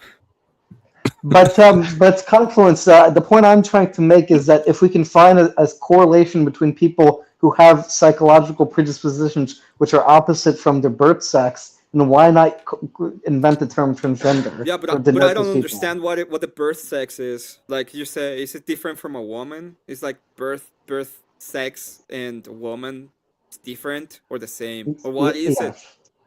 A woman is someone with the gender of woman. Okay, and what does that mean? Someone who likes things that I don't know. He thinks gender Okay. and sex is two different things. So- That's what he's doing. So you no. He didn't say that. He said that it's someone with the gender Not of woman. yet. So woman is someone with the gender of woman. What Okay. does gender does in this equation? Because and I don't understand the answer. You're saying woman equals something plus woman, which I don't know. It's like more than woman for some reason. Woman is something more than woman. How Right. about this? What is it? What is an oak tree? An oak tree is a living being from a specific genus or family belonging to the the family of plants in the taxonomy distribution that produces acorns. That's mostly what we believe, or that's mostly what it is, right? So if I were to say, for example, this cell phone is an oak tree, it wouldn't make any sense because this cell phone doesn't belong to any of those categories that I put on. So if you're gonna go ahead and ask me questions about that, that's fine. I understand. I can come to. I'm not asking for the perfect definition, but I'm gonna ask you for at least for a definition so we can have a conversation. Otherwise, you're saying things that mean absolutely nothing, right? A woman is someone with the psychological predispositions that are typical of the female sex. Okay. So a woman is a female. No, a woman is someone who has the psychological predispositions that the majority of females have. Told you, Emmett. All of the females will have the same predispositions, right? No, some females have the predispositions of men, and some males have the predispositions. No. Wait, Kirk, I think that's maybe that's a fine definition, but I think it runs immediately into the problem of like, Kirk, what if I was like, yeah, my psychology, my interests are more feminine coded, but I have no feeling of being a woman? Would you say that under your definition, I would be a woman? Even if I don't want to, I'm non-consensually now a woman. If I happen to have the psychological states that you're saying align more with the female sex, then all of a sudden I become a woman. It's thrust upon me without my will, without any dysphoria at all. Like, that's a nonsense definition, right? That makes no sense. Well, okay, so when we're talking about what is a woman, I'm saying it's someone with the who has the psychological predisposition of feeling as a woman. Yeah, but then okay, so now you've completely changed it, though. Yeah, now you've just changed it to like some self-ID thing. That's completely opposite to what you just said, though, like literally 10 seconds ago. Told you. So there's no. This is a cool thing about what you're saying, because I want to agree with your definition, and one of the reasons why I would like to agree with the definition is that I don't think that there is a way for a man to have any of the psychological forms of woman when it doesn't come to categories in which we are pretending that we have a way to share, like in the anatomy and physiology of women, right? So what you're saying is that there's no difference between men and women, but then we see at all of the physiognomical evidences, and we see that there are differences. Well, so there's a difference between males and females, and there's also differences. And what I'm saying is, some males are women, right? Some males, in my opinion, some males are women and some females are men. Yeah, but why I care about your opinion? Who the fuck cares about your opinion? Nobody cares about mine. Nobody cares about yours. This is not about opinion based. This is about argumentation based. So give me the argument on your opinion. The argument I'm trying to make. Your opinion, Emmett. The argument I'm making is that Confluence acknowledges that there are people with psychological predispositions that are not typical to their birth sex, So Confluence should then believe that those people have the gender, as in the psychological state of being woman, without having the female sex. You have to justify that, Kirk. I already said that's a massive leap between saying the one point and saying the other point. You haven't bridged that gap at all. Then let me ask you this: how do you define woman? I think a woman is an adult human female, and I think a female is someone that is likely or of the kind that produces large gametes. Okay, what about people with like Klinefelter syndrome, or people, you have XY chromosomes who have, female phenotypes, and yeah, I don't care. Are they likely? Are they of the kind that is likely to produce large gametes? Like I haven't encountered. I mean, this is an open challenge, I guess. I haven't encountered an intersex condition that isn't like very strongly leading in the production of gametes in one direction or the other. Like if we had other things, then sure, there's like some confusion. But I don't know. Maybe there is one out there, and then I'd be happy to know about it. But in all of the stuff, it's always like, yeah, the chromosomes, maybe it's XXY or whatever. But there's always like, it is the type to produce large gametes, or it is the type to produce small gametes. And maybe it doesn't produce either, but it's still leading in one direction. So maybe it's like testes that haven't like dropped yet, and they're like completely non-usable and whatever. Or maybe it's like two genitals, but they still have like ovaries or whatever. But I haven't heard one that's like so equally hermaphroditic that like perfectly balances both worlds and doesn't lean in any direction in terms of gamete production. I've never heard of an intersex condition like that. Maybe it exists. If there is, share it with me. Because it's not Klinefelter, that's for damn sure. How long are you gonna be on? Probably like an hour, I'm thinking. Okay, I'll be back in about hopefully 15 minutes, okay? Okay. But I guess my point would be that when I got into these debates online about trans, I used to be a transphobe like you are. And when I got into these He's arguments, not scared of trans. How am I a trans? He's not a transphobe? How dare you? He did that to Avery yesterday. He did that to Avery yesterday. I probably say the least transphobic thing out of like anyone that comes on my panel, Kirk. Okay? Nobody's transphobe. Nobody has a fear of trans. I'm less transphobic than you, Confluence. Yeah, well, look, that's probably a compliment. He's but trying to shame you. But I'm saying, I'm not even going to use the fear thing. But I'm saying, you would have to just say that, like, I don't know, like, what am I saying that is actually transphobic? You're not affirming that trans women are women. I don't think they are. How is that transphobic? Like, yeah, I'm one of the few people, I get shit for this all the time, that with like Mel, even though I fucking despise Mel now because she's crazy. I told you I know. God damn it. Fuck you. You fucked me up. He's crazy. See, I still use her pronouns though, which angers everybody, but I still do. I'm like the fucking least transphobic person that's at least like that could. I don't go out of my way, I guess, to be offensive to trans people. I don't see any utils in that. Okay, that was the shortest 15 minutes ever. Okay, but also think about this in phenomenological terms. So when you experience someone's gender, are you experiencing their gametes? No, you experience, when you look at Blair White, you see a woman. No, we don't. It's a man I personally don't. If I look at trans voice lessons, I see a woman. That's probably like one of the few passing people that I actually think actually passes. Okay, but not Blair White. Blair White is clearly like trans coded, like very clearly to me. But I can clock them from a mile away, man. I can clock them. Trans voice lessons is the only one that I think would fool me. I don't care. I don't think anyone can fool you, because at the end of the day, when you want to have a kid with them, they're going to be like, I can't do it. For some strange reason, I don't know why. Maybe because the idea of having that much empathy in their brains is not capable of producing what gametes can. But I don't know. So, why are we caring about this bullshit about genders when he cannot even define what a fucking woman is? Well, I'm saying a woman is someone with a psychological desire to be... Yeah, I'm asking a question about why do we care. So, why do we care about this exactly, if a woman is a person that doesn't care about these conversations? A woman can care about these conversations. Can or wait, fucking contradiction there, boy. The backpedaling. I was joking. There's like a Earlier. million things that we can do better than listening to your fucking spurfest about whatever you think you are, which doesn't mean anything anyway, except for the fact that you also believe that you're some kind of intellectual. But you know what? Maybe you're wrong just as well as you're gonna be wrong about being a fucking woman, because you cannot be one.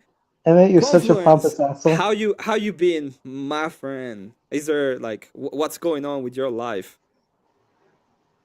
He's good. He's doing his writing. I He's didn't writing ask you. Did I ask you? Yes, Is your name yes. Confluence? Yes. Yes. Yes, your Yeah. name is I'm doing- Confluence. I'm doing great. Besides being like sick as fucking shit, man. Other than that, I'm doing great. I saw you the Oh, other day. wait. You were not. I saw the other day you were not streaming. I thought that was kind of weird. I was like, whoa. Yeah, it was the what happened first. to- It was my fucking streak break. I haven't missed a day in 2026, and then I fucking missed that day. I was just too fucking not good. You should have hit me up and be like, hey, can you stream on my channel for me? And I will have done like a little thing for you. Yeah, see, I would have trusted 100%. you. Anson was like, give me the keys. And I'm like, yeah, if I want my channel to be banned in like 5 seconds, I'll give you the keys, Anson. Hey, Confluence, I heard you're applying for JP Morgan now. Is that Applying, true? I don't know what that means. No, I don't know what that means. Check your Discord, Confluence. I'm pretty sure I sent it to you. You're gonna apply for JP Morgan. Oh, It's just I know gonna what be you're talking some- about. Let me bring it up. That's a good one. I would like Oh, to a bring it female up. JP Morgan exec is being sued for allegedly turning her married male employee into a sex slave. If you don't fuck me soon, I'm going to ruin you. Never forget, I fucking own you. Hey, don't threaten me with a good time. Maybe I should apply for JP That's Morgan. fucked up. What? No, she That's also fucked up. put boner pills in his drinks. Yeah. I mean, she's kind of cute though, I think, you know. Bring it up. Bring it up. Like, it's kind of like the... That's fucked up. Well, hold on. Wait. Is my mic working? Yeah, we can hear Yes, you. but we just want to talk to you anymore, okay? Look at this. A female JP Morgan exec is being sued for allegedly turning her married male she's kinda employee hot, into though. an ex-slave. You don't, Oh, I You know guess what's the he's sad- married. I want to That's, I mean, ruin that's you. more untoward. Never forget, I own you. No, I was asking because my thing wasn't lighting up. I But thought wait, that's this what is- they say men do to women. Yeah, Oh, we're thanks, listening to you. We Oxy. just don't wanna Oxy, I talk haven't to seen you in like weeks. I was thinking about that a few days ago. I was like, where'd Oxy cat go? I haven't seen She him in said you ages. disgust her. How dare you, Oxy? You would never Wait. say that. Confluence. Well, how do you like this woman if her eyes are not like super far apart? That's true, actually. Now that Hey, you point that Google- out, yeah, her eyes are Google far the- too normal placed. It's Yeah, crazy. what It's the almost fuck? creepy Goo- how normal her eyes are. Google who the man that she did it to. It was a Pajit. So Oh no. Mm. Testy, if you're listening, you might want to apply to JP Morgan. Oh no. Oh, it's so dumb. Did you see the video of But it Did was you a see the light video? skin. Did you see the video of Fuentes pushing the woman? Oh yeah, of course, yeah. What do Hey, you play think my about that? video I paid to play. I think that's fucking based, man. I think that and from the woman's phone point of view, which I mean that came out like probably a year ago, but when he like grabs her phone and he's like looking up, like leering over the phone before he like, you know what I mean, when he brings it into the house, and it's just like his face over the phone as he's like, it's so fucking based, man.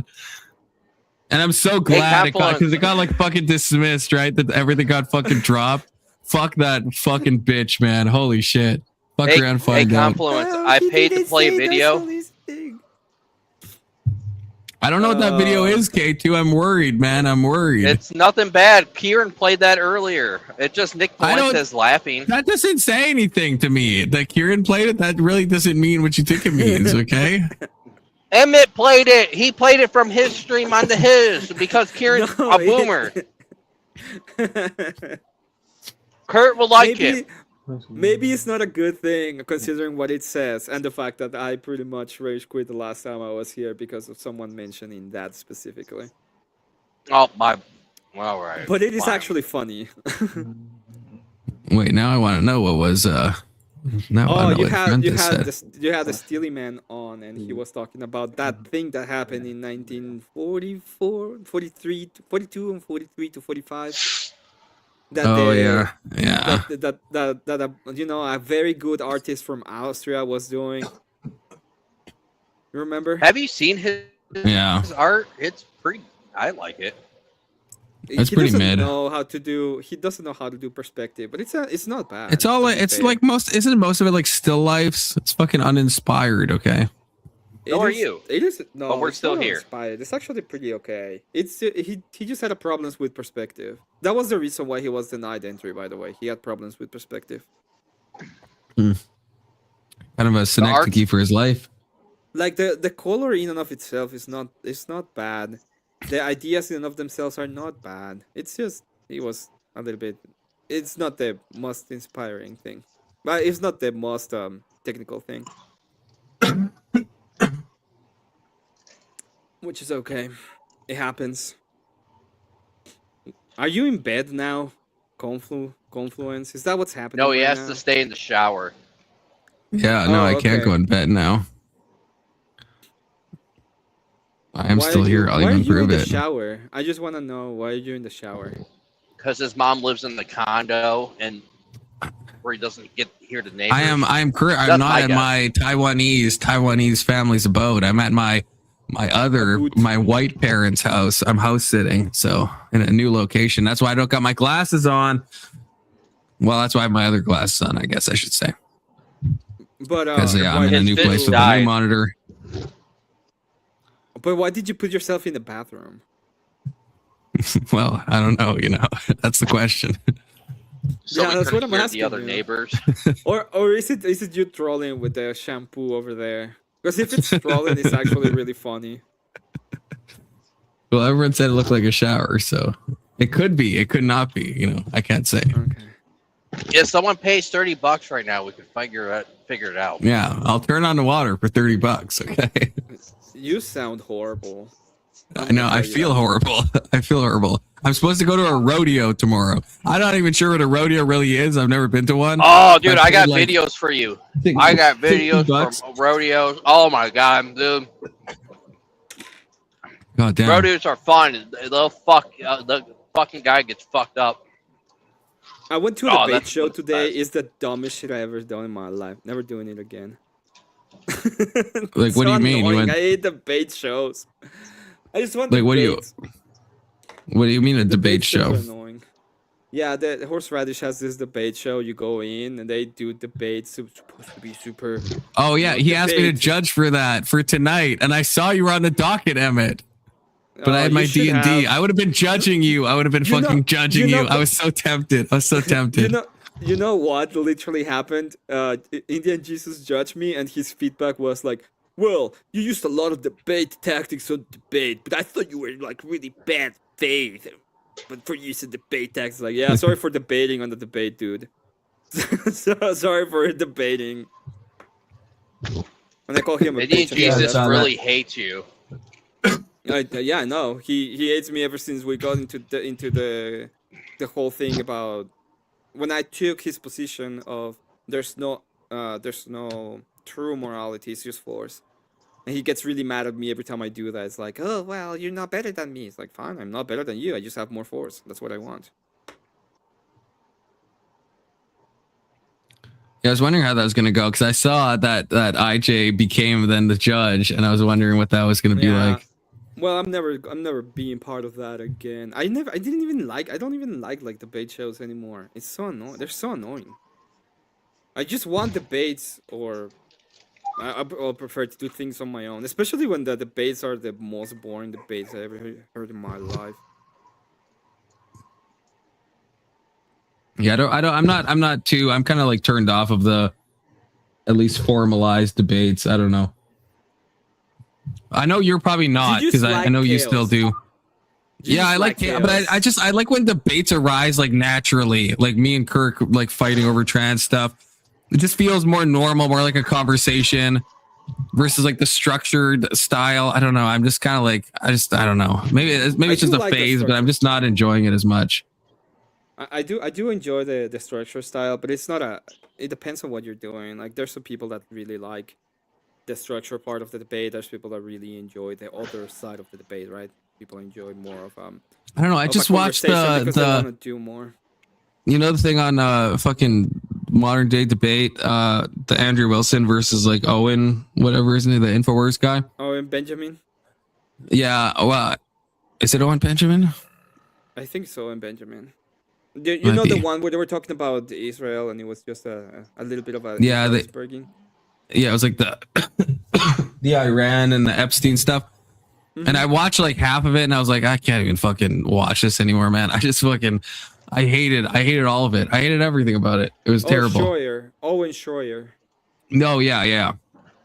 I think Owen Benjamin, is a different guy.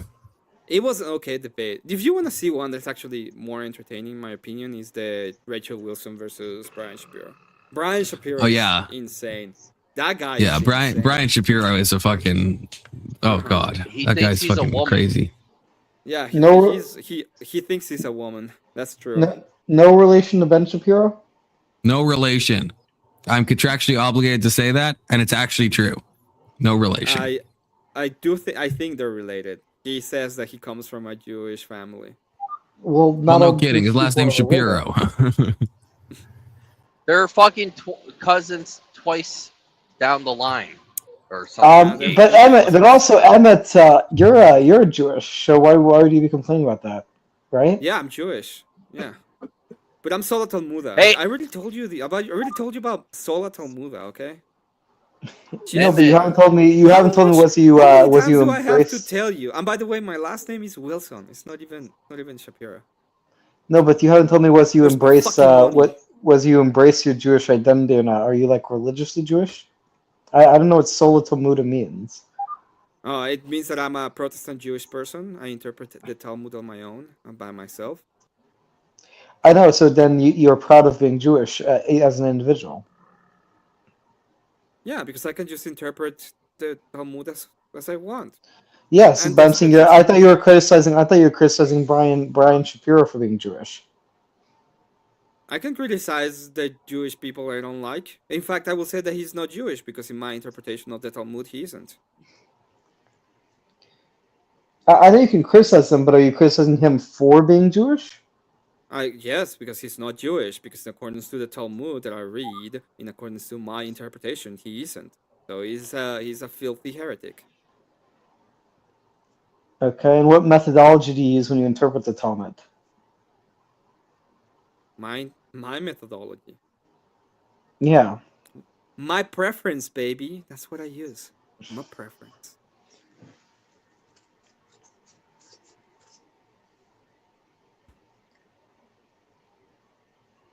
What's wrong with that?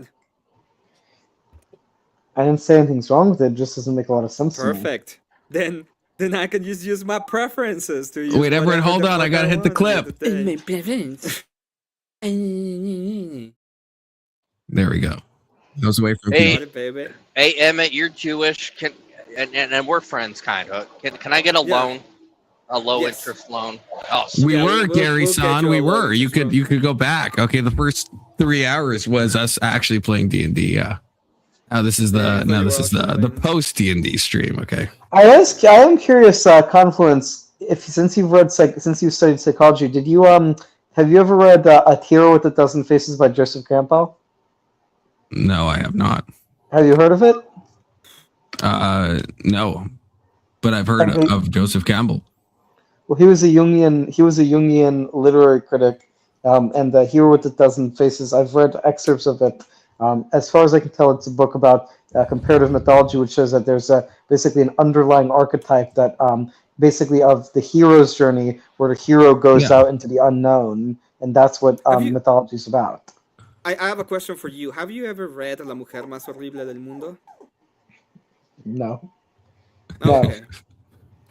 Okay, well, this is by Lizzie Velasquez. She's she's an American woman. She had like a weird disease and stuff. Yeah, it's very interesting,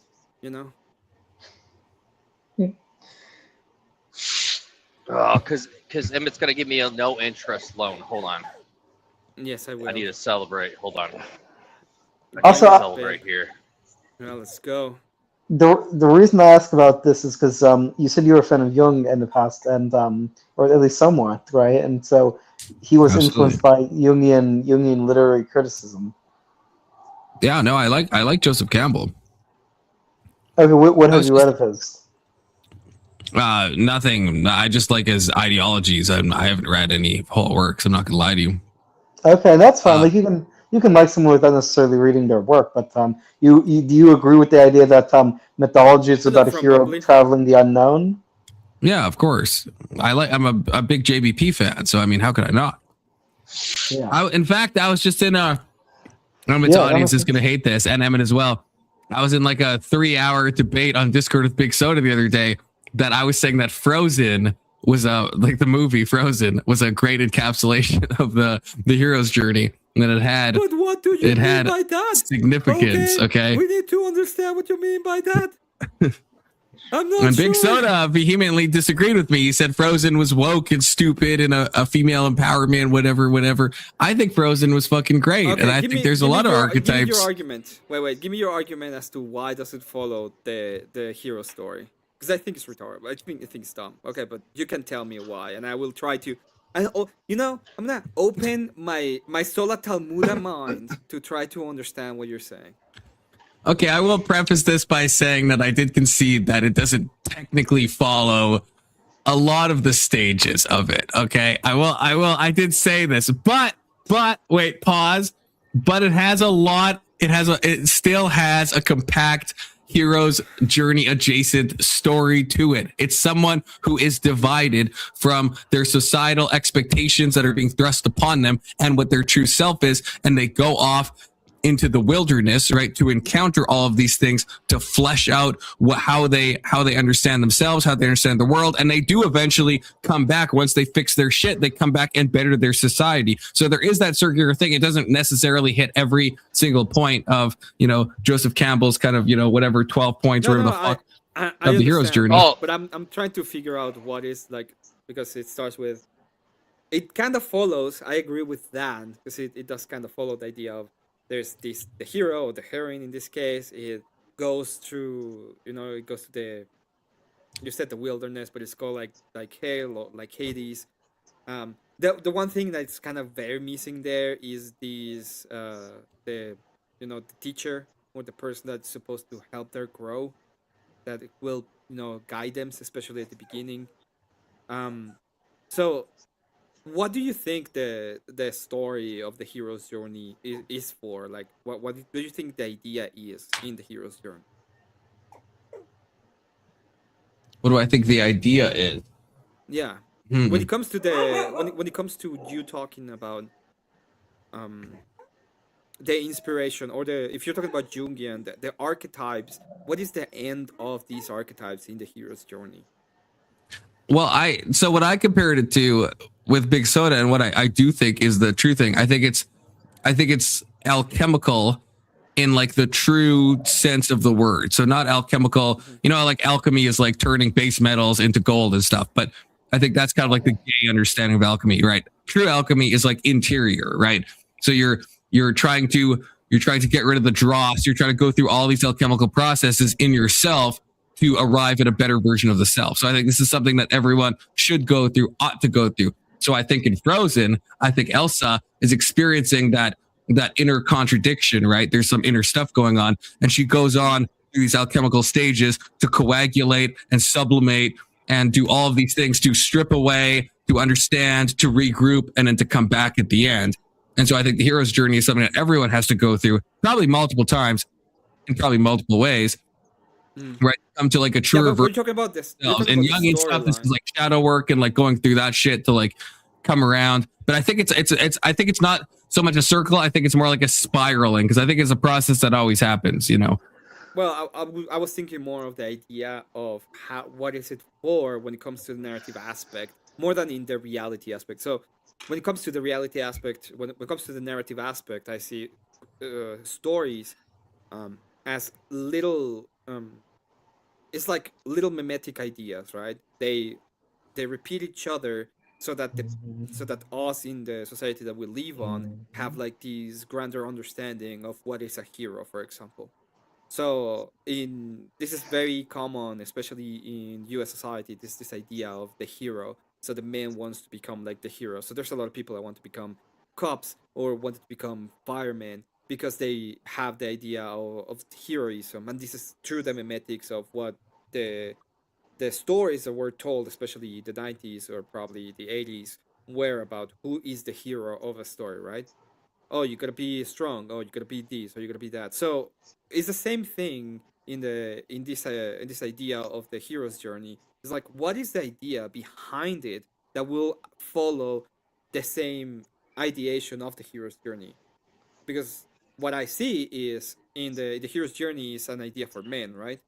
You are young, inexperienced. You have a way forward so that you find someone that is willing to teach you. Usually because of tragedy of necessity, and then you go to the wilderness or to hell, okay, and then you're reborn there. You implement this new knowledge and become something greater than you are, and then you come back into society and you use that thing that you are now to make it greater than your own. um that is the way that I look at the story even of itself. And this is a very male characterization of the idea, because I'm not saying that the woman don't have the capacity of learning and implementing. It's more of the idea of what we want in society for a woman is more on the idea of motherhood, right? Especially in the past. Sure. So what do you think is like this grand idea for society when it comes to Frozen that follows this hero's journey that was before for for men? I guess in the most literal sense, yeah, I guess I'm not seeing it on that level. I guess because like I said, I think the hero's journey is something that is on like a microcosmic level and then like in grander and grander ways. So like there is like a very real external factor, like what you're talking about. Like if you're going to become a police officer, right? There's kind of like the literal meaning of that. But I think even if you're like a housewife, there still is like, I don't want to demean it by saying like a psychological hero's journey, but you know what I mean? There is these things like extend outwardly, right? Like as above, so below, right? You can have it on like on an interior, like subconscious level. You can have it on a psychological level. You can have it on a spiritual level. You can have it on a literal level.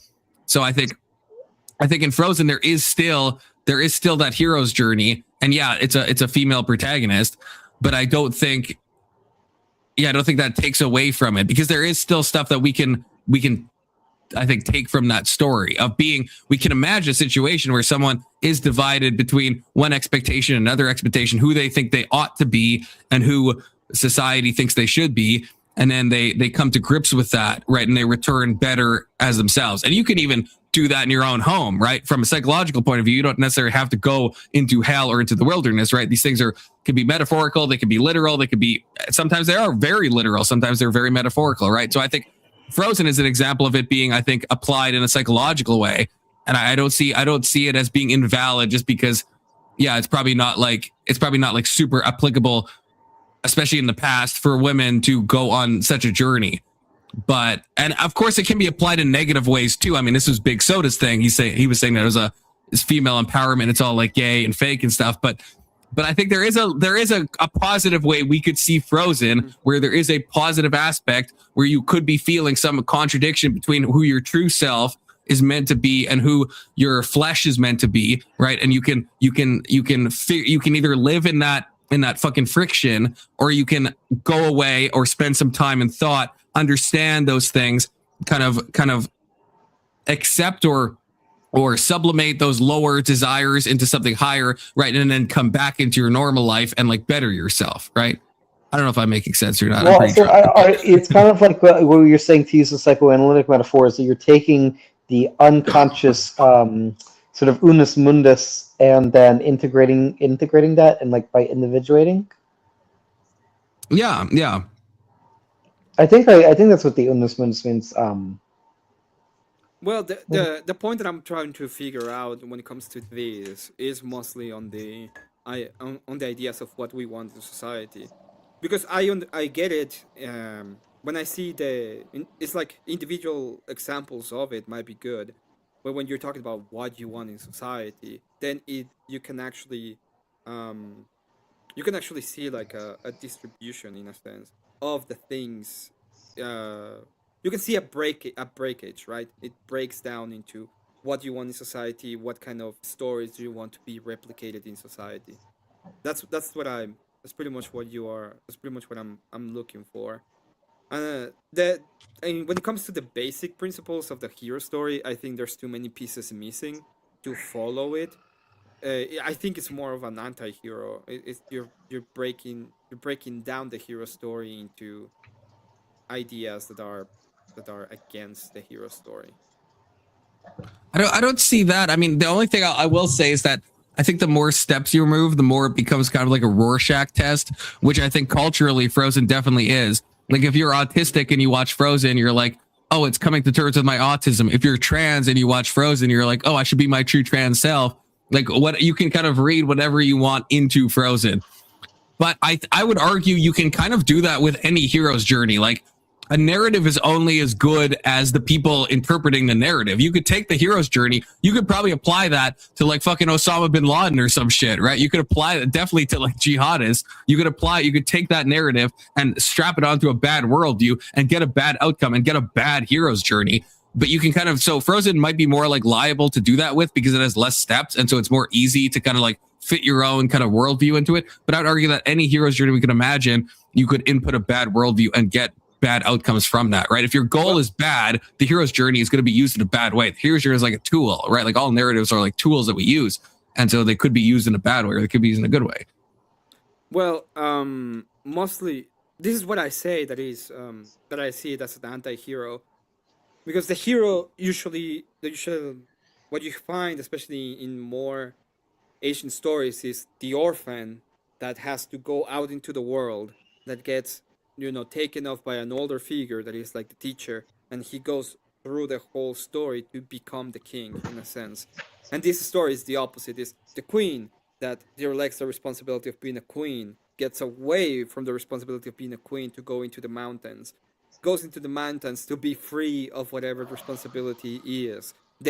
People have to go over there and catch her and bring her back so that she accepts back the responsibility. But it's not on her own. It's not because she went through hell and back. It's like the opposite of the story when it comes to how you see the growth of the character.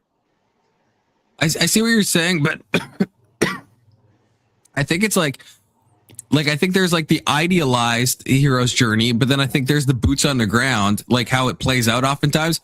And I feel like Frozen is maybe a better representation of like the messiness of how it normally happens in normal life. Like in most people's lives, I don't think it's as simple as like, hey, you're going through a bad thing, or maybe you have some fundamental breakdown or some understanding that you're called to a higher purpose. And so you like go away and on your own, solely by your own, fortitude and constitution, you do the whole cycle. I don't think like life is that neat, right? And I think in modern media, that's one of the benefits. There's a lot of like downsides, but in modern media, I think one of the benefits is that we understand that like stuff isn't as simplistic as that. Like stuff is messy. So I think in Frozen, we see that, yeah, there are people that have to pull her back.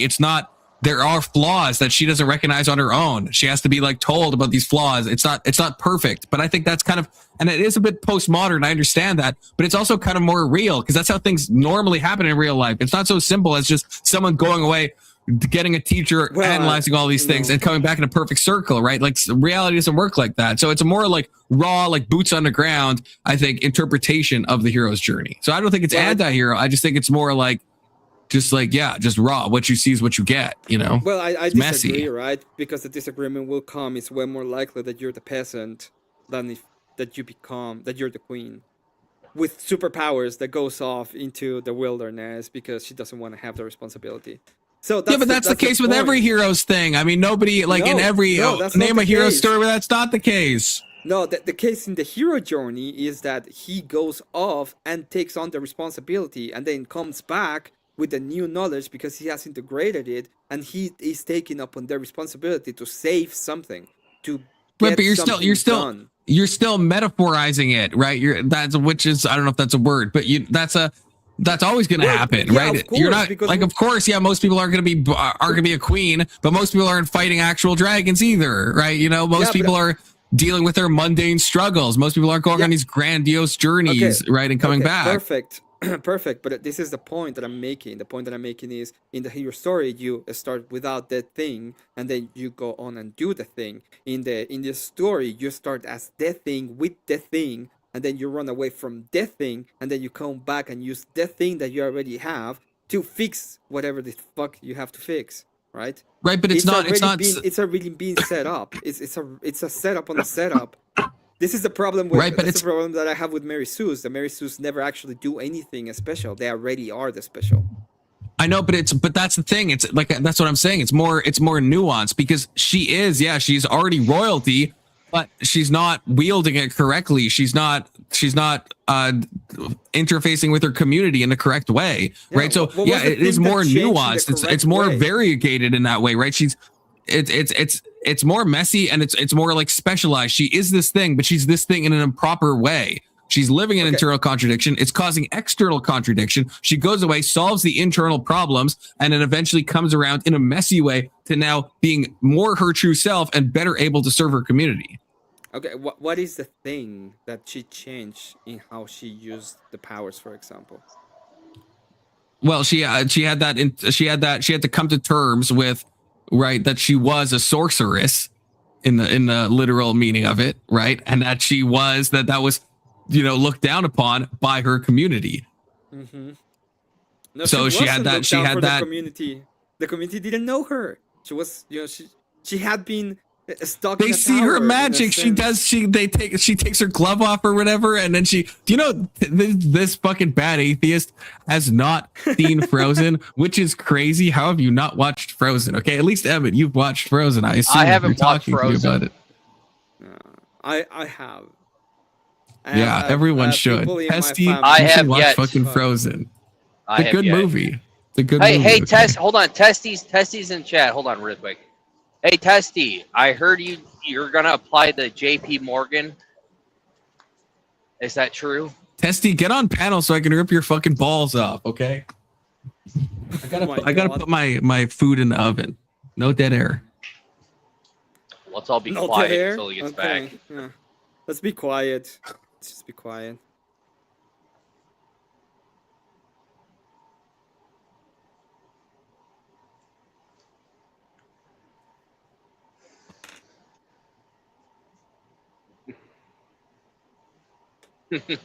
How fucking dare all of you? How fucking dare?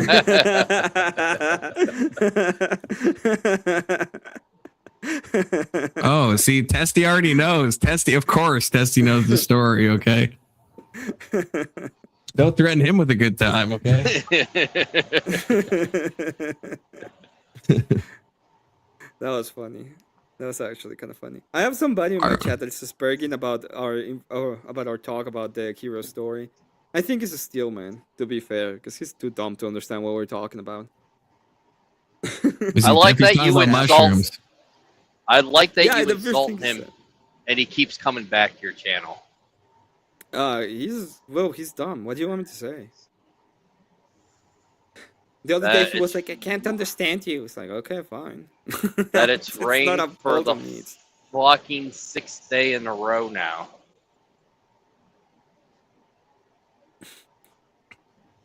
Actually, it's sleet because it's 39 degrees.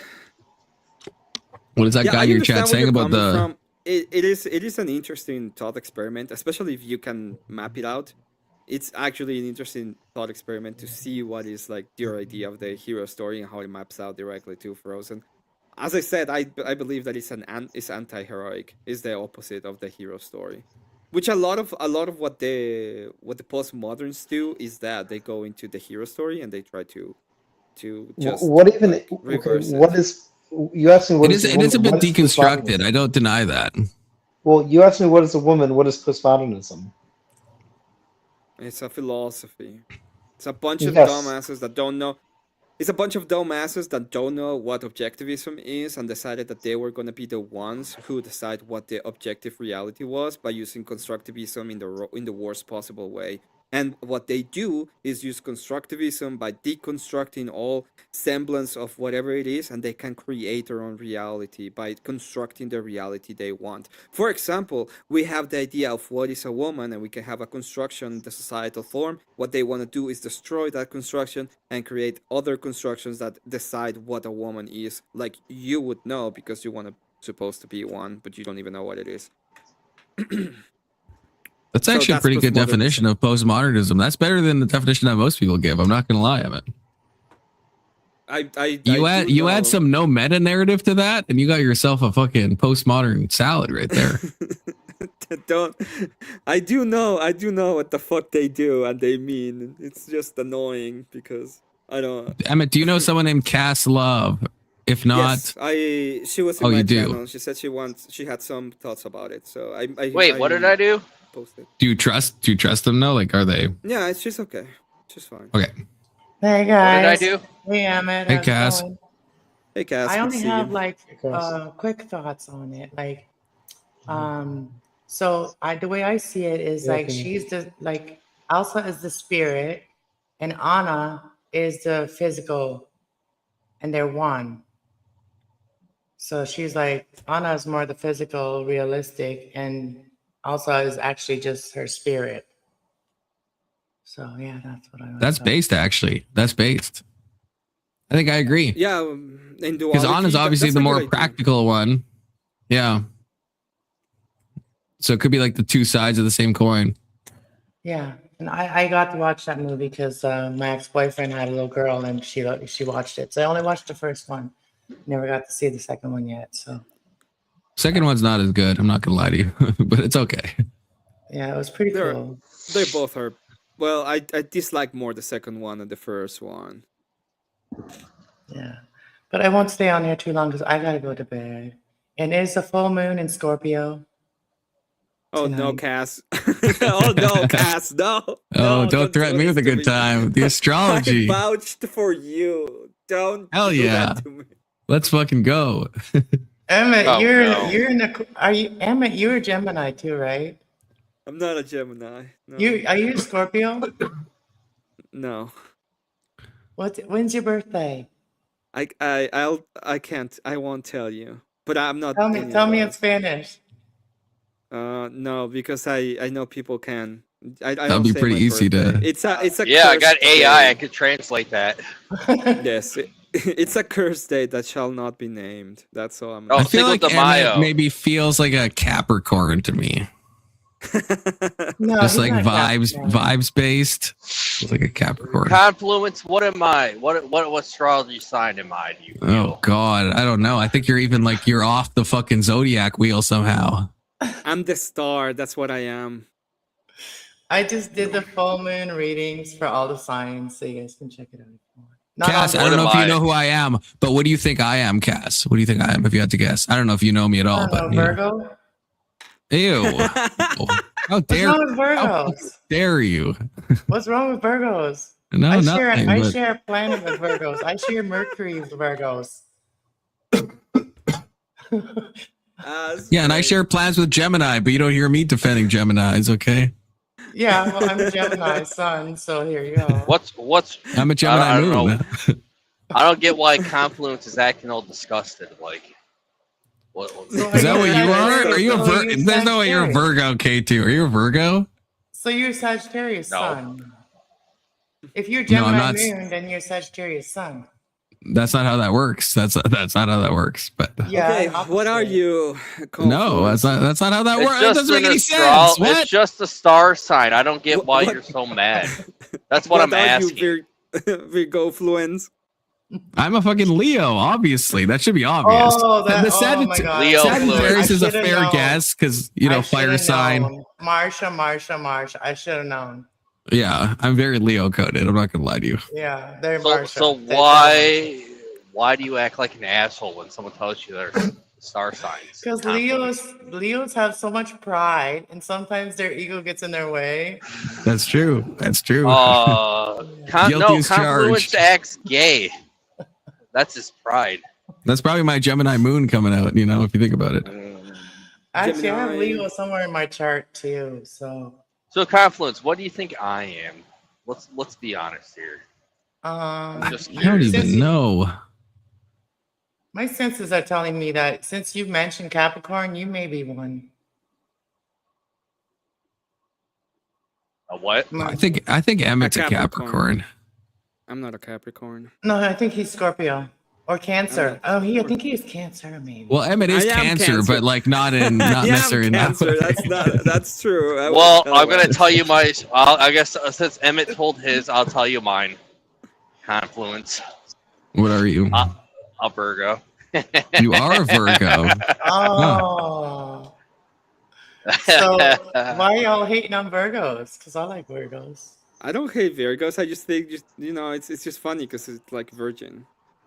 They're not the virgins. But, no, they have the whole community. Okay, the star card on the tarot, it's like they have the whole community. They're like I get it. It's not even bad to be a virgin. Why would you associate the star card with Virgo? That's crazy. That's crazy. Oh wait! I don't know why I would do that. That's Aquarius. Yeah, it's Aquarius. Yeah. I don't know why my brain went there. Virgo, I don't know is what like, the fuck you're talking about, but Virgos are the hermits. They like to learn, though. Yeah. See, you know, Cass. Yeah, Virgo's the hermit. Yeah. There we go. Yeah, the one that shines the light. You know, they have knowledge. They do have ancient knowledge. I'm the star. That's what See, Confluence, all this knowledge I've been dropping on you. Oh, are you Aquarius, Emmett? There's no way you're Aquarius. That'd be crazy. No, I'm the star because that's the card you draw for me. Remember? No, I draw the Fool for you. Okay, which is not assigned to. You literally draw the star, and you got so mad that you changed it for the Fool, and then.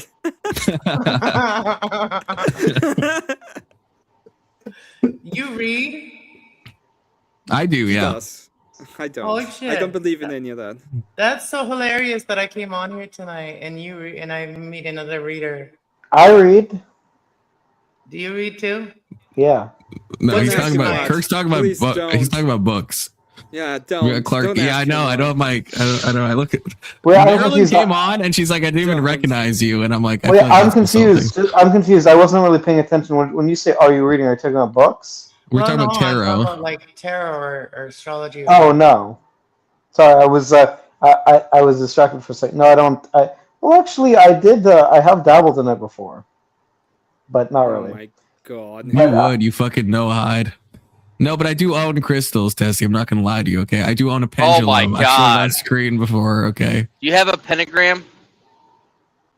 I use pentagrams a lot. I'm not gonna lie. I'm not gonna lie. There's nothing wrong with the pentagram. There's nothing wrong with it. Do you have a Ouija board? Anything? I don't conform to anything. I'm not part of any like cults or anything like that. I don't believe in cults. I just believe it in like it's very powerful information that you can use in your life. And you don't, you read energy. And people are real energy. You can read that. It's so logic. You know what I mean? People in chat are mentioning that astrology is very feminine coded. Well, I will say that I'm very good at reading energy. I learned a lot when I was studying chemical engineering, so I know a lot about energy. Women use it so they can be bitches. Have you ever just justify it instead of changing their attitude? That's what I noticed. Yeah, when you're reading about this energy, how many joules is it like? Are you getting out of it? It's not that kind of energy, Emmett. Okay, it's not that kind of energy. Everything is energy, like your thoughts, your emotions. Like, okay, so somebody's always occupying your thoughts, and it's stopping you from doing something. That is energy. Oh, hold on, occupation. I got a photo for that. Hold on, I got a photo for that. Hold on, occupation. Hold on. I want. There we go.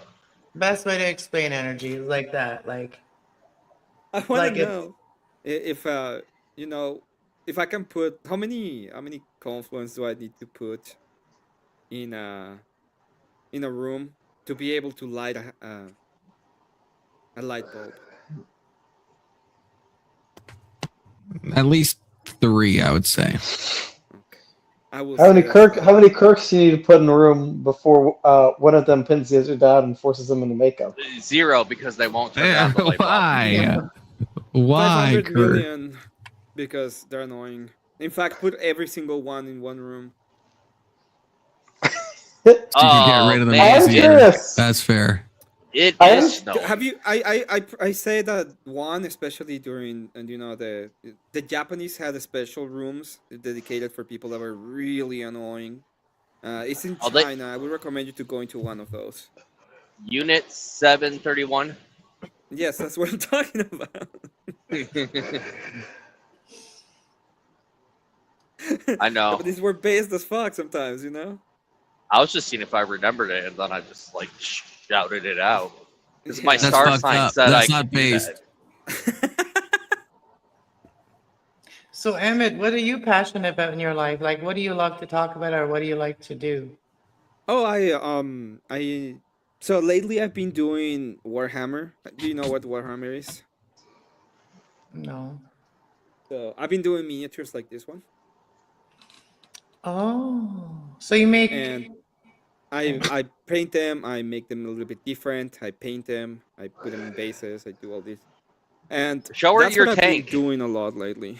Oh yeah, I'll show you my tank. Give me a I second. love creativity. I love it. I am Look, curious. Check out this tank though. Oh I am. Wait, hold on. If Confluence can make it full screen when he appears. Also, can you change my name back to Cool Kid Kirk? No. Sure, Halfstone ass. You got to send a dono for him to change it. $2 at least. Yeah, $2 to change names. Cool Kid Kirk S. But I am tank. curious. If you're into like tarot and all that. Are you into like Eastern thought, Mrs. Kastelov? I'm into like Raja Yoga specifically. I'm talking to Kastelov. That's cool. Do you do Very cool. do you do hot yoga too? Yeah, I I do started hot- doing yoga, and it made my channel go like kind of like up a little bit So faster. these are the last ones that I'm making. It has like it's supposed to be thunder around the blade, and it's gonna be flying. So it's supposed to be on top of a tree. There's a lot of little things. That's awesome. Yeah. But I don't have a taint. K2 would say that. Wait, what's? I would say what? I'm asking I if do- she's I do interested that. in. I'm asking if you're interested, Ms. Kastelov 420, in Eastern thought. Like Eastern astrology. No, like Buddhism and stuff. For me, I do the chakras. Like I believe in like aligning yourself, like aligning all your Based. energies. Red pilled. No, I believe in like chakra clearing because energetically I used to be very different, and I reacted differently to things that now I would react differently to. Like it just calms your like your body a lot more. Like when you go through trauma in your life and you feel like not grounded, or all these things, they just make sense. I don't know. Like I'm a very logic person, and I don't know. I've always been very interested in people's brains, and so I'm a very spiritual person. So yeah, there's all that, and I try to. I'm a Gemini, so I need to have many things at once that I'm doing. So I do tap into like the astrology part, and I love that since I was in my 20s. The spiritual side, I stick to the lighter side of the spiritual side. Like I don't get into like all the cult practices and stuff like that. I will Okay, say, yeah. I've never met someone who has fucked with chakras and doesn't believe in chakras. Okay. It's one of I those do things. believe in chakras fully. I never said I didn't believe in chakras. No. I'm agreeing with you. I'm saying it's one of those things that like everyone thinks is ridiculous, but if you actually like fuck with them, then it's like, I think it's like just an experiential thing. You're just like, yeah, this is just like on its face true. It's like Confluence, undeniable. This is why everybody thinks you're gay.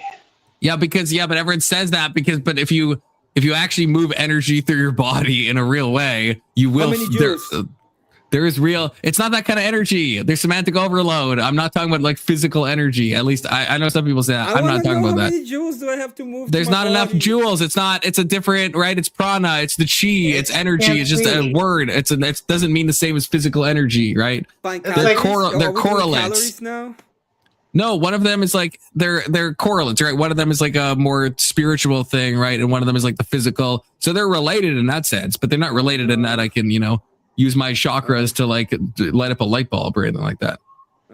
Not yet. But don't you gotta touch a potato. You gotta touch a potato to do that, Confluence. Don't the majority of experts consider chakras to be pseudoscientific? Yeah, the majority of experts that are not experts in chakras consider them to be pseudoscientific. Sure. No, it's actually very biblical. Actually, it's actually very scientific. I agree with this. We all have to go through the scientific method. By the way, is there any way to observe chakras? What? Like scientifically, I would say no. Okay. Oh fuck! I can't do it through the science. So pseudoscience. So we have a brain, right? It's not science. Like that's your Confluence. I feel fucked up. Our thoughts create our reality. What is the first step of the scientific? Hold on, Avery. What's your star sign? Hold on. Everybody in panel guess his sign and then tell us. Okay. I've said it before. Is an expert. Confluence is an expert. Avery said it's like asking. It's like asking about like how do you test interior thoughts? Like, do we have any scientific way to know what I'm thinking about at this very moment? No, it doesn't mean it's pseudoscience that I am thinking about something, even though we have no known experiment to test for it, right? I don't know. Is it science if it cannot be into the scientific method? Well, I don't think it is science, but it's still something can be not science. It can still be true. It's true. No, I'm thinking a thought. I agree, but it's not science. It's just that's all the point. I never said it was. So I don't think chakras are science. That's why I think Kirk's thing. Aren't you a Christian? I think it's part of our anatomy. It's part of our. So anatomy. You're a Christian, but doesn't Christianity consider chakras and horoscopes and stuff like that, like witchcraft? If I'm not mistaken. He's a non-denominational Avery. He's gay. I don't know that means. I don't know what that means, Avery. Like Christianity says that chakras are witchcraft. It's considered witchcraft. That's such a nonsensical. That's such a nonsensical statement. I don't even know how to react to that. Like, what do you? No Christian that I know. Well, there's a lot of Christian every day. There's a lot of Christians that are that I. Well, hold on. Whatever your name is, I don't know who you are. You're new.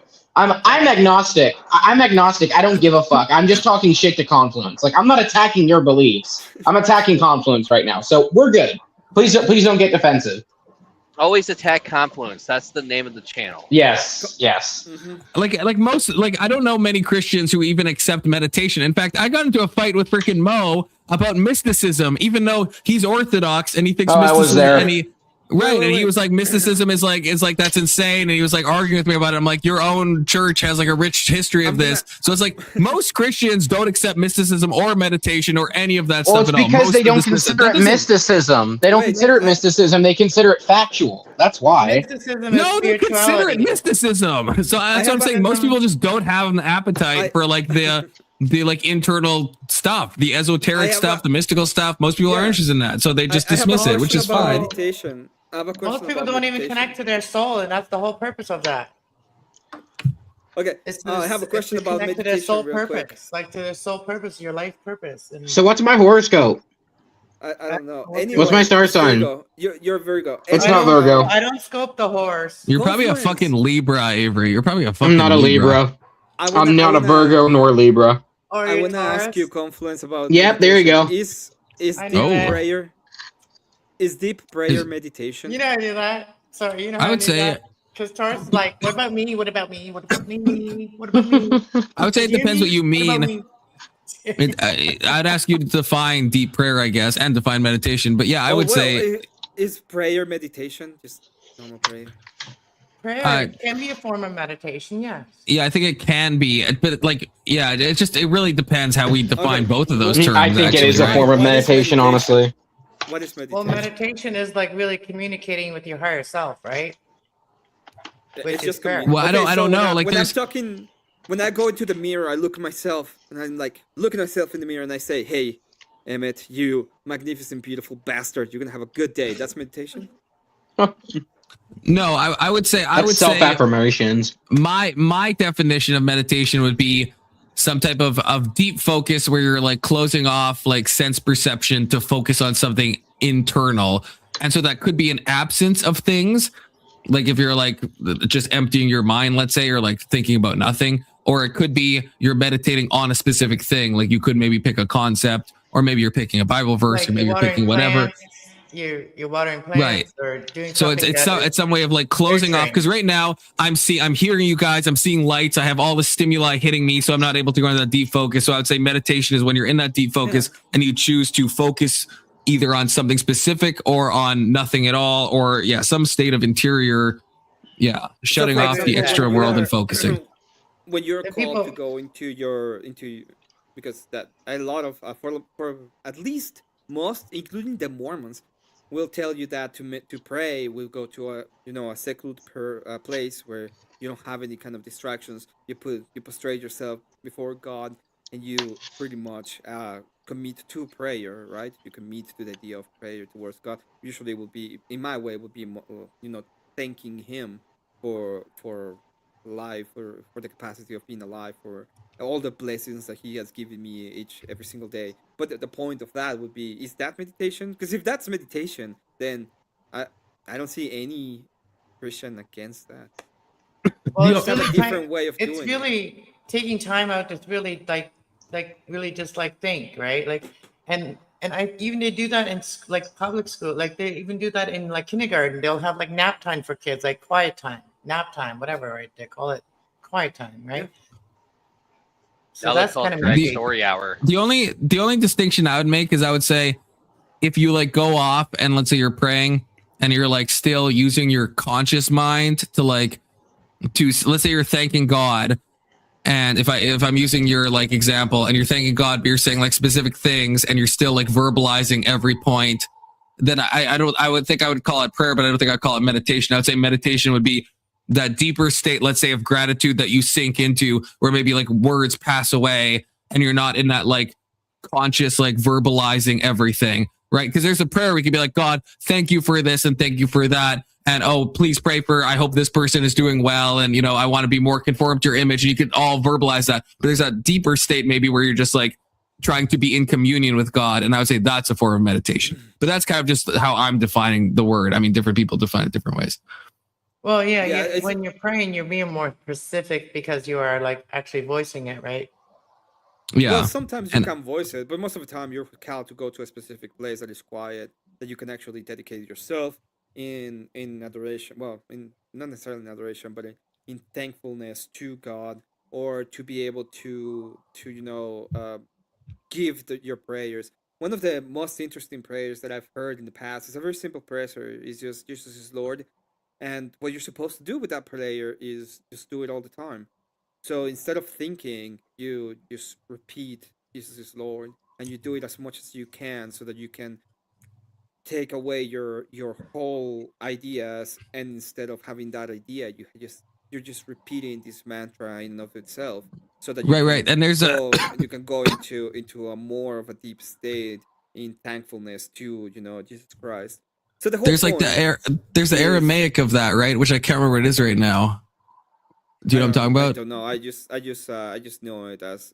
It starts with like an A, but yeah, and that's that I would say that's definitional meditation, because you are using a mantra to, I think, to in some ways bypass the conscious thoughts of your stuff bubbling up, right? To just focus on just that idea. So we just have different like ways living more.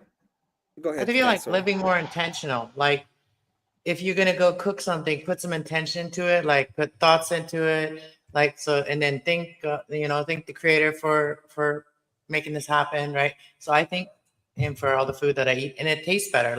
For me, like putting that intention into things, I enjoy it more. Like even like I'm really bad for routines, and routines help you with all kinds of things too. Like just starting a certain routines, right? And like I'm learning that, like just routines that I do, and then I enjoy it more. Like I may make an intention to go outside and like look up at the sky. Like I make an intention to do that.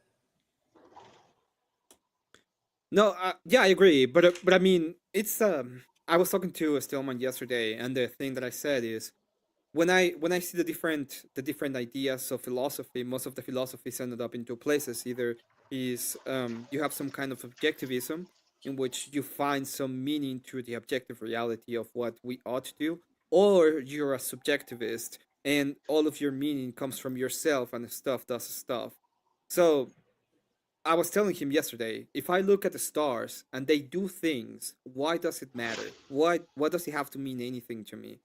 Right? That is the and my idea when it comes to Christianity is the way that I see the meaning given to me is through the Christian lenses. That's the only way I can find any meaning in doing any of the things that I ought to do.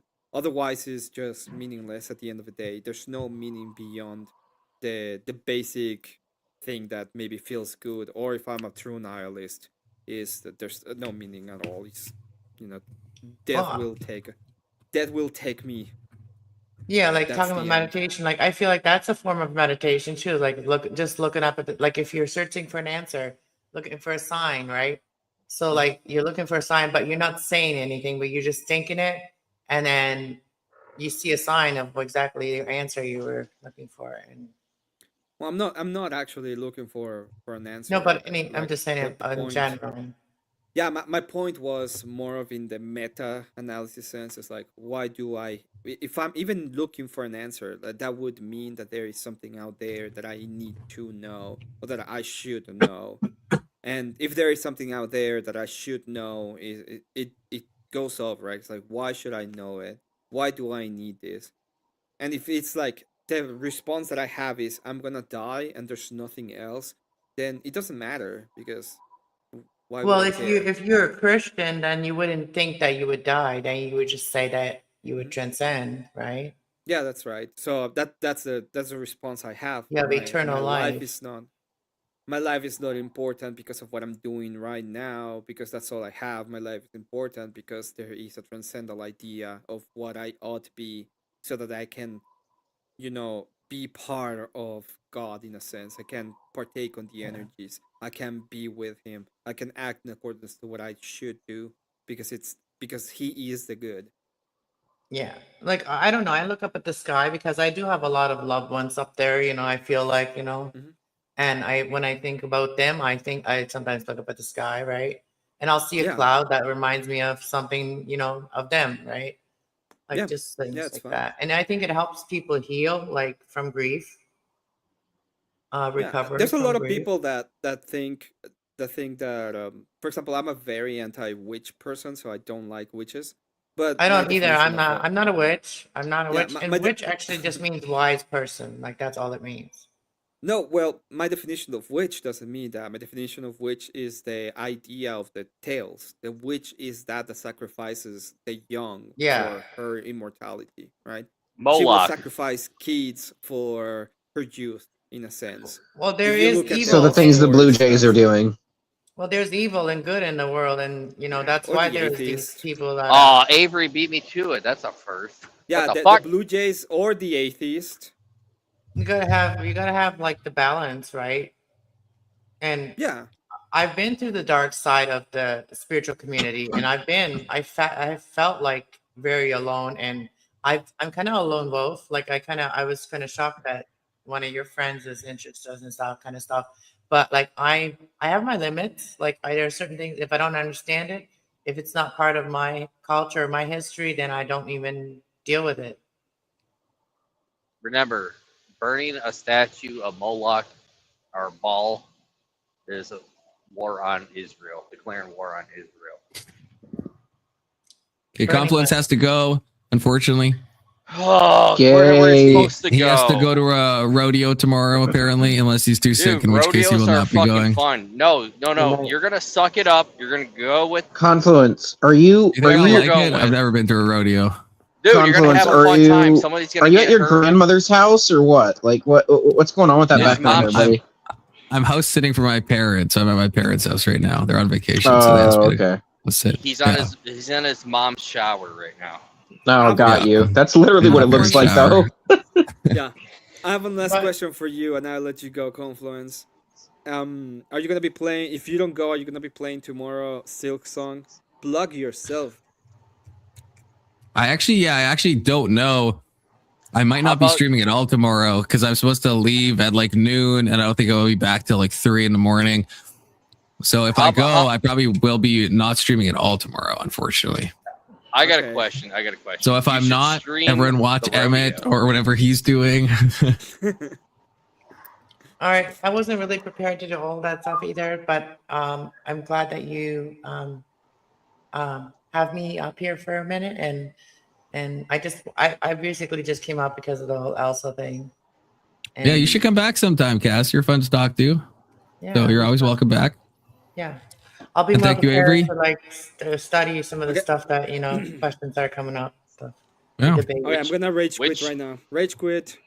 Right. Yell at somebody. See you, Avery. See you, Kurt. See you, K2. See you, Cass. Which rodeo? See you, Which chat. rodeo is it? Yeah. Which rodeo? I can't is tell this? you because The I'd be PBA? doxing myself. I'd be Is it the doxing PBA? myself. Wait, can't wait tell till we're you. off stream.